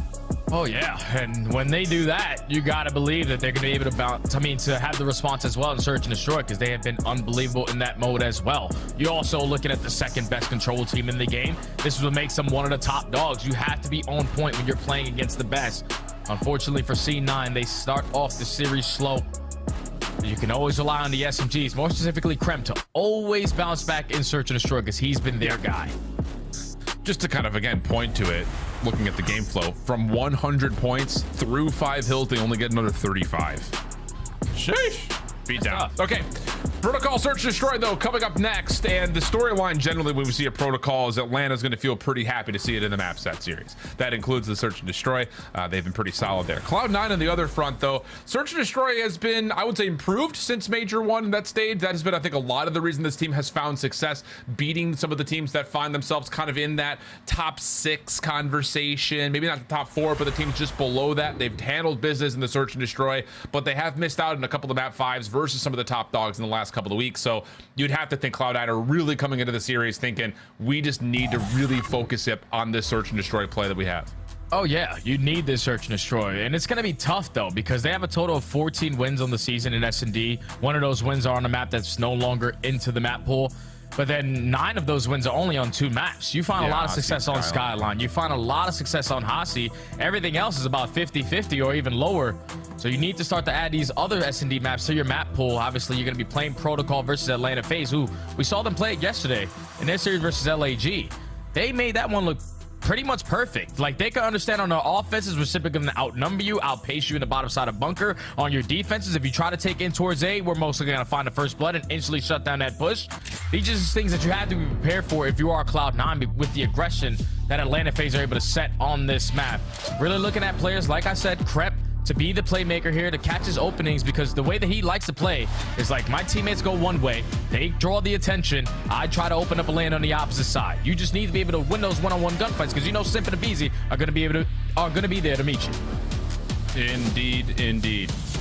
Here's a look back over how the Search and Destroys have gone again in that Boston series. Definitely a trial of maps for Atlanta, but everywhere else they have been dominant. It's just, I feel like they're just kind of quietly coming into this major. Puckett had brought it up in the opener. Like, it feels like sometimes people forget that Atlanta won both Minor 1 and Major 1, but a lot of focus to LA Thieves. And that's a team that Atlanta has largely been able to handle when they meet. So we'll see if there's any resistance here in this Cloud9 squad. Opening offense stopped and stalled from playing through elevator, and now it looks like Kremp is going to try to feel things out at mid-map. You're already 30 seconds wiped away. Atlanta FaZe with A control. So got one player sitting nice and tight in that corner. Everybody else playing for this B push. You get early info that Kremp is being aggressive through sidewall. They have him one shot. You try to descend it in for the kill, but the team shot's good enough to take a BZ down. Yeah, and now you've got pressure at B, and you can retract this back over towards A unless Simp, the sole defender, just hangs onto it by himself. He's going to take 2. Finally, Mac able to secure the trade, but now Atlanta can rotate off the B defense over to A. And they know where the pressure's going to be at. 25 seconds, you don't really have an opportunity to think about that rotation over towards B, so the nade doesn't connect. You're able to gain some info if you are Celium, but Sib's just trying to keep his teammate alive. Draza already making his way in. Mac not going to be allowed to exit off the plant. And now it's just a guessing game. Draza versus Sib. Does Sib come to check? Does he call the bluff onto Draza? He tried to, but shots from Draza too clean, playing off the elevation. Do not allow Sib to sneak back away, and Atlanta will get the first round. And that's the same play that Draza yesterday made versus LAG. It was a 1v2 instead of a 2v2, but hits the same exact jump to get past that line of sight from the elevator angle. Finds that kill into the player on bomb, and then you know that Sib is trapped. Eventually, he's going to have to check this bomb site. So he just plays for the gunfight, and he walks right into the pre-aim. Draza, again, making plays on the bottom side of the bunker. Yep. But how about the heroics out of Sim? That can't happen. The fact that, I mean, yeah, he is the only defender floating around the A site, and he catches 2 while Atlanta have to respond to the eliminations that kind of pulled them back to the B site. And then as soon as he gets traded, it's an easy commitment to get back into position. So big round to start from Sim to get him back into contest, and then Draza, of course, to finish things off the last 2. And now we're back in for a quick hit, but we're a little bit overstacked here if you're Atlanta. Team shots, unfortunately, go right through the body of Sib. And at least there's a trade to keep it 3v3. And Abizi, oh my, he has beat the timing of this stun. Oh, shuts him down. Follow up throw over the top of the site. Draws it for one. He knows he's got to attach outside, but can't slip underneath his site, leaving Cell for the 1v2. Cell 1v2, gonna make it a 1v1, but Kremp with the repositioning way too fast. After finding that kill on Abizi, he was just in spiral. All of a sudden, he's at elevator. That was the gunfight that basically secures the round there, because I thought Abizi had to jump on him. Even with the team kill that goes down, Cloud9 had no presence in towards A. And then in a 3v3, Abizi tries to isolate onto the gunfight versus Kremp. Even with the AR, he's able to win that gunfight. Big round there from Kremp to secure it there for C9. Yeah. Okay. Response for response, but first blood engagements have been pretty solid so far for Cloud9, whether they're catching the first blood or at least being able to trade out evenly to keep them at 3v3s, things of the nature. Stuns, nades being exchanged over towards field side here. Mac, aware of that, just tossing a couple of the shoulders and says, I'm not interested, and Kremp will get to work playing through mid again. Yeah, once that trophy goes down over towards both sides, Cloud9 know, okay, they're probably going to be aggressive in towards the site. So Kremp, can you find an opening? Works his way right through bottom middle. We saw this play in Challengers last week from Omid Brooklyn. Kremp strike for the first blood. They have the numbers. Get the bomb down. Yeah, and the follow-up catches Cell, trying to toss a stun attach in simultaneous form, takes down Abizi. And yeah, that's a round that it's going to really mess with the heads of Atlanta coming into their next defense. I mean, they're going to have to be very cautious about mid-map because they've seen Kremp now there in 2 straight Cloud9 offensive attacks. This time it works out absolutely perfectly for the full wraparound behind A. So figure that Atlanta will be trying to draft something up to deal with that next time they're on defense. Yeah, you just got to deal with Kremp right now because he's been a deciding factor these last 2 rounds. Pretty sure he's able to find 3 in this one. Gonna end that round on 5 or 6 in a row. But 2 times he needs to make plays. He's finding the angles. He's finding the sneaky routes to get behind enemy lines. Able to secure the offense there for Cloud9 off the back of another first blood. Atlanta now need to have a response here on their attack. Yep. Yeah, 5 in a row for Kremp. Quick hit for Atlanta, looking like it wants to go back down towards elevator again. This time there are no members for Cloud9 here for the opening defensive effort. Instead, it's Kremp again, playing around the back, number 5 in blue. And Cell is hard scoped, watching to see if he falls into this. Sib for first blood does not change the focus of Cellium. Post plant still locking in. Here comes Kremp on the low ground. In trouble, and Cell will find the kill, and the retake gets stalled. Retake gets stalled. It is a 2v3, so you have the numbers if you are C9. Do you have any tacks to try to work your way on in? You cross. You try to set up Sib for a double, only able to take down 1. Cellium 1v2. Yeah, first shots are good, and almost getting a look at Attach, who must have just had a little bit of enough regen to keep him alive. Stays up with 37 HP. And how about Cloud9? 3-1 up. Again, with that really questionable round coming next for Atlanta to see what they want to do defensively. That's another first blood there for C9, and that's the perfect time to get a first blood there in a 4v4 retake situation. One of the more difficult sites to do it. Sib lines up that first kill from Big Door, and in a big one-on-one through Spiral is one instantly puts them into 4v2. They know that we have the numbers. We just have to overwhelm the player in towards the site, and then Cellium is not in a position to at least contest the defuse. Clean round there from Cloud9 on the retake as they're starting to pull away. Yep. All right, see what Atlanta wants to do from their defensive side here. You just cannot allow Kremp to keep running down through mid. And this time Cell is actually, there's not much different here, if I'm being honest. The only thing that's really unique about this is that Abizi has gotten up and through at P2 from that route through field. So he's just looking to get aggressive to counteract Cloud9 if they do the same thing again. Oh, but Abizi, I thought he was going to at least try to go for that kill towards the backside of tower. That's what it looked like on the mini-map that Sib was trying to set him up for. But even when you think you catch Abizi off guard, he's still prepared for the gunfight. First blood for the First Blood King. And now C9 have to work their way into A, and they're uncontested. Yep. Well, this is just a trap play for Atlanta. You've got Simp still playing outside towards field. You can have Abizi hit back towards elevator if they want to, so that's going to be a question mark in this post-plant defense for Cloud9. You can see Attach kind of has to watch multiple things at once here. Follow from Celium is good. Stops the extension coming through from Krem. Up the zip. Awkward gunfight. That gets pushed back. It's taking a lot of time, but Atlanta are now starting to suffocate. Yeah, now it's 1v3 for Mac. Just going to get overwhelmed by the side of Atlanta FaZe. This time they finally strike for first blood.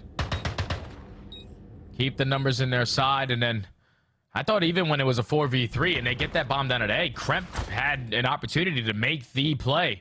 Yep. Just gets super aggressive on the outskirts, only finds 1 kill, selling him in position to trade, and then at that point, it's too many angles to watch. Not that many players alive still for C9. Retake good enough there for Atlanta to secure the round. Yeah, first blood really changes the mental space for everything Cloud9 were trying to do. I mean, if Sib wins that 1v1 with Zabizi, and you get the planet A, you pretty much win the round, you think. Kremp doesn't have to take an aggressive route, but Abizi being on that pinch, always a question mark for the post plant. Cloud9 couldn't get comfy, tried to do something bold, didn't work out. Uh-oh, gosh, Simp is just in hell, trying to come down elevator with Celium behind him. RCXD for Cloud9 denied though, and Abizi will get into sight. Yeah, they know that they had Mike isolated in towards the site, so you send in Draza for the kill, but Sib again, just ripping players off of the computer heady. Kremp finds a second. Abizi now technically in a 1v3, makes it a 1v2, but that bomb being down in that position, Cloud9 had the info. They're just going to stack it. Yeah, I like this idea though from Abizi. Get free, get loose, but Cloud9 are going to stick together and just play this 2v1 as a duo. And this opening cross for Abizi is where the question marks will lie. Is there a crossfire set up on him? Has to be careful about trying to make his way into sight, but as he's cleared it, yeah, I think you can grab this and immediately go for the plant. That's going to be the call. Yeah, but the timing's not going to be good enough. No. Cloud9 have cleared out a lot of space, so they're able to put themselves in position to instantly contest before the bomb gets planted. But that's now 2 rounds now where obviously Celium gets the better of Simp. They have that go-to strategy though. Like this is their strategy on their offenses. When they're trying to bombard their way into A, Celium is the third person to drop on in. He's pre-firing the opposite side of spiral steps just so they can have all of the focus on the right side of computers. But I guess that's now, you know, fool me once, shame on you, fool me twice, shame on me. Yeah, I blame that one on Simp. That's your fault there, buddy. Yeah, it's just one of those things. They're trying to flood, they're trying to funnel, you're trying to get pre-fire shots down. It's just messy. Things happen, but twice in the same map feels a little odd. So 4-2 the count. And this time, talking about again, how does Atlanta want to possibly counteract Kremp playing to the middle of the map? They're not going to get aggressive with Abizi. Instead, they're just going to stack things up and see if they can catch any information. And for the moment, it's just going to be very passive. Both teams staying 4v4. Yeah, because every single time for Cloud9 on their offenses, they're just gaining info as they drop down the spiral. I mean, towards the elevator. No one is trying to die. The initial play cost is just read the defensive setup and then work after that.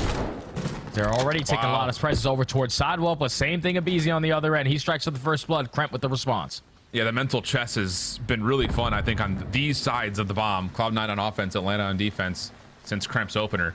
Simp had been hanging out at lockers the entire way through. Sib, nice first. Whoa! Oh, man. What a snap from Sib. Pops up and rips off Simp's head. And now there's a numbers advantage. Abizi trying to follow behind the play. Not going to work. And mercy, those are some clean shots from Sib. Thank God you got a player like Sib, man, because he's bailed you out of so many situations all throughout this stage. He just has that thing on him, man. Does not miss bullets, even when he feels like he's overwhelmed by so many players on the side of Atlanta. As we take a look at it again, no one clearing out the P1. He was just tucked in, laying down, waiting for the pressure to come to him. But then lines up the first kill onto MC. And then Simp usually does not lose his gunfights like that, but Sib is a shooter for a reason.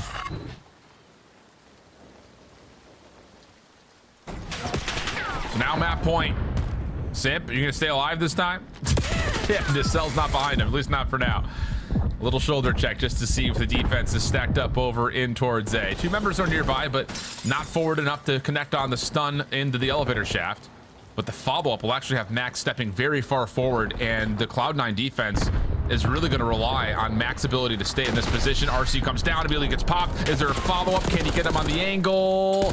Damage on to Kremp, but for the most part, yeah, Cloud9 have stayed alive until Simp finally finds the double. That'll open up A. Yeah, Sib found the first blood, but instantly responded with Simp finding a double in towards bottom A site. Now you have the numbers advantage. Unfortunately for Sib, they are watching that elevator drop. Now attached left in a 1v3. Don't put it past him, though. No, not at all. A couple of the tags onto Draza, who's just playing whack-a-mole over the top of the connector. No. And, yeah. Oh, hell no. Oh, Take him off the map. Throw him off the water. Go for a swim, no. buddy. Oh, no. Yeah, get that off the screen. Bring the cameras up. There are ladies present. We don't need to be watching that live. That's crazy, Alan. You're down 2-5. You're in a 1v3. You're just deciding to take someone from behind and still have some fun. So Atlanta FaZe, even though they are down by a couple rounds, they still feel like they have a pretty good chance of securing it. Because the 1v3, they didn't put it past them on the side of attached, but yeah, I probably just want to jump off the map there. Yeah. Atlanta able to extend the S&D a little bit longer. All right. Is there enough in Atlanta's playbook to continue to have this game of chess go down when they're on the defensive side and get this map a little bit deeper into the round count? This time, attach up top towards windows. Simp playing on the lower staircase by P1. Abizi on top gun has been stunned, but that's enough for Mac to say, okay, we know that there's at least one player up top windows, 2 more players over the middle of the map. I'll just go ahead and plant. Thanks very much. Yep, now it's a forward for a retake here for Atlanta. They were sick and tired of that mid-map pressure. Every single time on their defense, they shut down that initial A push, but C9 now realize defense has changed. It's already been 15 seconds gone, and not a single player has even gotten to a gunfight yet. Yeah, 25 seconds. Here comes the nades Watch down. out. Shaft. Move. Yeah. Celium finds the opener. There's the nades and stuns. Simp's gonna try to follow up on that. Really well done. Mac for the trade, though. Draza still held back. Over towards Spiral. Kremp wins one on the other side. Now it's just down to Cell. 1v2, and this is just too much to deal with. So much cause for concern. We're really, all of Atlanta are worried about players playing outside the site, and Cloud9's like, nah, we're good. We'll just play and stack up in the interior, bunker up, and that works out beautifully. Yeah, I love the fact that Cloud9 played that search and destroy the way that they did. You just watched Atlanta play protocol yesterday. And a lot of those rounds, the only reason why they found success in it is because a lot of those gunfights go down on the bottom side of bunkers. So every single time of your initial pushes for your offenses, you're showing face, reading their initial setup. Okay, they're there. We're going to take our time to work something through on the map. And then finally, when Atlanta wanted to make an adjustment in that final defense, that's perfectly how Cloud9 wanted it to play. Again, you're doing a consistency, dropping down. Okay, no stuns, no nades. Oh, wait, there's a couple players already towards mid gun. We're dropping down instantly in the air to get that bomb planted. And it's successful for Cloud9 in the post-plant scenario. Thankfully, you got a player like Kremp, man, because he made so many big plays to start off the game, so many big plays to end out the game with always being aggressive over towards Spiral. That's how you have a bounce back after a slow map 1. No, it's one of those things that, again, like the impact of a player like Kremp is felt immediately. First 2 offensive rounds, he's pushed up quickly on first attack.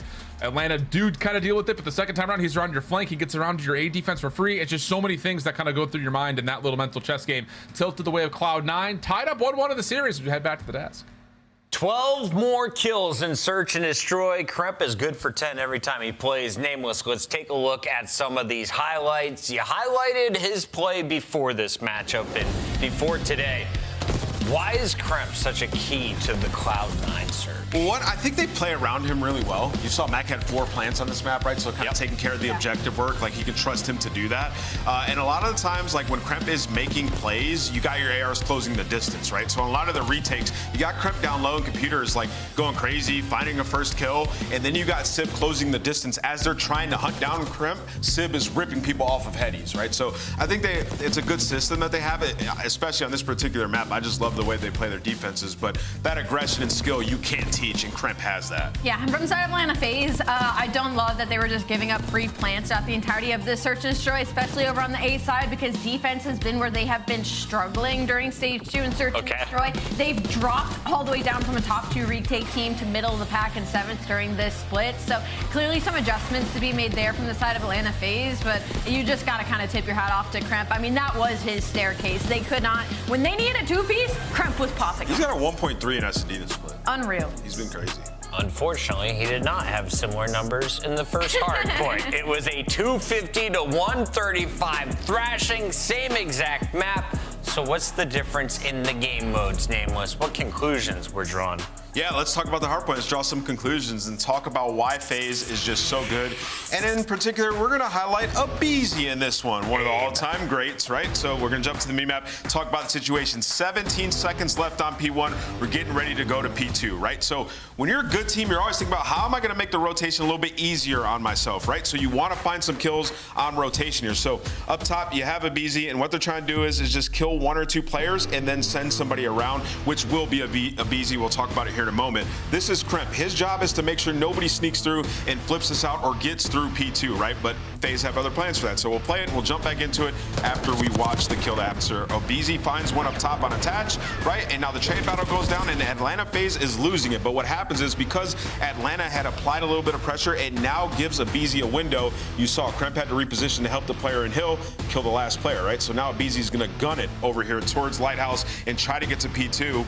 And what happens is, by the time Kremp gets back, you see your mini-map number 5. By the time he goes to check, aBeZy's already gone. He understands the timings, right? So once Kremp gets that visual and gets that info, you see all the players try to reposition to try to kill the player that crossed over here, right? aBeZy's already through. So now it gives Atlanta FaZe the opportunity to come up, find some easier kills on rotation, and then aBeZy finds this kill and then has a massive comm here, right? So on P2, when it pops, this was during a listen, and you can go back and listen to it. There's 2 spawns in the back here. You can spawn out here, or you can spawn over here, right? Yep. So this would be the close spawn. What aBeZy says is in the listening is he goes, I'm gonna wait and then I'm gonna push out deep. I'm gonna spawn them deep and then I'm gonna push out deep, right? So he's waiting, he's waiting, he's waiting. He knows they all spawned out deep. Now I'm gonna push out. And what he's done here is he set his team up for super easy kills. You got your ARs mid and you got Simp in the hill with an SMG right behind you, where these guys can see every single angle, right? So even if these guys get through and find these kills, you still have Simp with you to find those trades on hills. So easy kills for Jaws and Celium. They end up dying, but what happens here is, all right, now you got to deal with the Tiny Terrors and Lighthouse back against the corner. We're still going to win it, right? So the combo of skill, being able to get out of a hard situation, but also set your team up for easy kills is why they have done so well in the history of COD. Tiny Terrors plus a missile from Sib. I feel like whatever game Mac's in, this guy's never nice to them. Sib also gets a 3-piece right after that. Oh, pretty good. No, excellent breakdown there. And after 2 games, we are knotted up 1 apiece. Allie, you went with Cloud9. I you did. Felt the upset incoming. Walk me through how it unfolds. They have to take the momentum from that S&D into this Control, because Control has not been their strongest suit throughout the split, but it hasn't been bad either. 5-3 across the board. If we're spawning into another protocol, we're looking at 5-2. So they don't feel awful for Cloud9. And do we get to a game 5? I said 3-1, Atlanta. Lock it in. Shift and study. Let's get to game 3. Let's get there. That's a huge map 2 window for Cloud9, kind of talking about how this series layout starts to move as we get deeper and deeper in towards it. The more it starts to favor Cloud9. So does feel like there's a little bit of onus here for Atlanta to come in, win this Control, and they still have to steal a map from out of Cloud9's bag if we're talking about map 4, map 5. Oh yeah, map 4, obviously Hacienda Hardpoint, Atlanta FaZe, that's their worst hardpoint. They have an overall record of 4-4. They just haven't been able to figure that one out. Even back in the day and during the Black Ops 4 season, that was one of their auto vetoes, but you got to get through this Hacienda Control first, where Atlanta FaZe did square up yesterday versus LAG on it. And that basically told you everything you needed to know about Atlanta yesterday. They could stand strong on defenses, but their attacks, they were a little bit scattered. They don't really have strategic pushes, or were forced to be in a lot of isolation gunfights. And you can't have that here, because Cloud9, they're also decent on their defenses, but a little bit better on their attacking rounds. This is going to be a good one between both teams. Yeah, it should be an absolute battle. And we've seen, again, just we talked about it in our first series, breakoffs have mattered incrementally amount to where this map had started.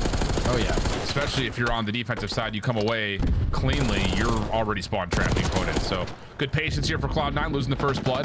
They're also going to get back, putting a little bit of pressure on towards A. Wow, I don't know how Attach doesn't win that gunfight, but the follow-up from Cloud9 is good. And now a chance for them to start to break out through P4 towards the middle of the map. Yeah, look at how Atlanta FaZe are already playing on their defenses. Like, they know they are not going to be working their way through well. We can just cover over or at this A point. They just need a couple fights to continue to go their way. Celium effective on the trade, but Sib looking like he's going to lock up at least his first segment here at A. But someone from Atlanta FaZe has something to say about it. Yeah. Celium strikes at the right time. First segment doesn't get locked. Now Attach starts to look with wide eyes open, seeing if he can get on and finish his first tick at A. 1 kill allows him a chance to do that. Kremp looking away at the exact wrong time, but that first tick does get locked in.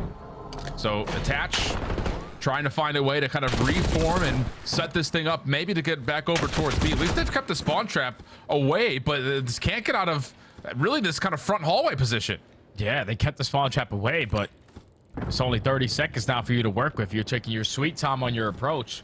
Now you got to hit the go button. You got to go. Attach and Sib, though, thankfully catch every single player pushed out to the spawn. So this should allow for a couple free segments here at B, because Atlanta, they're not going to be close with those close spawns over towards both. First stick in, battle over towards window, rages on. Again. The easy follow-up, one more right in front, but there's just no way you can contest this, I think, if you're Draza. It's going to give it a try, and that's where this zone will likely be converted on. Yeah, 3 ticks going to be locked, extra 60 seconds in, and Cloud9 are going to have a 2-life advantage. Yeah, now they only need 2 segments here at this 8 point. Just need a couple gunfights to go your way to make that rotation a whole lot easier. They find the initial 2. You have already a lot of top plat control and a lot of top office control. Krep is just going to roam around.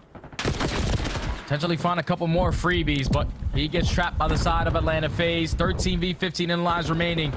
Now C9 still have a lot of mid-map control to work with. Yeah, absolutely do. They shut down Abizi off the pinch. And now it's just down to reclaiming Fireplace as Draza tries to give it a battle. Sib right there to meet him. Awkward little slide out, though. Completely fools Sib, and Draza wins the gunfight. So second tick of progress at A. Not completed, and even depleted just a touch.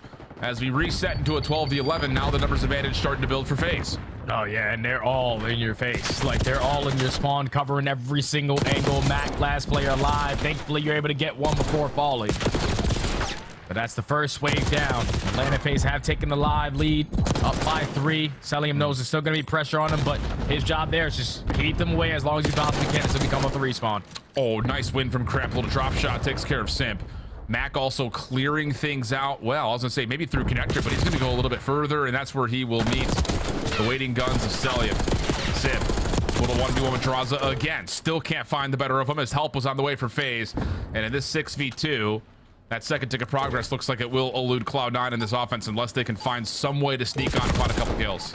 Yeah, this round is probably over with, but you're just happy as hell if you're C9 to at least walk away with 4 segments here. The way that Atlanta FaZe are playing that initial defense, allowing the game clock to play a big part, not really being super aggressive on certain angles, and then you allowed C9 one opportunity to find 3 kills in their base while they already had a player pushed out of their spawn to get all 3 segments done at B. The first one initially done at A, so at least you take 4. And you thought you were potentially going to get none. Yeah.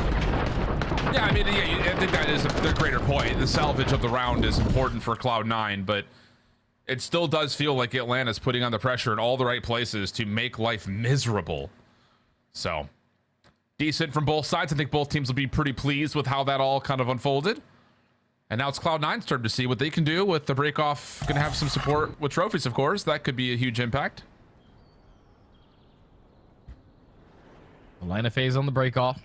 We can send 2 players over through well side, have the trophy down, so no attacks are going to be able to be useful here on the side of C9. And look at the slow approach here. I love this from Atlanta FaZe. They know, even C9 know, they're going to go B right off the rip.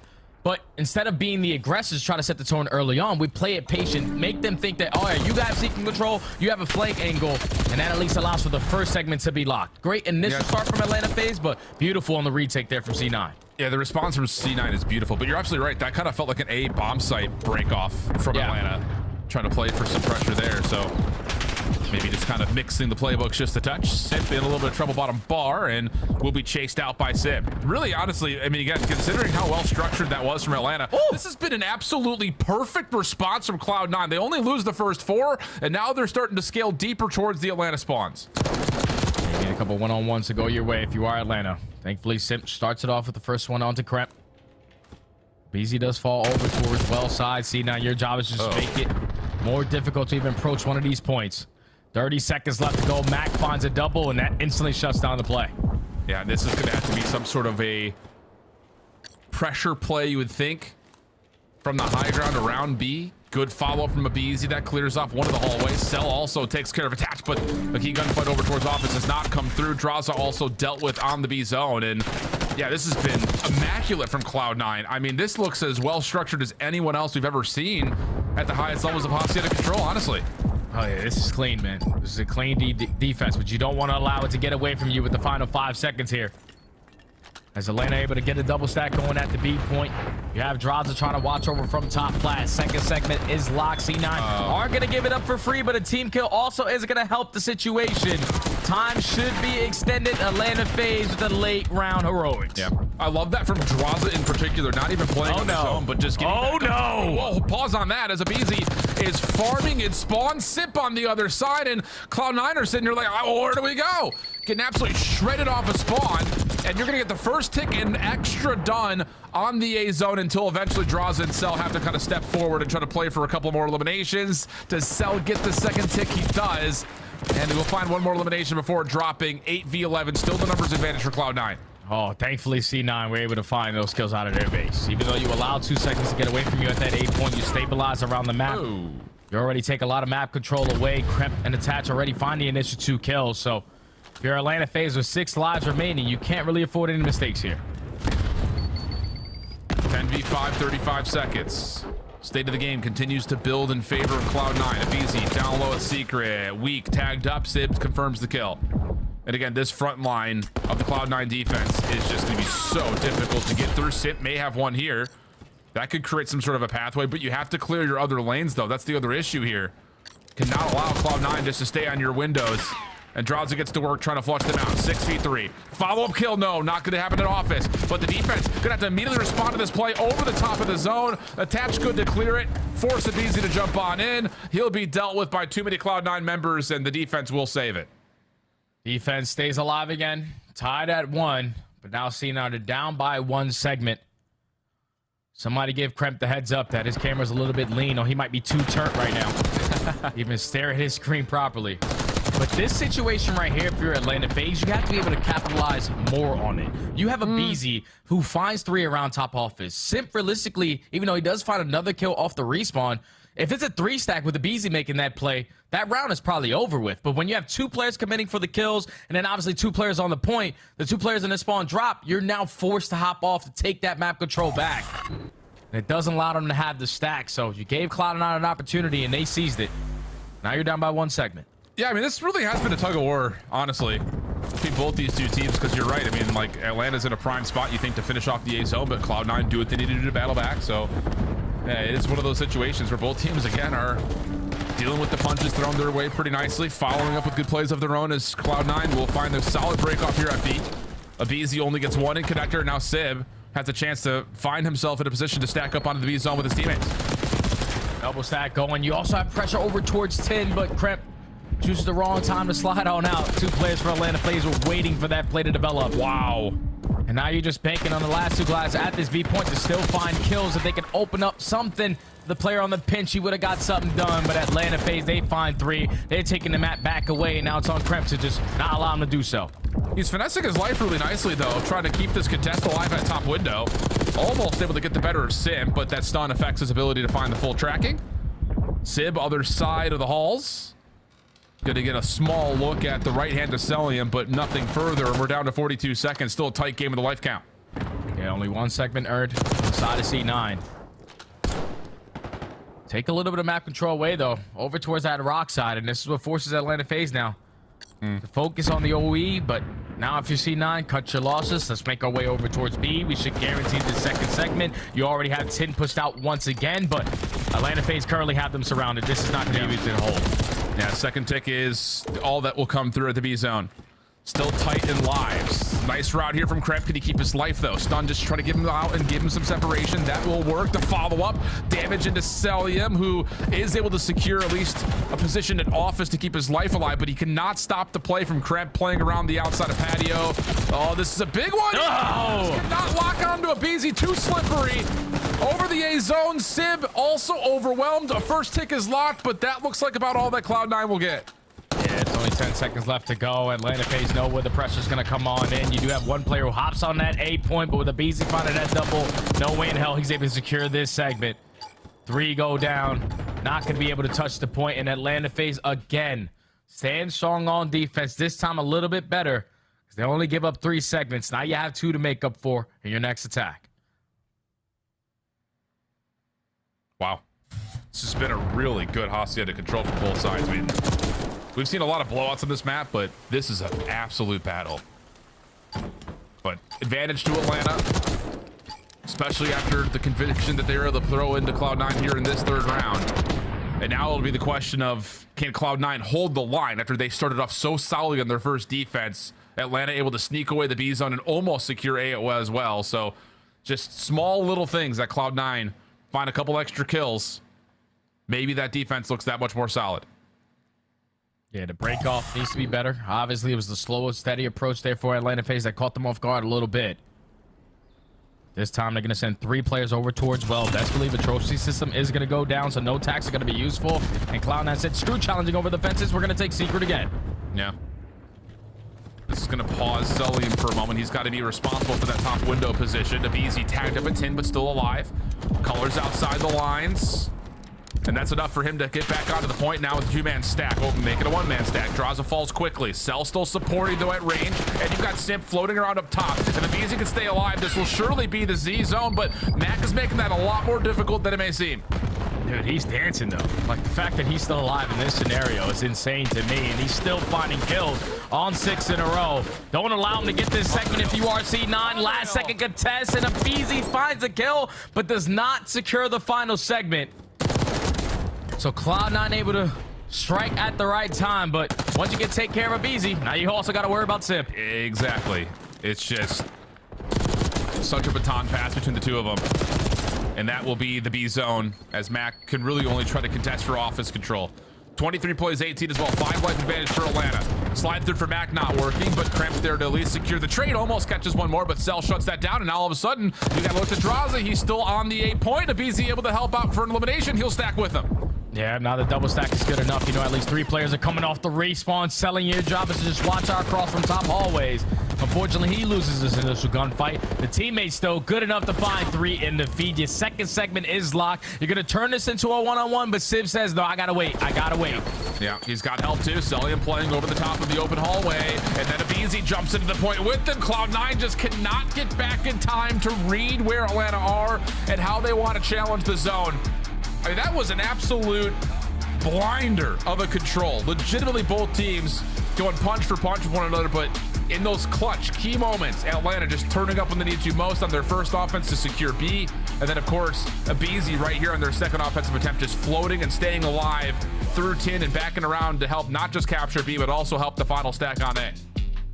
Man, that dynamic duo of the Tiny Terrorists just made the plays. Like, it's as simple as that. Atlanta FaZe, they said, okay, you guys can find that first kill. You guys can take secret control. But in order to contest this here at the B point, you actually got to jump out the window to challenge those gunfights, because we're not going to give them up for free. And then when you got players like Abizi, aggressive, takes control of 10, finds kill after kill, goes on 6 in a row, doesn't even allow that third segment to be locked, but his play was so impactful on the map that you allow Simp to reposition himself, to find himself flanking through top plat, close out that B point with a double.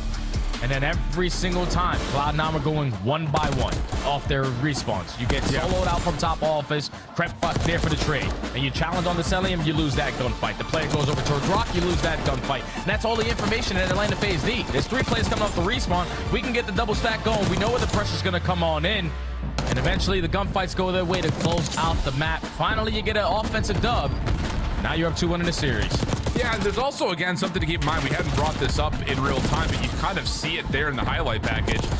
One of the things that Atlanta was one of the innovators of when it comes to Hacienda control is running with at least 3 SMGs on offense. And draws a number of moments in this highlight reel on the offensive side of the map where he's running another Jackal, closing things down through top patio or over towards secret stairs, whatever it happens to be. And even there, you see Sullium with an SMG as well. It's just get the extra tempo, get the extra speed, force these gunfights up close and personal.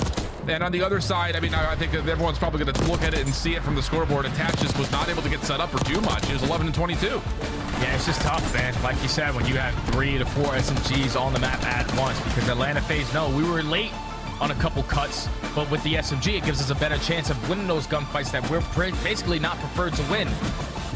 So just setting the pace, didn't allow Attach to really stabilize on the map or hold down a power position because how aggressive Atlanta FaZe were.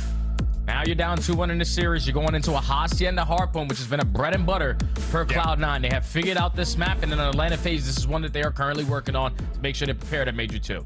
And I think, you know, when you look at that from Atlanta's standpoint, you know, we know that this team is often primed to, in these late stage qualifier matches, throw in a map that is really good for your opponent and really work yourself out on it. But I mean, for Cloud9, we kind of talked about it and saw it in some graphical representation.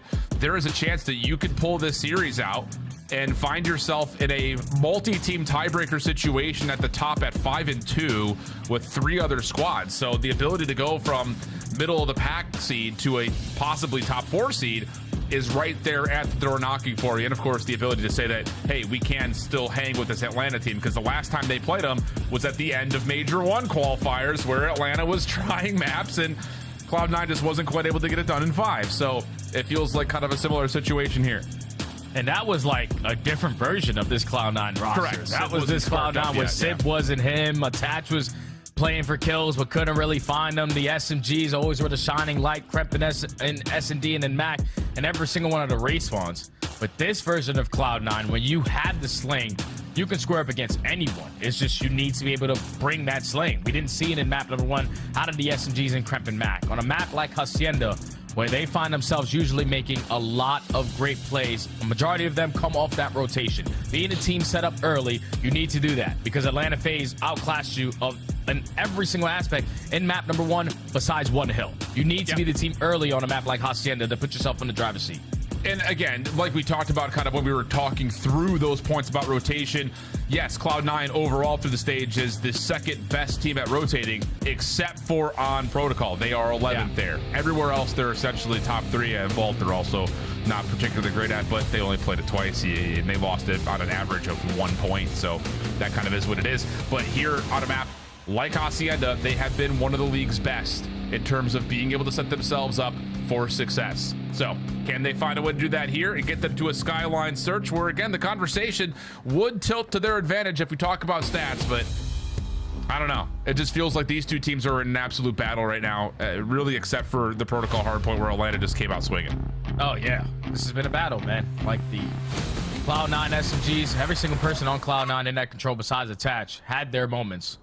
But now everyone needs to try to turn up here if you want to try to force this game number 5. Atlanta FaZe starting off on the preferred side for that P1 to P2 chain. They find the initial kills. They find the initial 2, and now you can instantly just hop in the Hardpoint with all 4 dead. Yeah, it's an absolutely picture-perfect break-off. And now look at the zone of control. Simp can play over towards P4, be a nuisance. You've got Draza looking over towards P3, and there's just no route for Cloud9 to hit besides up the gut where Draza is. So good battle back here from Cloud9. Again, we keep talking about it. Atlanta's putting themselves in the right positions, but Cloud9 dealing with it. They get 4 down in their own right, and now 20 seconds remain before we start looking towards P2. Yeah, thankfully Mac was able to catch that timing on the Sip through rock side, find that kill, and also find the second. So that's going to allow C9 to potentially walk away with all this time remaining here at P1, but they said, all right, we have to push through. We have to guarantee this P2 side. Simply right now, they are outnumbered. You need a couple gunfights to go your way. Mac finds the first. Sip going to be the aggressor. He finds a double. This is a massive sequence here for C9. Yeah, really good stuff from Sib. He just gets a couple of the tags over the top of this railing and then just pops up and ends up colliding onto 2 FaZe members. So, yes, you're going to get the opening time. No, you will not get the spawns, though. Good help from Attached over the top. Mac pops up out of nowhere, and that's enough to find trades that will eventually allow Cloud9 to reinforce, and Mac finds himself on 5 in a row. Yeah, and this has been a struggle so far on the entire season for Atlanta. Their break attempts on a map like Hacienda are basically dead last in the league. Their hold percentage is also 9th, so everything besides rotation is a struggle for them. You can already tell in their second break attempt, they go 4 dead again. So now C9 have themselves a nice little lead. Got to put yourself up by 60 to 70 points off the rotation anew. You at least have one player from Atlanta FaZe spawning at that old HP, but you need to win these gunfights, especially if you're Sib in this overextension position. Yeah, he can't do too much. He's already been tagged, and they're, of course, FaZe are going to know where he's positioned, so you can see them kind of moving their setup to make sure the furthest Cloud9 member forward can't slip behind. And, well, may not make a difference. Sip snaps and just completely destroys a BZ. That's going to move the spawns around, and now have Cloud9 looking for a break attempt, but losing members. It's just the ARs left alive. Gotta slide on in, though. Gotta try to slide on in. Don't allow all this time to get away from you, Mac. At least able to alleviate a little bit of that pressure. Crep from top plat keeps him alive. Turning into a 2v2. Mac's been able to regen. Mac making another great play. This is the guy that we saw in the beginning of the season for this C9 roster. A 9-4 start. Yeah, that's how you do it there for the SMG. Yeah, the much better turnaround from what we saw in map number 1. Literally night and day difference, but FaZe, considering the fact that Cloud9 are cooking, are really putting themselves in a ballpark to continue to not really be down that much. They're gonna get the scrap time of about 10 to 15 seconds. You've already got players winning gunfights over towards new, and you're looking at about a 20-point game, but Atlanta a chance to try to get this thing back by way of initial time here at 4. But Abizi stalls a little bit more time and also finds a kill. Keeps the trade effect going, and now the rest of the teammates are here to help you. Mac with a phenomenal start is able to earn himself the Hellstorm. You're going to try to approach your way from the front side of Lambo. You do have one player as well who spawns over towards both, so let's wait for a touch on this pinch. No, he gets spread out. Easy, too good. Yeah, so now it's just down to how much can Kremp produce from the front. Mac trying to follow, a little wiggle, a little wag, able to find one. The follow from Abizi is good, and he's got to read that Cloud9's quickly making their way through checkers. Yeah, just Atlanta 2 primed and ready. And how about the support from the nades over the top? Now Abizi's on 4. I don't know if they fully know that Kremp is as close as he is, but I don't even know if Atlanta care about that. They're already playing for top high ground control around B1. Oh, you're already thinking about that rotation over towards new, but if you see 9, you can still fight to the very end of this P4. You found the initial gunfight. You just need to find trades, and Simp almost puts on a highlight reel play. Thankfully, you're able to find a trade because he simply runs out of ammo. But at the end of the first rotation of Hardpoint, you're down by 10. You've been out rotated to at least 2 to 3 money hills. You'll take that if you're C9. Oh, without question. It's kind of, again, like we were talking about in the control, and even in moments of the search and destroy, it's like you're looking at teams that, again, Cloud9 feel like they're running away with this game, but Atlanta keep themselves within 20 points, and now you're all of a sudden turning scrap to initial here at P1, and you're up by 20 points. It's just the swings in this game are so tight. The lead swaps have also been pretty hand-in-hand, back and forth as we get into the final 20, and now the rotational battle starts to come through. Oh, and Simp wins a big one-on-one gunfight there versus Attach to secure this side of the map for his team. 15 seconds still to fight for around that mid P1 area, but Atlanta FaZe said you can have that. We have all the map control to set us up properly for that next HP. Even when you find that kill, he's going to spawn right next to us. So Atlanta FaZe is just bunkering up for this first push. Slide out comes through. What a win from Mac. Immediate pressure now over to Draza's direction. Has to keep the trophy system down. He's also the one currently responsible for the cross at mid lobby as well. But nice moment from Draza. Finesses just enough over the top of the statue hedge to find himself 2. Atlanta can now send their forces forward and just deal with this inevitable hit that's still coming off the middle of the map. Yeah, C9 next time around, you just need to take a little bit of a deeper route around the back. They all try to cut their way through lobby, and Draza was able to line up a double, instantly shut down that first attempt. Finally, a little bit pressure towards the back end, but it's only 25 seconds to go. Atlanta FaZe are more than happy to hold this from the front side, trap me towards the back side, so they have an easier rotation over towards new. Good win through the middle of the map, though. Cloud9 can start to create an opening, not only to try to hit the scrap time, but they could also send someone on rotation if they want to. And wow, how about both things at once? Why don't you? Grab able to get 2. Simp shut down as Mac was right there to help follow up after the weird Omni movement. And now all of a sudden, New York starting to put the pressure on Atlanta as they try to rotate through, and we head to a Cloud9. Listen in. Front well. Find the corner. Front in as well. I win you. Front dead. Missing one outer maybe. You stop you. Top cat. Cuts one secret. Secret in and front spawn. I'm on the L pinch. I spawned out lobby. Nothing here. Outer one shot. I'm on your punch up. Ivy. Punch up. Ivy. Plan's Ivy. Plan Ivy left. I'm running top. Ivy 1 bullet. Drop. He's there.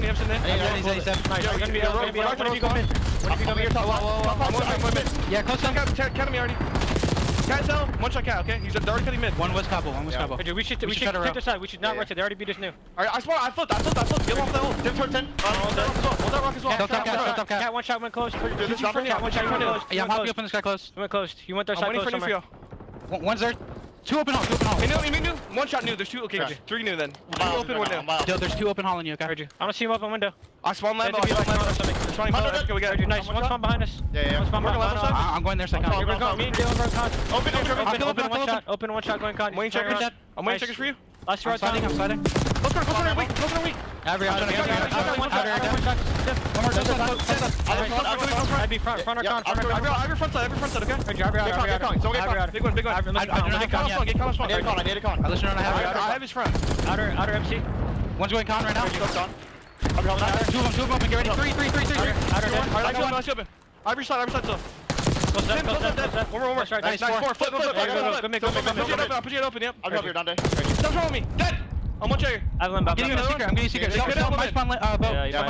go close. I'm getting it. Hold on. I have your secret. I didn't hit too close, if anything. Top off. MC. First one. Bow hedge. Going wrapping off the steps. Off the steps. I mean, what an inspiring moment from Cloud9. I think this whole thing starts with the immediate listening where, oh, they're going to beat us to new. I spawned out, we flip. Let's just play for old. They get the scrap time. You eventually set up the break attempt through 4, and all of a sudden we're tied. Yeah, and it's all on Mac and Kremp, man. The fact that it's a 2v3 scenario, you're thinking, all right, Kremp, you're the only player pushed out towards Lambo. You probably want to wait for your teammates to try to help you. But he goes for the contest, draws the attention for the Atlanta FaZe players, and then Mac strikes through the mid-double door to get them right back into this game. Only going to be down by about 15 points. So we're over at the P1. You're currently in the Hardpoint. You currently have the sponsors you want for P2 side. This is going to be a barn burner of a finish. Tangled up right there is Mac. Sib trying to play for new a little bit earlier than I think Cloud9 would like, but they win it outright. Kremp with 2, Sib with the 1 over the top of the hard point, and now all of a sudden, Mac can kind of zone a little bit forward to make sure no one's playing through well side, and Cloud9 can start to get comfortable behind P2, except for the fact the hard point's not open yet and attached spawns in Narnia. Oh, yeah, so now if you are Simp, let's just make sure we block those spawns where my teammates are causing mayhem through the front door. Puts himself in a position without even getting the kill. Everybody else through the front side is clutching up on their one-on-ones, but Cloud9 still in a very opportunity situation here. You find the initial 2 kills, you're bombarding your way through the side door, you're running your way through the front door, and they're already in the hard point. Atlanta FaZe could not hold after the great play there from Simp. But they're still spawning close. Now you've got a 4v1 situation. How much can Kremp take before he eventually gets overwhelmed? 1 is not bad. Off the cross, attach. Finally able to secure the kill. Follow-up not fully there, though.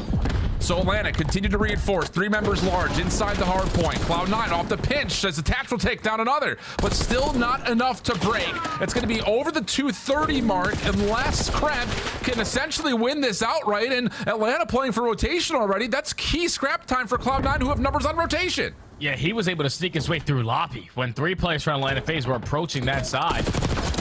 He was able to walk away with that last 10 seconds. So C9 win the rotation over towards new, get a little bit of scrap time to still keep this game very, very close. And now Atlanta FaZe are forced to break their way right from the front side of fences.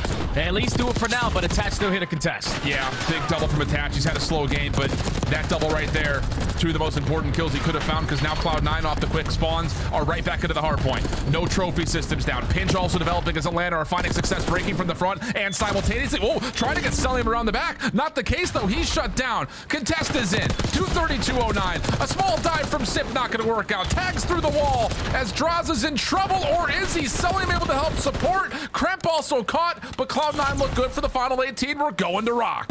Yeah, and C9 was just thinking, okay, we got to contest this. We do not want to lose here. Once we don't have an opportunity to lose here, we have to start cutting our losses and think about that rotation over towards new. Simp effective for the first kill. Attach on the trade, but it's a big one-on-one in a hard point. Oh, and he's able to find the win. Sib also reveals his positions with shot up top towards Art, and that's enough for Beezy to follow up and allow Draza just to soak the hard point time. Now back into the hill we go. Cloud9 largely trying to stack this from the front, but nade stuns are all landed. That trophy system does not get down in time, but doesn't matter. Kremp already in for 1. He finds himself the second. Can he find all 3? What? How about that from Kremp? Selling the next one over the top for the full 4-man wipe, as Atlanta are stalled at 241. And now if you're C9, no one scam. You're looking for the initial kill to go your way. Long routes are developing on the side of Atlanta FaZe. Celium strikes for the verse. Abizi just drawing attention, but his teammates on the other side are not clutching him on the gunfights. It's another one-on-one. Kremp, is he able to win the first one? Oh! Down. Here comes the contest quickly though from Attach. Cannot get the Jackal up and ready. Mac from the front. Able to contest it at 240, but he's shut down. Last couple of members for Cloud9 trying to work their way in. It's Sid, the hero. He's able to find a couple, but Draza hits him with the pistol. They should get the final tick, so you have to contest. Cloud9 now have to also play off rotation. Finding the kills they need. Can they get here to stop Celium from winning the game with a new hard point? And the answer is no. 250, 240. Check your calendars. It's March, and we've got madness before we jump into Major 2. Woo! Let me take a breath after that one, Alan, because wow, what an ending to a hard point. C9 thought that they did everything right, man, but the biggest thing that you're looking at after a 4 dead at the Money Hill and P4 is the first kill to go your way, man. It's as simple as that. Celium strikes first, even though Abizi is stalling so much time over towards both sides. His teammates couldn't find kills. They found just enough to make it a one-on-one. And then it's Straza, Mr. Game Changer, able to fly on in that final moment, win the one-on-one gunfight, start off the trades, allow his teammates to reinforce right behind him. And Atlanta FaZe able to edge out again on another Hacienda Hardpoint by a 10-point win. They get the Series W, but Cloud9, if you were shooting like that in map number 1, this could have been a way different series. This was still an absolutely intense one, though. And this Cloud9 team, I think, has just proved to us that these guys can absolutely be a contender moving into Major 2. Not quite able to get over the hurdle of the top 4 teams, I think, based off power rankings and standings yet. The loss here to Atlanta, they also lost to Vancouver, lost to LA Thieves. Couple of moments where you look at them and say, not quite fully there yet, but the protocol search and destroy was clean. The Hacienda control I thought was winnable, and obviously a 10-point game on a Hacienda Hardpoint, still winnable. I think there's also a level, though, you have to look and say, with Hatch, not the cleanest of starts in the control or in this hard point, just not able to get settled, and maybe it's just a level of just trying to keep up with the tempo that Atlanta's throwing at this Cloud9 team right now. Yeah, that's the biggest thing you need to focus on if you are C9, is to make sure if we're able to bring in with the slaying, our fundamental, our game plan is right there with any team. Just when you're lackluster in that category, that's where you start off slow in the series. Can't have that at Major 2.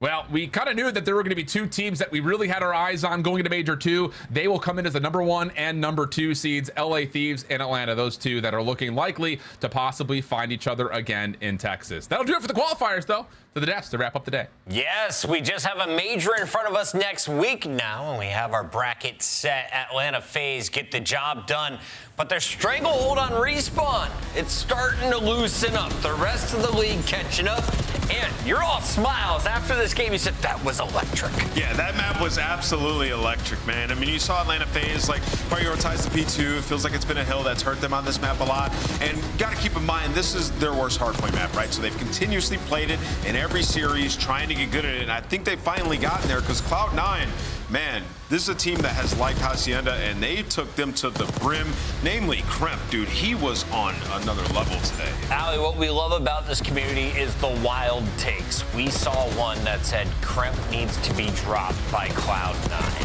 Thoughts?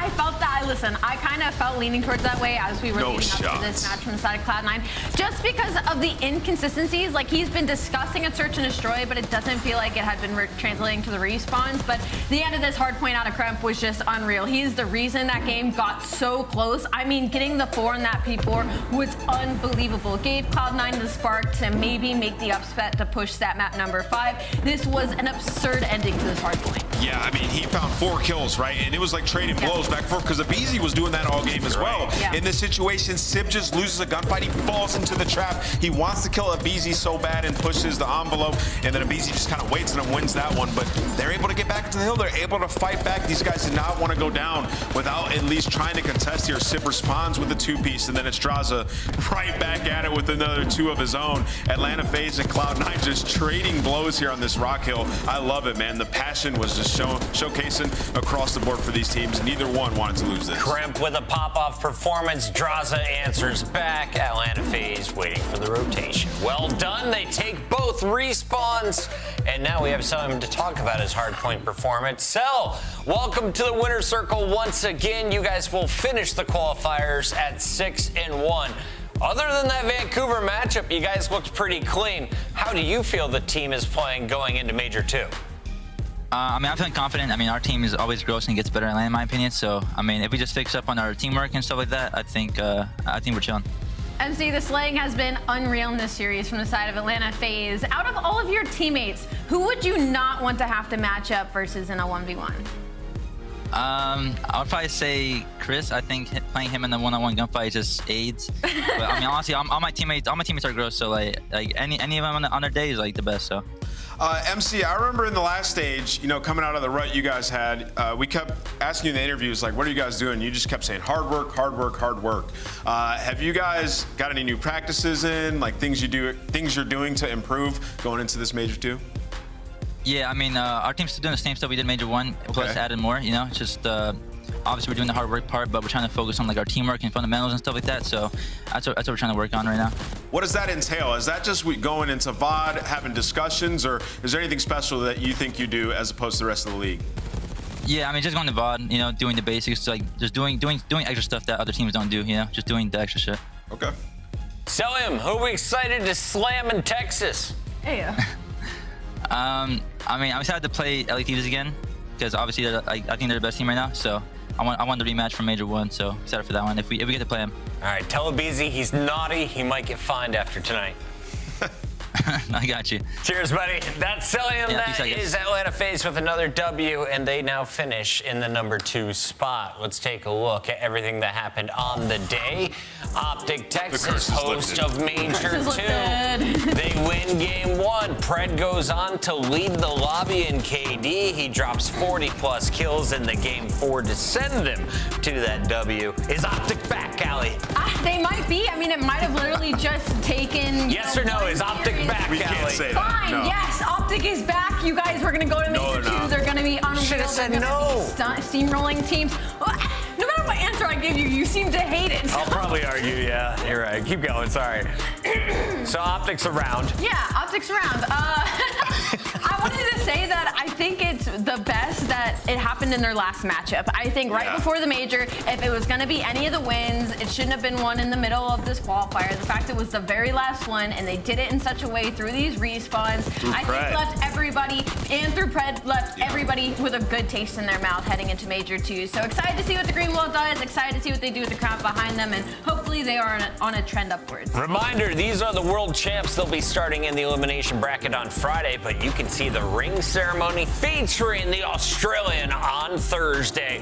Pred back, doubling his previous KD. You'll love to see it, Ant. Yeah, absolutely. I think that Pred taking over was good for them. Obviously, like, he brings the swagger and confidence to this team that helped him get a ring, right? So he's going to be able to come into this tournament extremely confident, and hopefully they can make a historic run in front of that fan base. Ant and I saw this win coming, and I saw the Vancouver win coming. You still have faith in Minnesota Rocker, Ant, but how long should that faith last?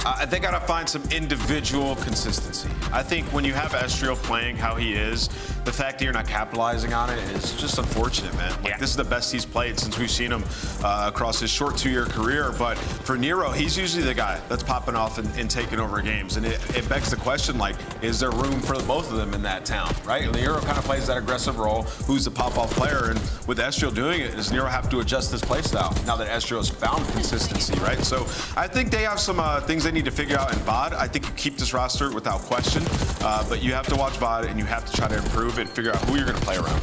I disagree, but I will say on the What do you disagree with? That they should keep this roster, but that's an opinion I'll keep to myself until after. Hater, bro. She just wants everybody to blow it up, dude. Could spawn in and prove me wrong. They're in winner's bracket. But they've just been kind of stagnant through Major 2 qualifiers. I feel like they might have hit their ceiling a little bit when it comes to Minnesota in this game. So I hope they prove me wrong come Major time, but I don't want to be too harsh. Listen, the team's not getting paid an extreme bag.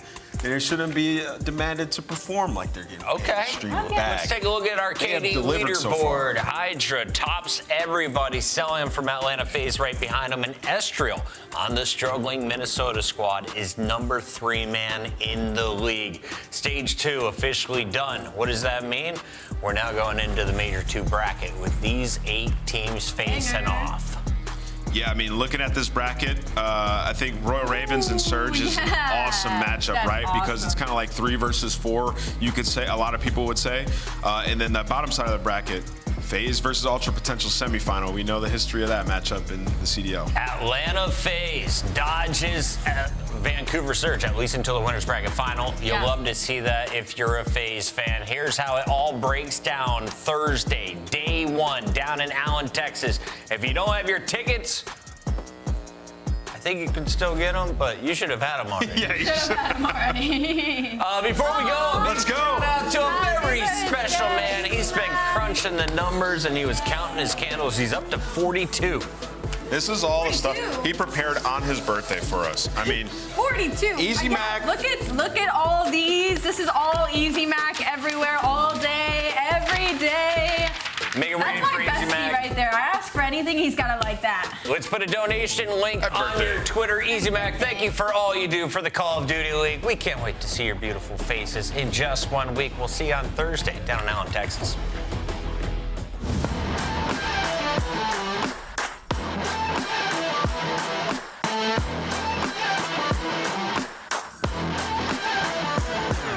Baggage full of cabbage and I think they lost my tempo. 36 Mickeys on the candy paint bento. Jabba jabba on, keep my brass knuckles warm. Get the cash in the floor, 60 seconds and I'm gone. Bad when I'm gone, bad man, probably gone. Going fast on the ball, going quarter-mile marathon. Shimmy in the Jimmy, high wide, sipping Kimmy. Got a brand new mark, roll cage in the Mimi. Lately all together, see something gonna stick. Lazy on the river, Dean, Bondo with the whip. Maybe on the 18, new wheel, big slick. Baby, you ain't never seen nothing like this. I just all over these. Nothing like this.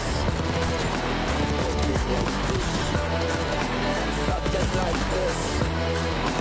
Nothing like this. I swear to God. Whoever ever think it gets better. Big chain, call the record. I can feel it. I can feel the pressure break loose with the ratchet go to splash. Have it on two round patch it. Them a fuel injector savage. Lately all together, see something gonna stick. Lazy on a river, team, someone on my hip. Maybe under 18, no rim, all switch. Baby, you ain't never seen nothing like this. Nothing like this. Nothing like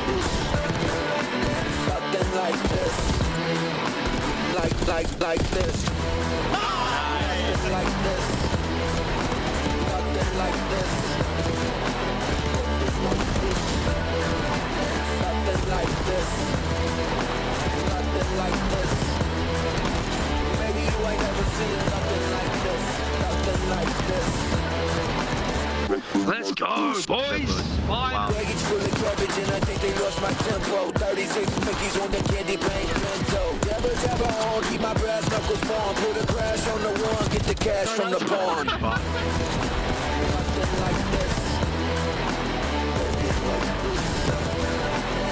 Nothing like this. Nothing like this. Nothing like this. Baby, you ain't never seen nothing like this.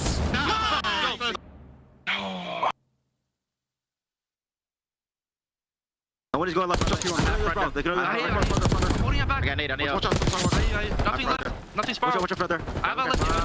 I have a top zip as well. I have a top zip as well, boys. Nice, boys. I still have all top zip.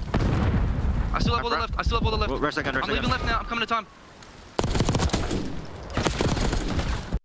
Oh, holy f***. what are you slamming, bro? Oh my God, bro. Holy f***, scamming.